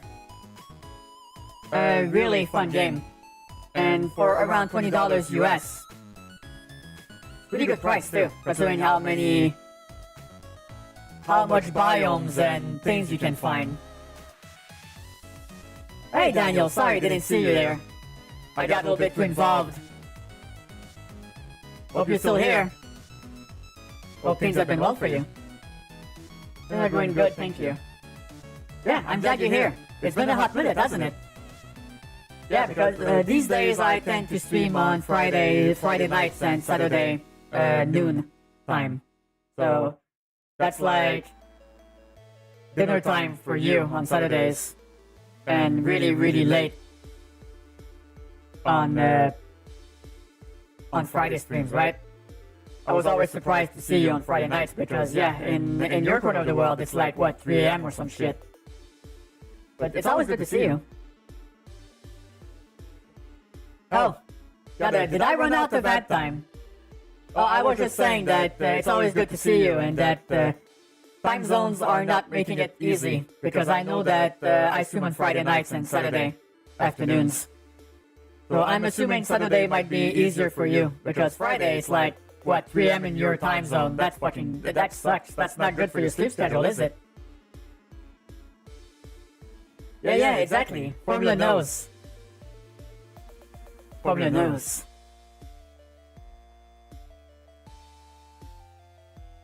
But yeah, this schedule is a little bit kinder to me, and also since I'm gonna be starting working soon, I mean, fingers crossed, I have an interview on Tuesday. Here's hoping. And once I start working again, I feel like that schedule will allow me to be a little bit more casual about streaming, but still be able to stream in times that allow a lot of you to be able to actually see me. Because when I only stream on nighttime, it's like the whole European audience is just like, well, so I'm trying to accommodate you guys a little bit more. But yeah, sometimes Saturday is just a busy day, you know. Maybe I should do that on Sunday mornings then. I just would have to see. But yeah, I'm a little bit more freeform in my schedule now. I tend to announce it a week in advance. Well, not a week in advance. Like, I post my schedules on Mondays, so you can know about when I stream. That's probably a good way to put it, because I want a little bit more freedom in how and when I stream. And that was probably the best way to do it. So, for example, next week I'm not going to be streaming. I'm going to take a little week off, so I can prepare for the week of the 7th of October, which is the week Silent Hill 2 releases, the remake. And we're gonna be streaming that every night until I finish it. So keep your eyes out for that one. I'm excited. I hope it doesn't fucking suck. I've been waiting so long for a way to show a whole new generation what Silent Hill is, without them only having like Downpour and Homecoming as a choice of what they can play easily. So if the remake of Silent Hill 2 is good, I'll be really happy. Not only that, that will tell Konami to make more remakes. Oh my god, what if they make a remake of the third game? Or the first one? Ooh, that'd be great. I'd be so excited. Can be up anytime, no more specific I ever have to be. Well, that's really tremendously helpful, Crasher. Yeah, I was happy when you're here. JCD2 is out early next year. JCD2? What is that? Looper had to fight just so Konami would release. Yeah! Yeah, they only wanted to release it on PlayStation 5. That would have been an expensive game for me to buy. So I would have had to buy a PS5. And here's the thing. I already have a Series X. I barely play. I'm not gonna be playing that PS5 anyway. I'm more of a PC gamer to begin with. So I'd rather just buy it on PC. So thank goodness for that. Oh, the sequel to Kingdom Come Deliverance. Oh, yeah, I heard good things about the original one. Apparently, it's surprisingly good. I mean, once they fixed all of the bugs that came out at release that tanked all of the ratings. So, good on you to get to play that. Oh yeah, 2025 has a lot of bangers. Like the new Monster Hunter game comes out in February.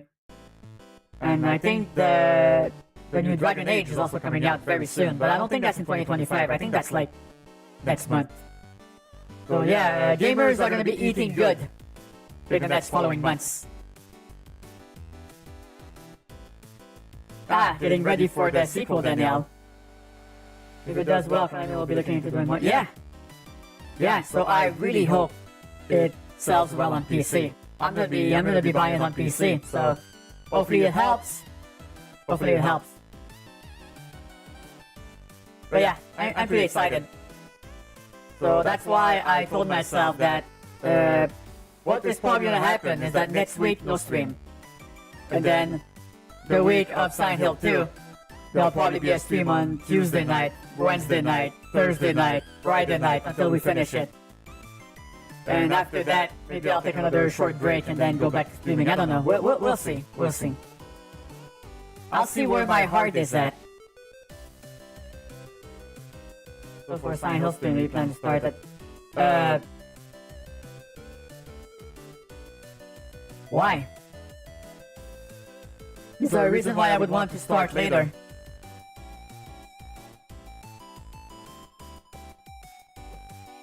Yeah, 7. I'm probably gonna start at 7 p.m. Go till around 10 or 11. And then just repeat the next day until we finish it. I want you guys to be with me as I experience it. I look back at one of my favorite games ever, in better graphics. I'm curious to see what they're gonna do with it. Because apparently the Konami representatives wanted them to be a little bit more freeform with the story and with their interpretation, but Bluebird said no, because if we do that, they're gonna crucify us. So we're gonna be very faithful to the original, but in a way that is more modern. So that's a fine line to walk. So I'm very, very curious to see how they're going to do that, if they can do that. Oh god, please don't suck. Please don't suck. I couldn't bear it. Thank you, Josh. I really appreciate it. Yeah, thank you all for the support. I know the new streaming schedule is a little bit more inconsistent, but I'm always happy to see you tune in. I really appreciate it. I know it's not always convenient, and sometimes also the fact that I don't stream for a lot of days at the same time sometimes make it harder for you guys to tune in. So whenever I do see you guys come in, I'm always so happy. So thank you guys, I appreciate it. Please don't suck saying the same thing about Dragon Age. Yeah, no kidding. No kidding. Inquisition was a really great game. So they have some big britches to inhabit with that sequel, that's for sure. I mean, I guess we'll see. Cautiously optimistic would be a pretty good way to put it on what I'm feeling about that game. Yeah. I'll be honest, my favorite is the third one. They didn't really vibe well with the first two, but maybe I need to give them another chance. BioWare really needs Dragon Age to do well. Yeah, they're running out of time, aren't they? Because they've had some problems recently. Well, let's wish them well. Okay, so I think I'm gonna go take a nice little walk and go grab some dinner.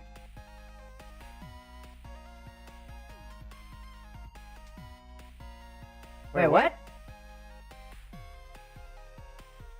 Oh, god damn it, L. Yeah, I saw the GK. No, I understand. But yeah, there's a subset of gamers out there that are really... It's like... I don't want to be impolite, but...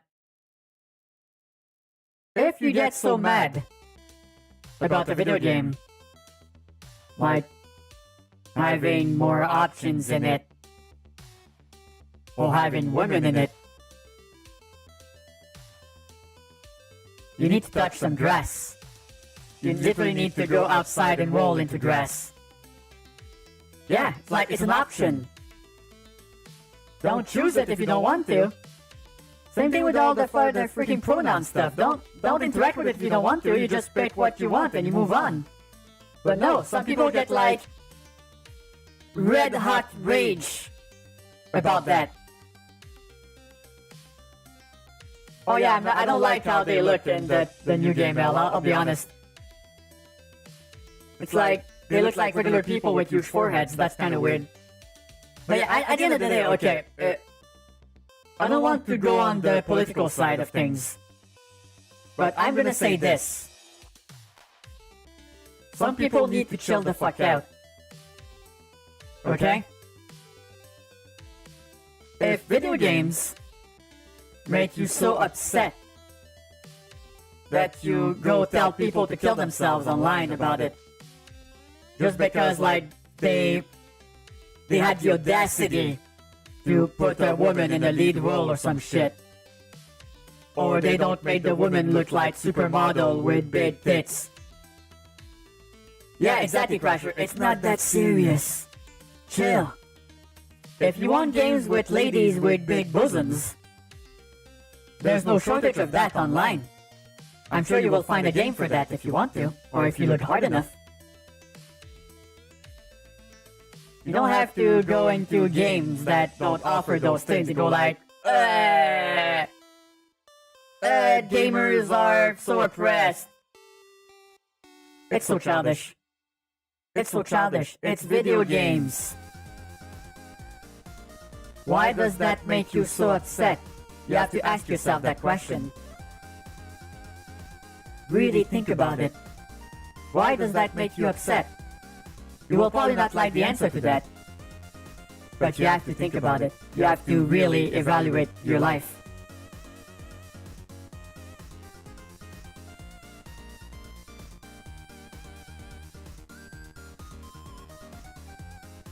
Oh my god, Al. Oh yes, Team Q is horrifyingly horny sometimes. You have to be careful. Like, sometimes I just look at what's new and trending, and I'm like, okay then. That's real porn adjacent. Anyway. But yeah, yeah, the whole fucking alpha male thing is, it's so exhausting. It's so exhausting. It's like, where do I even begin with that? It's like, self-expression, no matter how you represent or identify as, doesn't have to be so rigid. It's like, you look at what those people want men to be, and it's so depressing. What is that? Like, okay, men can't cry, men can't show any emotions except rage and punching. How is that healthy? And they get made fun of if they don't treat women like objects. What fucking life is that? How miserable do you have to be? We try to impose that on other people.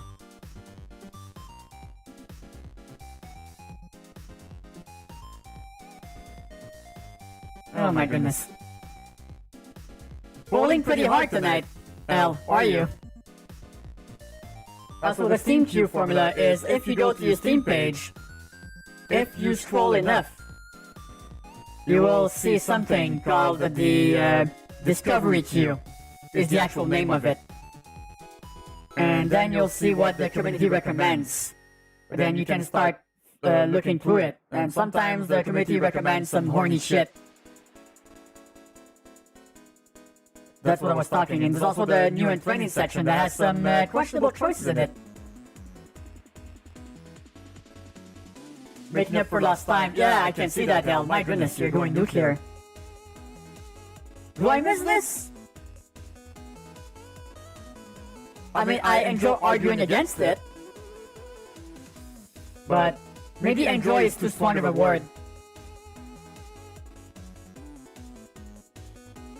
It's also a mouse over for the main store button. With today's queue and 3 of my 12 games were porn titles. So a mouse over for the main store. Oh yeah. Yeah, there it is. Yeah, well, I mean, you know, it's... At the end of the day, look. You like what you like. But turning everything into a freaking culture war is not only exhausting, it's a waste of time. And it makes everyone around you sad. So here's the thing, focus more on yourself, what makes you happy. Don't try to tell others how to live their lives.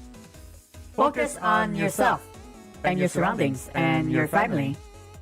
Try to be a happier person. You'll be glad you did. Because here's the thing, right?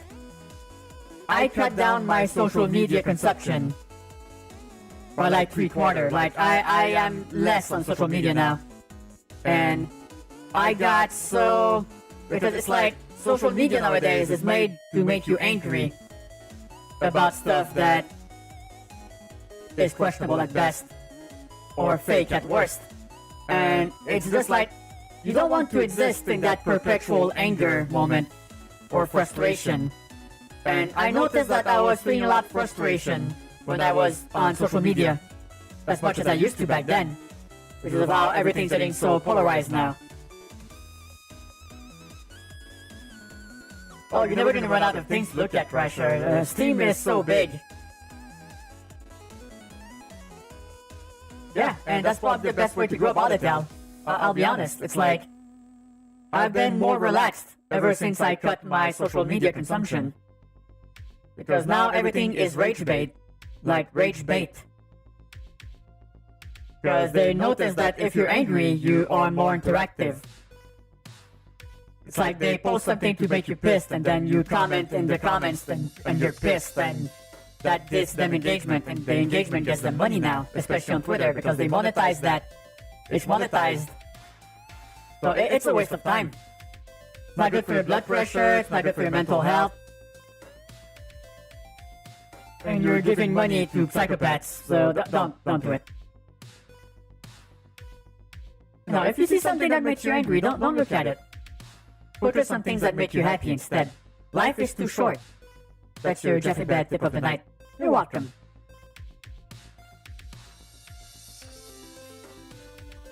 Okay. Alright, I think I'm getting hungry, so I'm gonna go grab some dinner.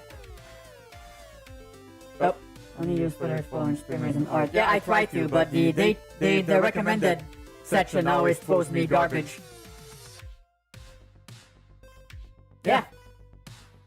Yeah, Al, the way Elon fucked up Twitter in the last 3 years is gonna be studied in school for decades to come. It's magical in the worst way possible. Anyway, I'm gonna talk about this for way too long and it's gonna make me upset, so... Alright, thank you so much everyone for hanging out with us tonight. I hope you had a really fun time. And I hope that I will see you soon.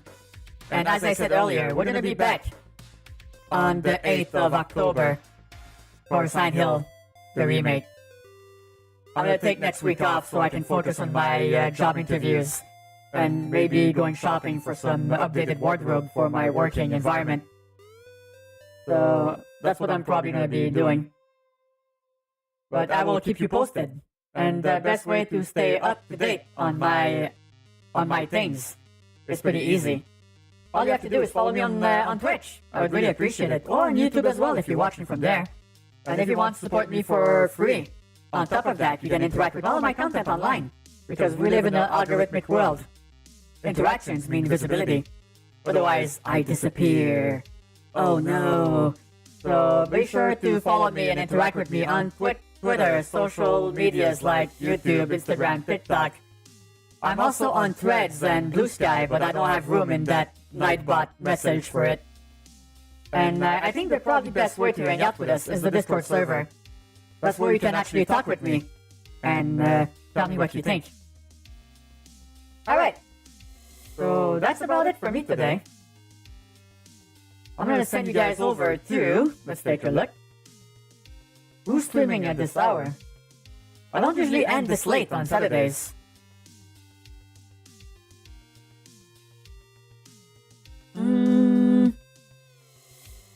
I think I'm gonna send you guys over to Pepperer. Yeah, let's go side to Pepperer. They're playing Dead by Daylight. That's always a fun game. Alright, so dinner time for me. I'll see you all next time. Until then, remember, tomorrow is a new day. Anything is possible. Take care.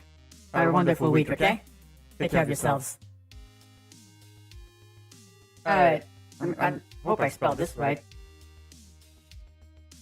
Right, I remember before when I could just like type a name and it would suggest something. The new rate interface, I don't like it. I have to do a rate command instead. I'm always scared I'm gonna do a typo. But no, we got it. Alright, we got it. Let's go say hi to Pepperer playing Dead by Daylight. And I will see you next time. Time for a good old-fashioned alien raid. Bring us to your streamer.